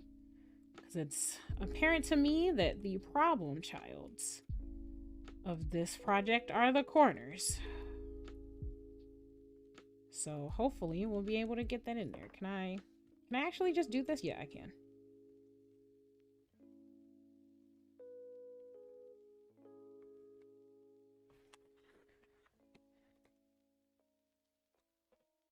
Okay. Is this aligned correctly? Oh yeah, it is. Okay. All right. Okay. I just want to make sure because I'm paranoid about it. It's going in there. It doesn't seem like there's any issues. Hopefully there won't be. Maybe if it's just a fluke. Acrylic is very temperamental. Apparently. And if no one looks closely, they can't tell I cracked it, so.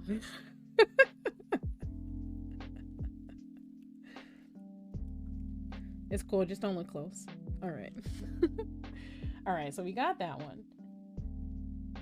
And it is in fact aligned. It is exactly the way the second one was when I put it in. So we should be okay. I'm just gonna screw this way because it's faster, and then I'll use the Allen key. This had me scared for a second, I'm not gonna lie. I think this keyboard kit was like close to $250, maybe a little over with shipping. So in the keyboard realm, budget wise, that would be like a mid-tier. This would be like a mid-tier board, basically. It's a mid-tier board made out of very well cut materials, if that makes any sense. Okay. This isn't tightening the same way that the second one is, but oh nope, there it is. Okay, there it is. Okay, I just hadn't gotten there yet. That's fine.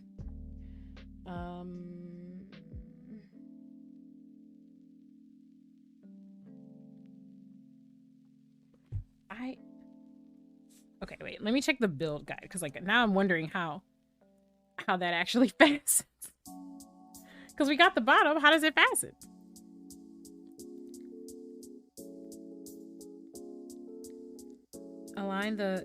Screw the long screws through the case into the riser.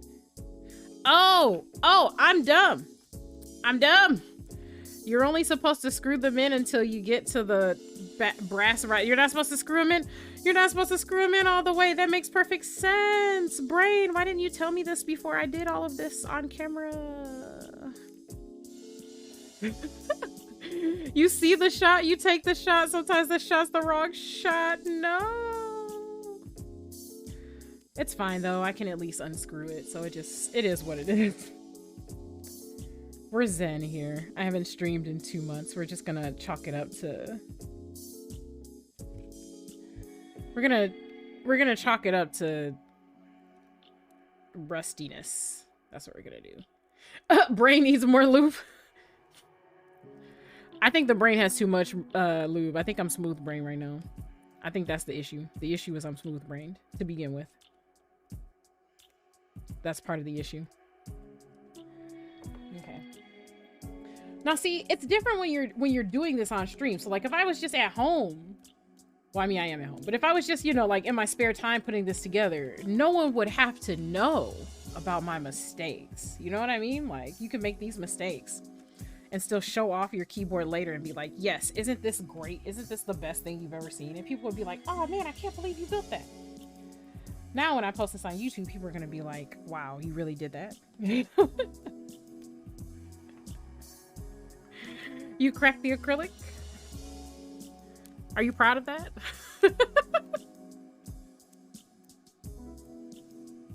Okay. All right, finally, we've gotten to a point where I can just follow instructions.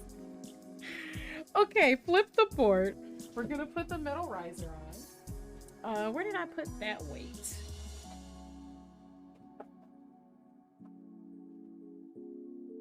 Here we go. Ooh. Ah. Metal riser. So you want to line these up here and screw in the, oh geez, that requires like more hands than I like have at my actual disposal. Okay, so here we go. We're gonna attempt to line up the screws and screw them in. We're gonna start from the corner because the corner is the most difficult part, and then I guess we're gonna go from there. I feel like I could have gone more than just the stands, but at this point I'm trying to be a stickler for the rules because I fucked this up so many times. Okay, here we go.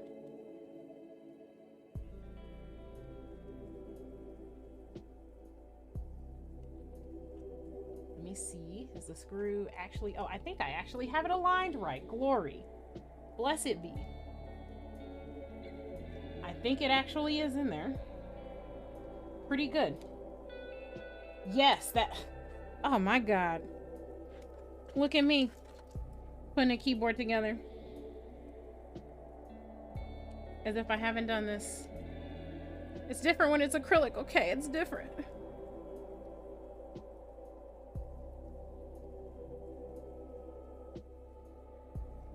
Yeah, okay, I can feel it when the screw is going into the metal. So that helps let me know I've got it in the correct hole. Yeah, it's a little nerve-wracking to be on stream where everybody can see your screen. Yes. I mean, I'm used to it anyway. It's just, you know, my brain can't help but make me complain about it at least. It feels more cathartic.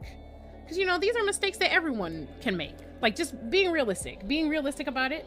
Anyone, like, if you chose this to be your first keyboard, or like me, if this is your first acrylic, like stacked acrylic board, don't forget the long screws loose until they're all set. Yes.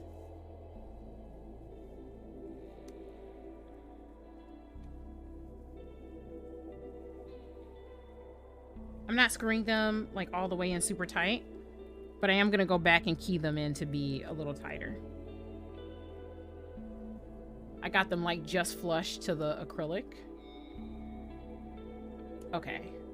This one's giving me some resistance. That's mildly concerning. Oh, well, it's in the correct spot. It might just be that the milling for the hole is tighter. Okay. Since I gotta tighten that one, let me tighten these three first. Okay.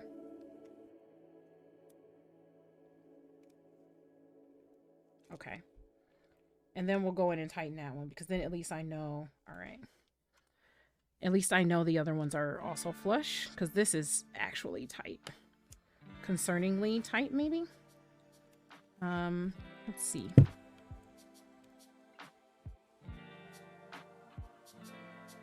Yeah, that is concerningly tight. And it doesn't seem like I'm pushing up on anything. Now the question is, do I just continue to tighten it? Or... Okay, well... Because it's not flush like the other ones are. Oh, whoops, that's not good. Okay, it's a couple more screws and it'll be flush.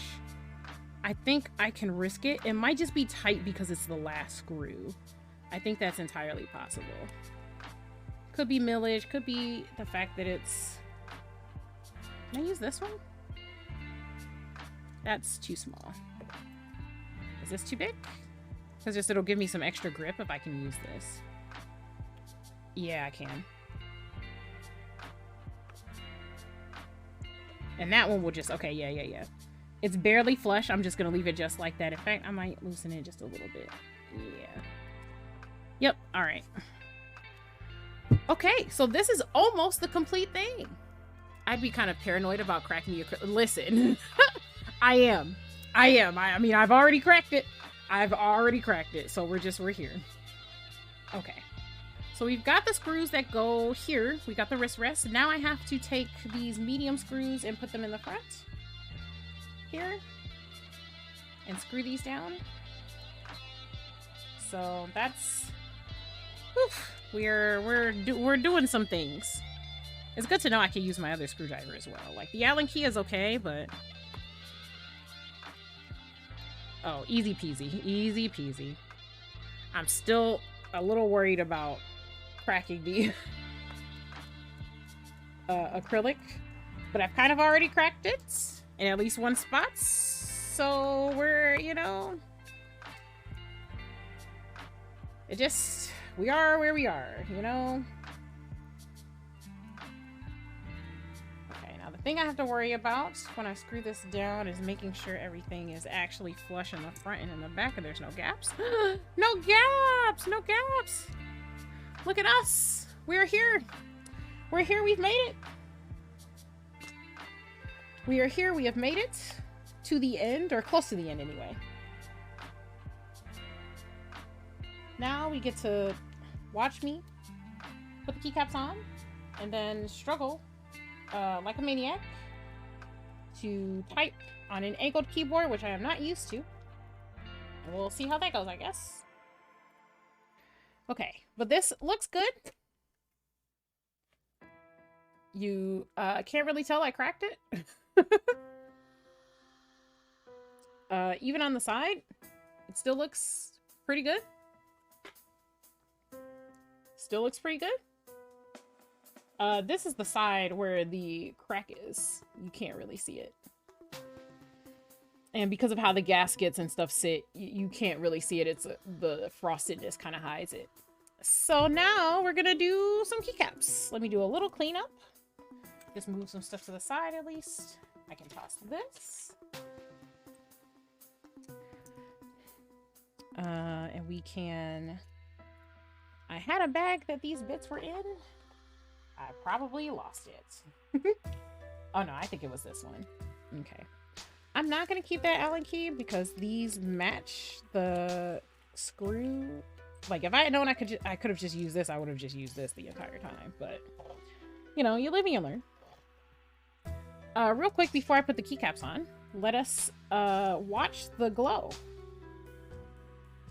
Ooh, ah. Is that caps lock? Yeah, it is.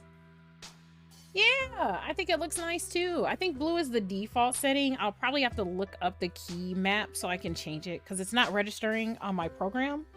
There's a couple other places I can go to, you know, like remap it. There's like some fiddling I can do, but I don't want to do it on stream just because I've done a lot on stream already.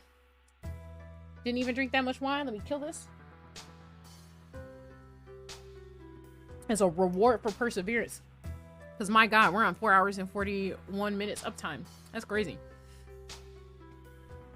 cleaning the gunk out with those gaps feels like it'd be kind of rough. So what I've learned is that it's better to just take the keyboard apart to clean up the gaps. So I'll say that we're lucky with the way that this is made. This is open. Usually on a keyboard, the top case also has like lines running through it here. I can actually just take the keycaps off and probably brush this and it'll be cool. If I wanted to go any deeper and clean the PCB, I would have to take the board apart anyway. Okay, so matching keycaps. This is the box. It says Ashes, presented by Ivy Works, designed with Tyson. That's like the guy in the community that designed these. And then it's got this little bonfire icon right here. Very nice. I'm not going to keep this box, so it's nice to have it saved somewhere on stream. Okay. So, like, keycap storage is maddening, let me tell you. Once you accumulate more than, like, 5 sets of keycaps, you're like, okay, do I need this box? Do we need these boxes? What is happening? Okay. Here we go. These are the keycaps. They are like this sort of dark gray. These are not black. They're definitely a dark gray. There's a light gray here, and there are some black accents. So I think it's easy to tell. So like these are actually black arrows, and this is a dark gray space bar. So let's start going through them. We're gonna open this up. We're gonna go layer by layer. Actually, you know what? Let me do accent keys first, because obviously I can't make up my mind about what order I want to do this in. I know the accents are on this layer. Whoops. So we're gonna do that first. Do I want black arrow keys? I don't know. I haven't made up my mind. Okay. So this is one of the space bars. And it probably goes, I'm very sure it goes here. This is like the shortest one. Go down. Okay.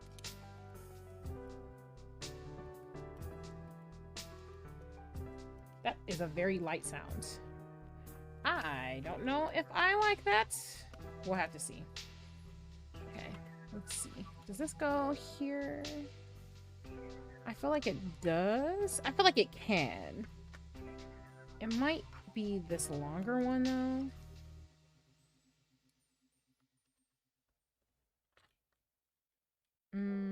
There we go. Yeah, you can see the flex even here.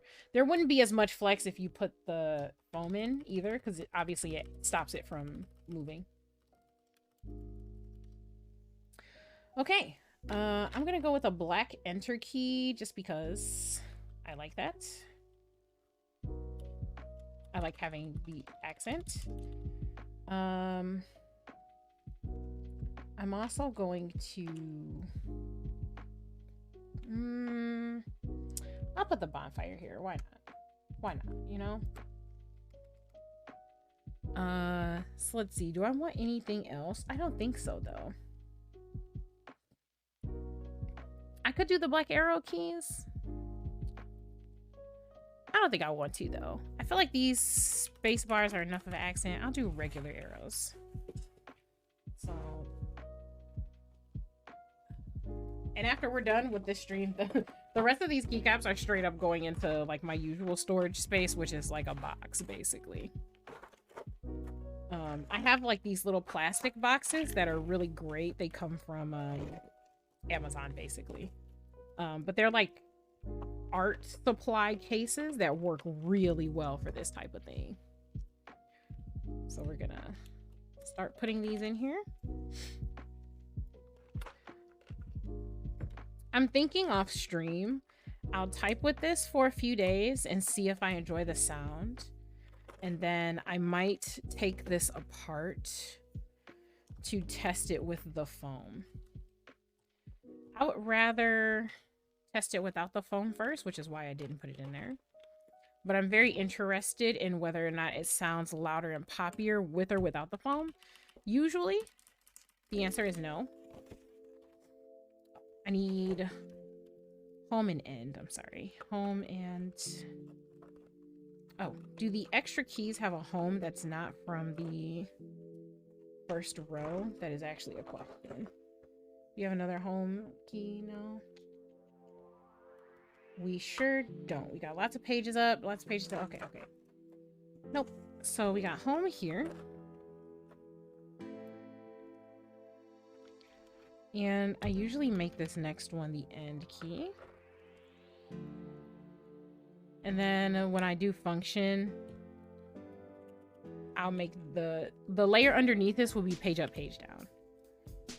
And then we'll put...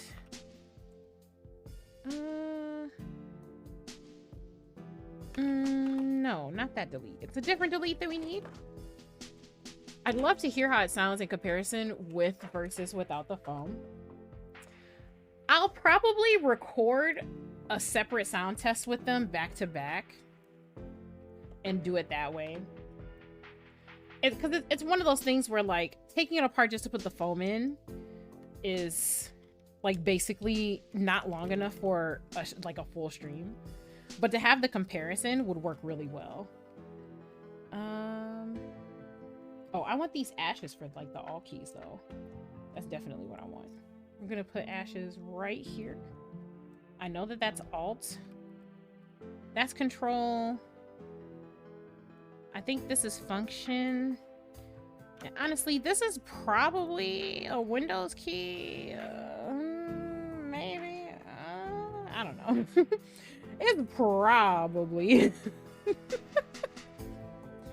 Okay. I think that's all of the special keys that I need right now. Oh, you know what? No, that's a lie. I'll take this one. Does this fit here?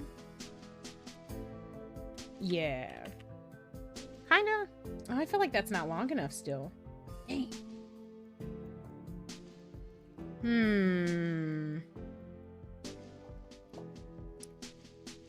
I'm sorry. I'm trying to get this aesthetic correct like the first time so that I don't have to deal with it anymore. You know what? I think I'm going to leave that there anyway.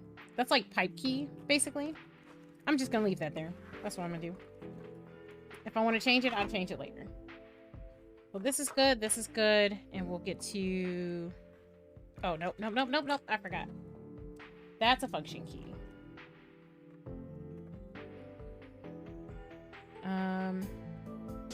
And I feel like I'm forgetting something. You know what? This is not the official way to take a keycap off. I just realized that my keycap remover is somewhere else and I don't want to deal with it. So I'm not gonna. I'm just gonna lift from this side, lift from this other side. There you go. I'm gonna make the function key the ashes key because that just makes sense. And that control that's right there, we're gonna use this so that I actually know what it is. Great. Fantastic. All right, now we're done. We're done with that case anyway. All right, so here we go. I could use my nails, you know, we're just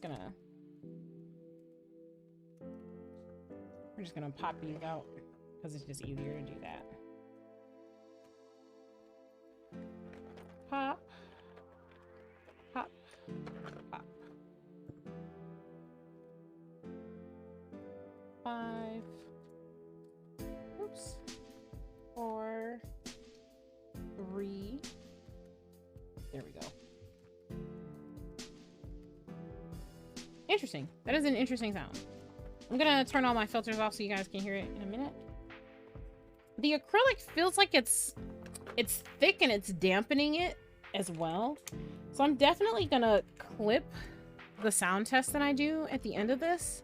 And then I'll make another video like comparing it and then I'll probably throw that up.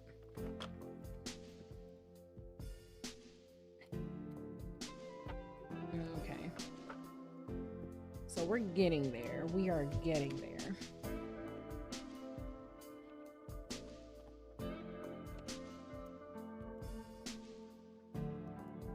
Oh, come on. Come on, come on, come on, come on. Where's the center? There you go. I can already tell I really like this set. It's very rare that you find sets that have dark alphas. So like the main keys are dark, but the modifiers, the keys on the sides, are light. It's very rare. Okay. Man, I'm not looking forward to fucking up this sound test because of the angles. Oh, step cap. Do they have step cap? Yeah, they sure do. Dang. I definitely forgot about step cap, even though that's what I wanted.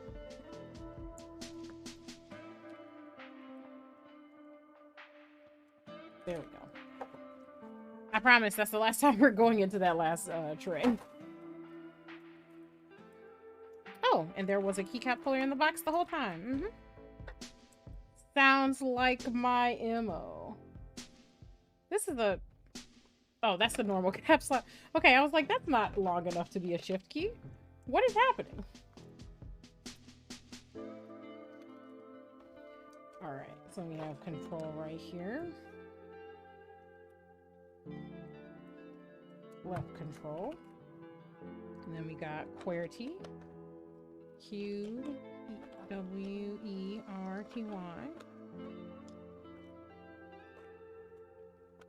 Come on, come on, come on. We are in the final stages.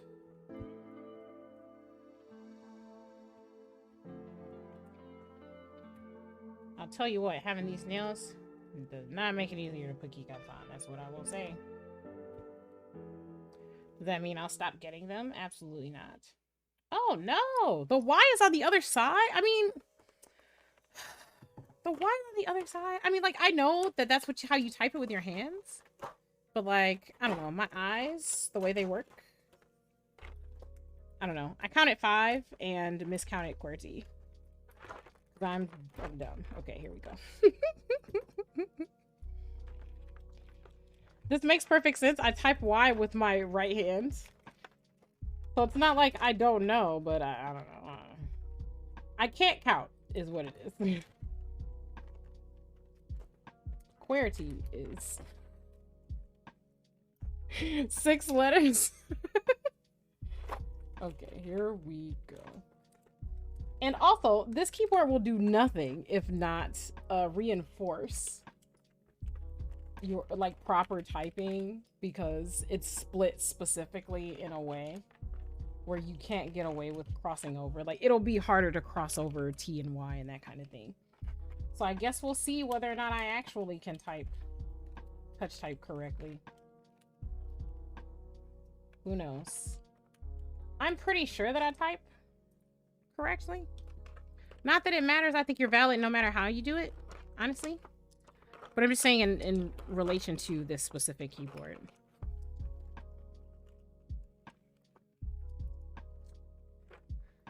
Yeah, it does require a longer key. I'll take this out. I mean, like, I could make it work, but that gap would drive me crazy on the side there. Okay, straight up. Let's get in there. There we go.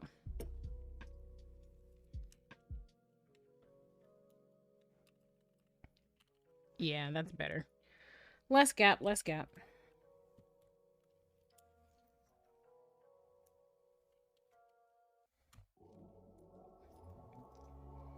Okay. UIOP. So this goes here. I think this is fixing to be my longest stream ever, to be honest. So that'll be interesting. Okay, A, S, D, yeah. G.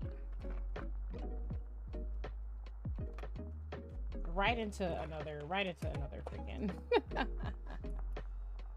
Okay. Maybe this will help correct my typing posture. Like, I think that would be an interesting effect for a keyboard to have. Like, this keyboard helped me get better at typing. Okay. Oh, come on. Come on, get in there.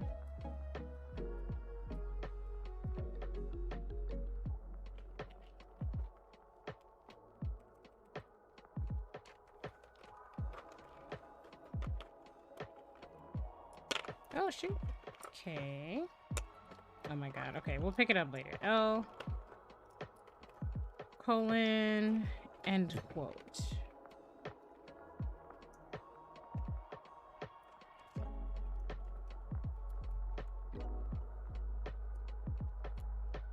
Oh, shoot. We are almost there.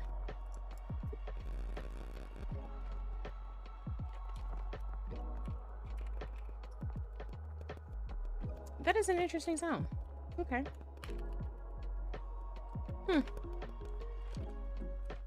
So like when I say it's an interesting sound, I'm sorry, I'm not trying to teach you. I don't really know what acrylic is supposed to sound like. So it's interesting to me regardless. It sounds similar to some other keyboards that I have, but I don't know. I guess with plastics and thicker stuff, you would expect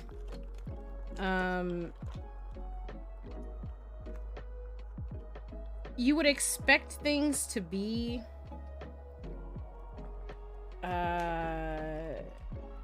deeper.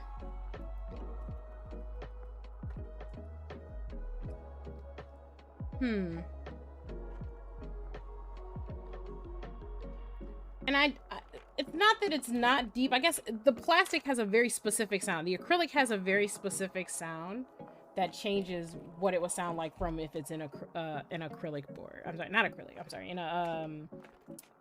a aluminum board. Like maybe I'll break out one of my other boards and we'll do a direct comparison on stream before I end.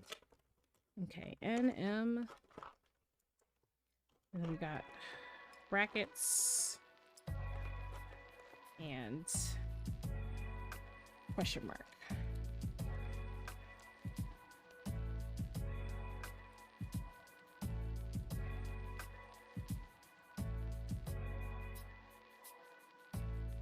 And with fewer gaps to move around in, my nails are like just in the way. Okay, M. And then, so we're one more left, just that last shift. I don't think my shift is that long. I think I need a shorter shift. So maybe I do need to, dang. Maybe I do need to dip back in there. I didn't mean to. Let's see. So we got, that's control. No, not control. Not control. It's Windows. So let me, okay, I think I gotta dip in there anyway. They meant for ashes to replace the Windows key and not the function key. Like how I did it just now, but like, are they gonna stop me? Like, okay. I could do ashes and then function. I could do that. I don't know if I want to, but I could. I'm sorry. I deliberate like this on all of my keyboards when I do things all the time. Just, you know, ignore me, I guess, if you can. I say on literally my stream, right? Ignore me on my freaking stream, bro. Like,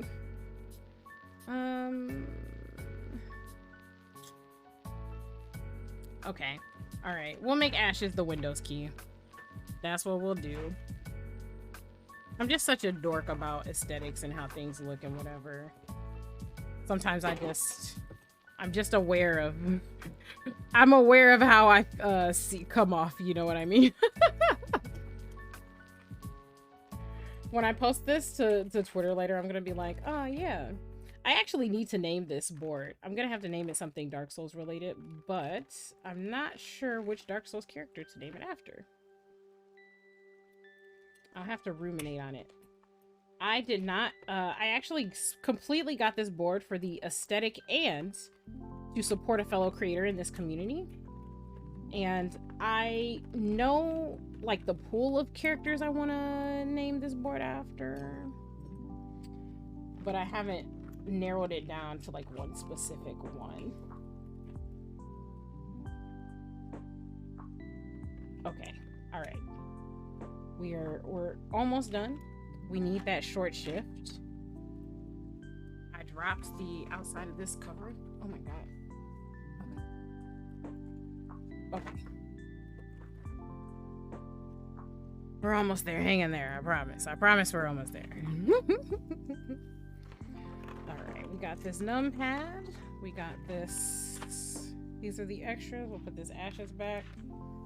Oh my god. I almost dropped it. And I think this is the shorter shift weed. No, it can't be. No.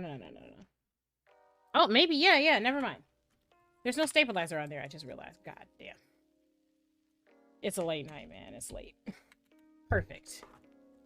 Okay. So now that we got all this taken care of, let me just moving on over here.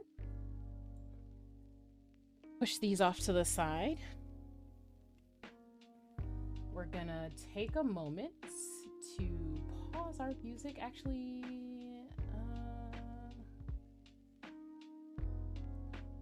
I'm gonna pause that.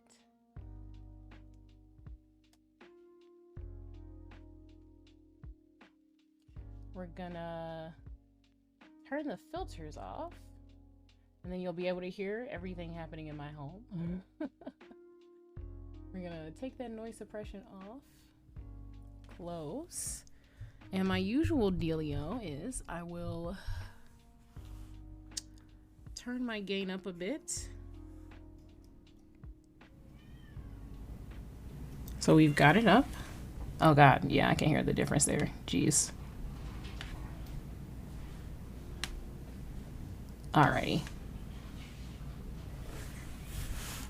We're gonna do the modifiers first. There's a hair on the mic. We're gonna do the modifiers first just to make sure you guys can hear everything. Make that a little lower. Here we go.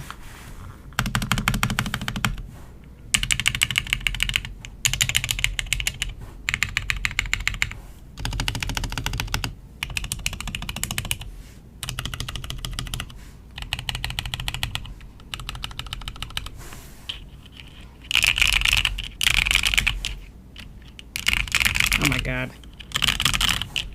Oh my god, this is gonna be crazy.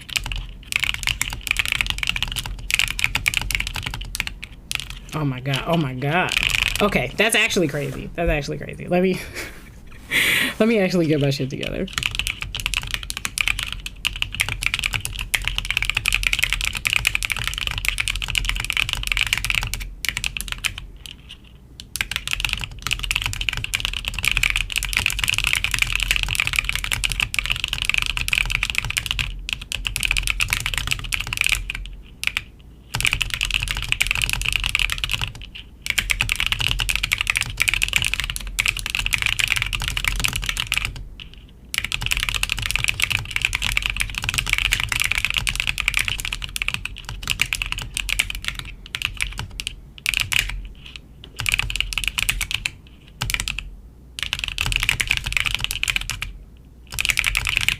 Alrighty.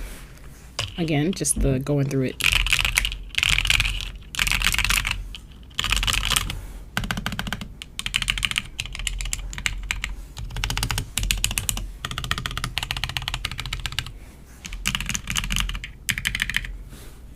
So there you go.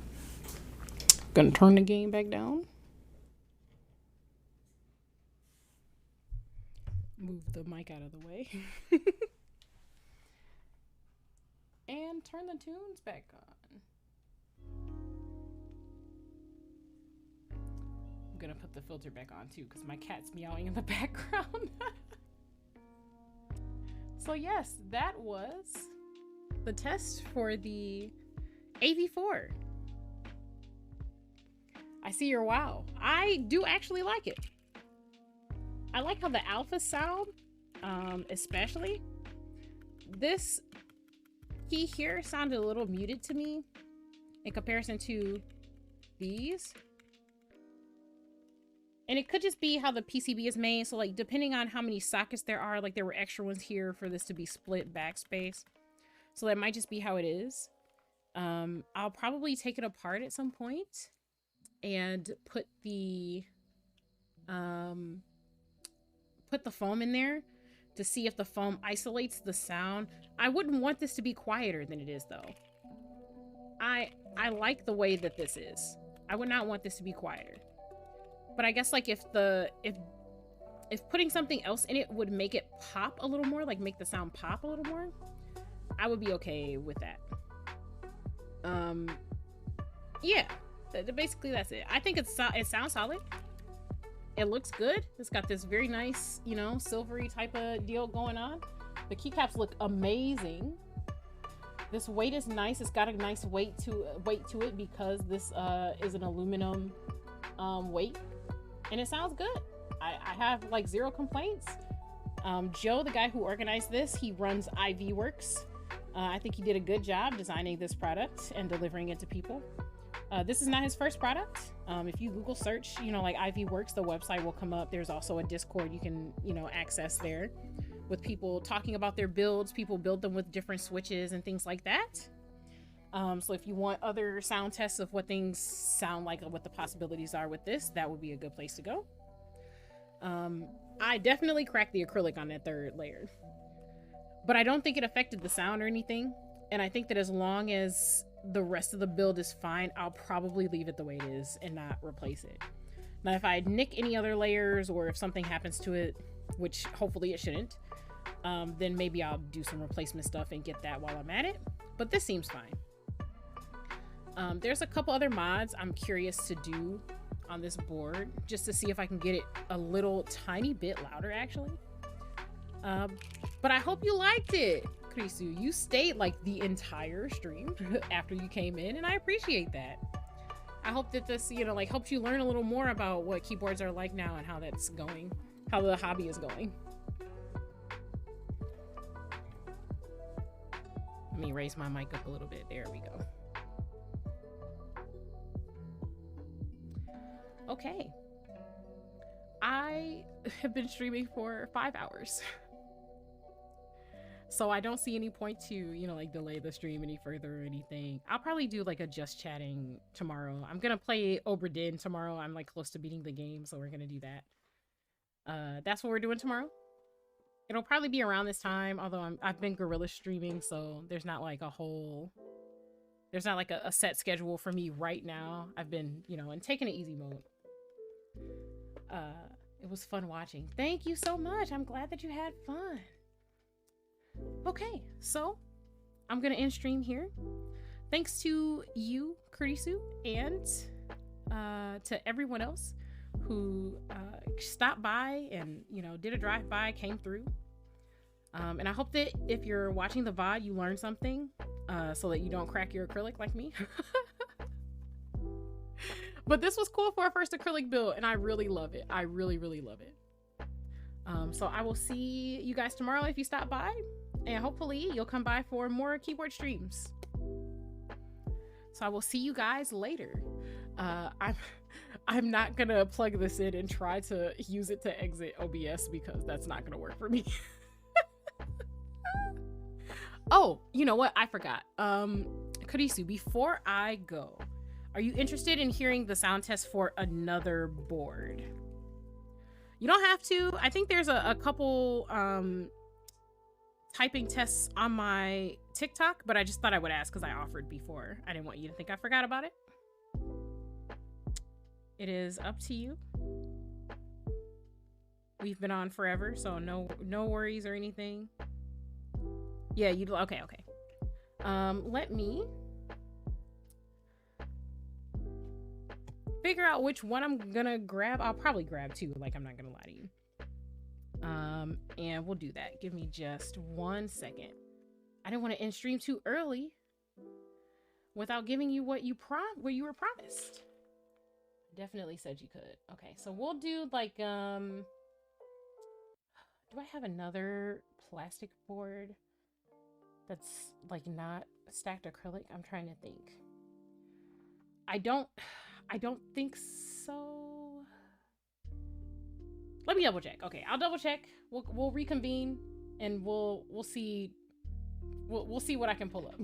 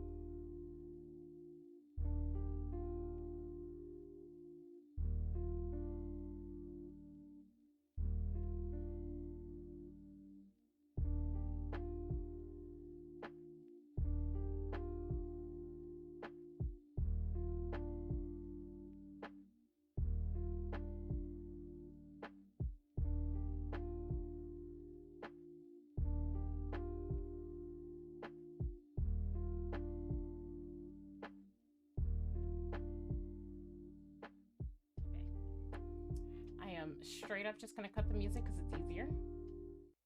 And I brought 2 boards with me. Let's see. This is the Slytherin themed one. It is green with these light gray keycaps on here. And I gotta be careful with this, but it has this mirror bottom. And then moving this new baby boy out the way, I have another plastic board and I found it. It is this chunky NCR80. The name of this one, this is the QK65 I mentioned earlier. And this is the NCR80. The NCR80 is a really cheap plastic model. It's modeled after the old, it's an old Cherry keyboard. It's the 300 series, I think, but I don't remember which exact one. Yes, a nostalgia. And then I've got these cool Geek Arc Tankwar keycaps on there. So it's like Elvish from Lord of the Rings. It was in like this classic color, so I just decided to make it happen. So I'm gonna sit this to the side. Shove things out of the way. I'm gonna turn my filter off again. We're gonna turn the noise suppression off. I should have just left it off, but okay, so here we go. We're gonna do this again. Let me turn this gain up. All right. Yeah, I gotta, when I feel like I have to whisper, I know the gain is up. So just modifiers first.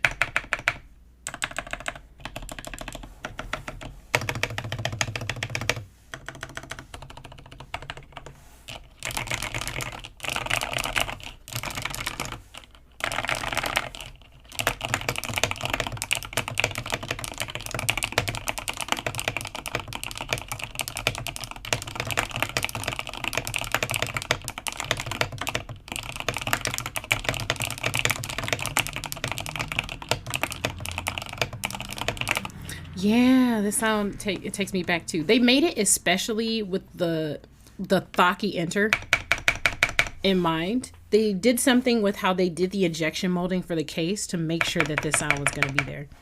The other modifiers don't sound as Thaki, but they made sure that one had the nostalgic backspace sound.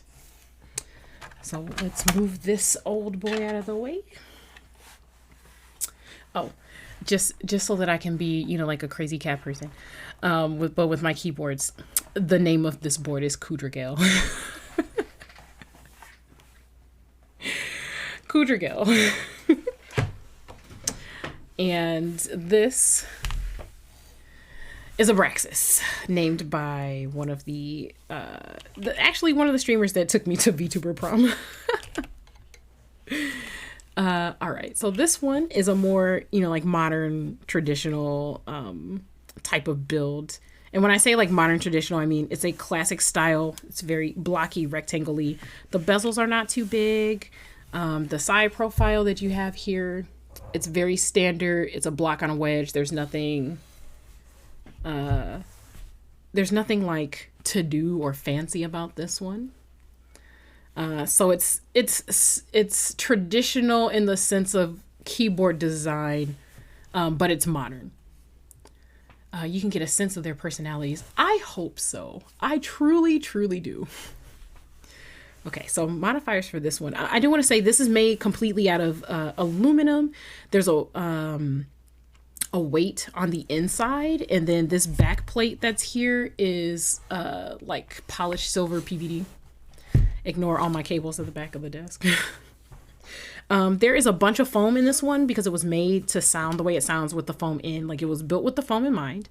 Some people do not like that, but I don't particularly care. I just built it to accentuate the sound that they wanted. Like, I bought this board for the way that it sounded, and they built it like that, so I built it like that. So here we go. I'll do the modifiers first again.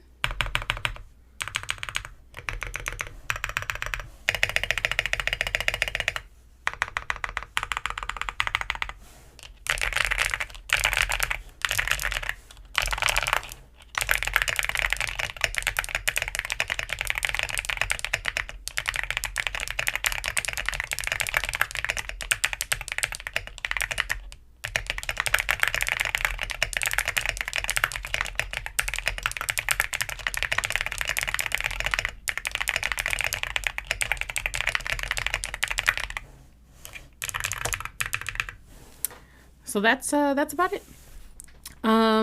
Actually, at least visually, there's one more I want to show you, just so that you can get an idea of like what a custom keyboard that's not traditional looks like. Because I realize this is a traditional rectangle shape, but like, what are we comparing that to? You know what I mean? I do like how that sounds. I think I want a slightly quieter one for daily driver. Yes. So they make, if you wanted to make this quiet, you would put silent switches in it. Like they make silent switches specifically for people who are working. There are also certain builds that sound quieter when you put foam in them. And so if you do a full build with foams, and you have silent switches in there, sometimes you can get actually almost quiet, like typing. I wish I could demonstrate. I would, but I gave away my silent switches to my brother because he needed that exact thing for his office. But okay, I'm gonna go get a less traditionally designed 65%. Again, that's no F-row, no navigation, but arrow keys. Just to compare how it looks, and then I promise we'll end stream after that. I'm not trying to hold you hostage.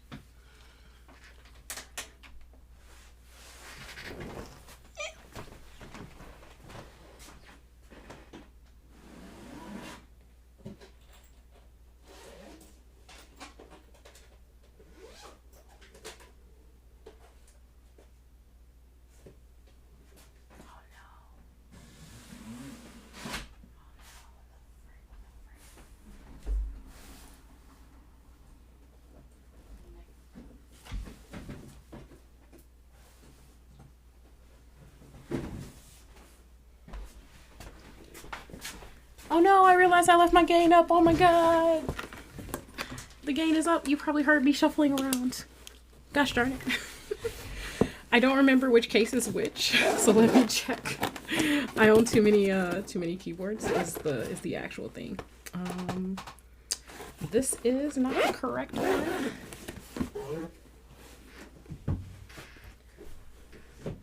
I should turn the gain down, but I just don't see the point if I'm literally about to do another typing test. And here we go. Okay. This is a mess. Okay. So here's an example of a non-traditional 65%. Whew. So I'll tinkle the keys a little bit because the gain is still up.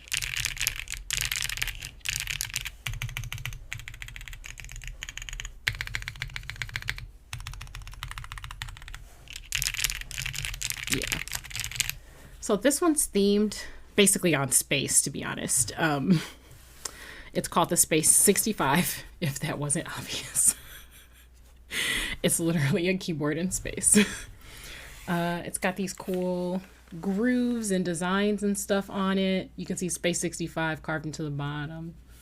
Sounds a bit too Rice Krispies to me. That's fair. That's fair. It's got the same sort of, so like, what I've noticed with keyboards is that you can hear the metal that you use sometimes depending on how it happens, like how the case comes together. There you go, how the case comes together. I actually really enjoy this sound personally, but I do see why it's Rice Krispies for sure. This is definitely more of a deeper noise. This is a higher pitch sound. And I think that's partially because of the switches that I put in here. I think the switches that I put in here are high pitched. Sometimes if you change out the switches, you can get a different sound from your board. And it's just like that. And that's why I say keyboarding is expensive, because you have to fool around and see what you like. Maybe the case changes the sound in a way that you don't like, even if you like how other switches sound in it and stuff. It's a crapshoot. It's a racket. I just like aesthetic things, so there we go. Okay, let me actually turn my gain down. So yes, I hope that gave you like a really good idea of what some keyboards can actually sound like. Yeah, I guess I like it. There's absolutely nothing wrong with that. So in the cool kid jargon, if it's a deep sound, we call it a thock. If it's a like a punchy kind of high pitched sound, we call it a clack. I wouldn't call this a clack. That is not something I would call a clack. I actually think that the sound is too thin, if that makes any sense. Like it's high pitched, but it's also not particularly strong. There we go, filter. It's not particularly strong. So that's like, it's not just the sound high pitch or low pitch, it's like how robust the sound is either. Yeah, it sounds more like a crack. Yeah, I agree. I would definitely say this keyboard is for sure thocky, but it's got some other qualities because of the plastic. Like maybe I'd say this is slightly thin, but not as thin as this. And the plastic, the way that the sound reverberates in the case, helps to give it that deep sound. So you kind of have to, it depends on the material. Everything sounds different. It's really overwhelming to know that so much affects the sounds. I'm definitely down for a nice deep thock. Yes, I'm in there with you. I like thocks or clacks. I don't have a preference for high-pitched or low-pitched. Again, I said this earlier, but it just has to be something my ear doesn't get tired of listening to. And that's, for me, that's not specific to high-pitch or low-pitch. For other people, you know, it's different. But anyway, yes, I'm glad that I could show you four different keyboards and how they sound. And thanks for hanging out with me. I appreciate that. It's nice having the company. You know, it's one of those things that you're here, you're putting the keyboard together. It's going to take hours anyway. Why not have fun and, you know, make friends, have a good time while you're doing it? Oh, shoot. You know what I didn't do? I did not put the bump on feet onto that keyboard. I will do that off stream. That's what I'll do. It'll take like 2 seconds. Thanks. I appreciate the board tour. Yes, absolutely. Have a good day, evening, or night, wherever it is you are. Usually before I leave these things, I say, remember to take care of yourself and that you deserve great things and to be happy. And I genuinely believe that. So I hope everyone who's watching or listening to the VOD, you know, like later on, I hope you all had a good time with the keyboard tour as well. And I will see you guys tomorrow. Okay, I'm not gonna put this off anymore, I promise. We already like delayed like one ending, so I'm going. Bye, Krisu. Can I find it? Yes, okay, here we go. Bye.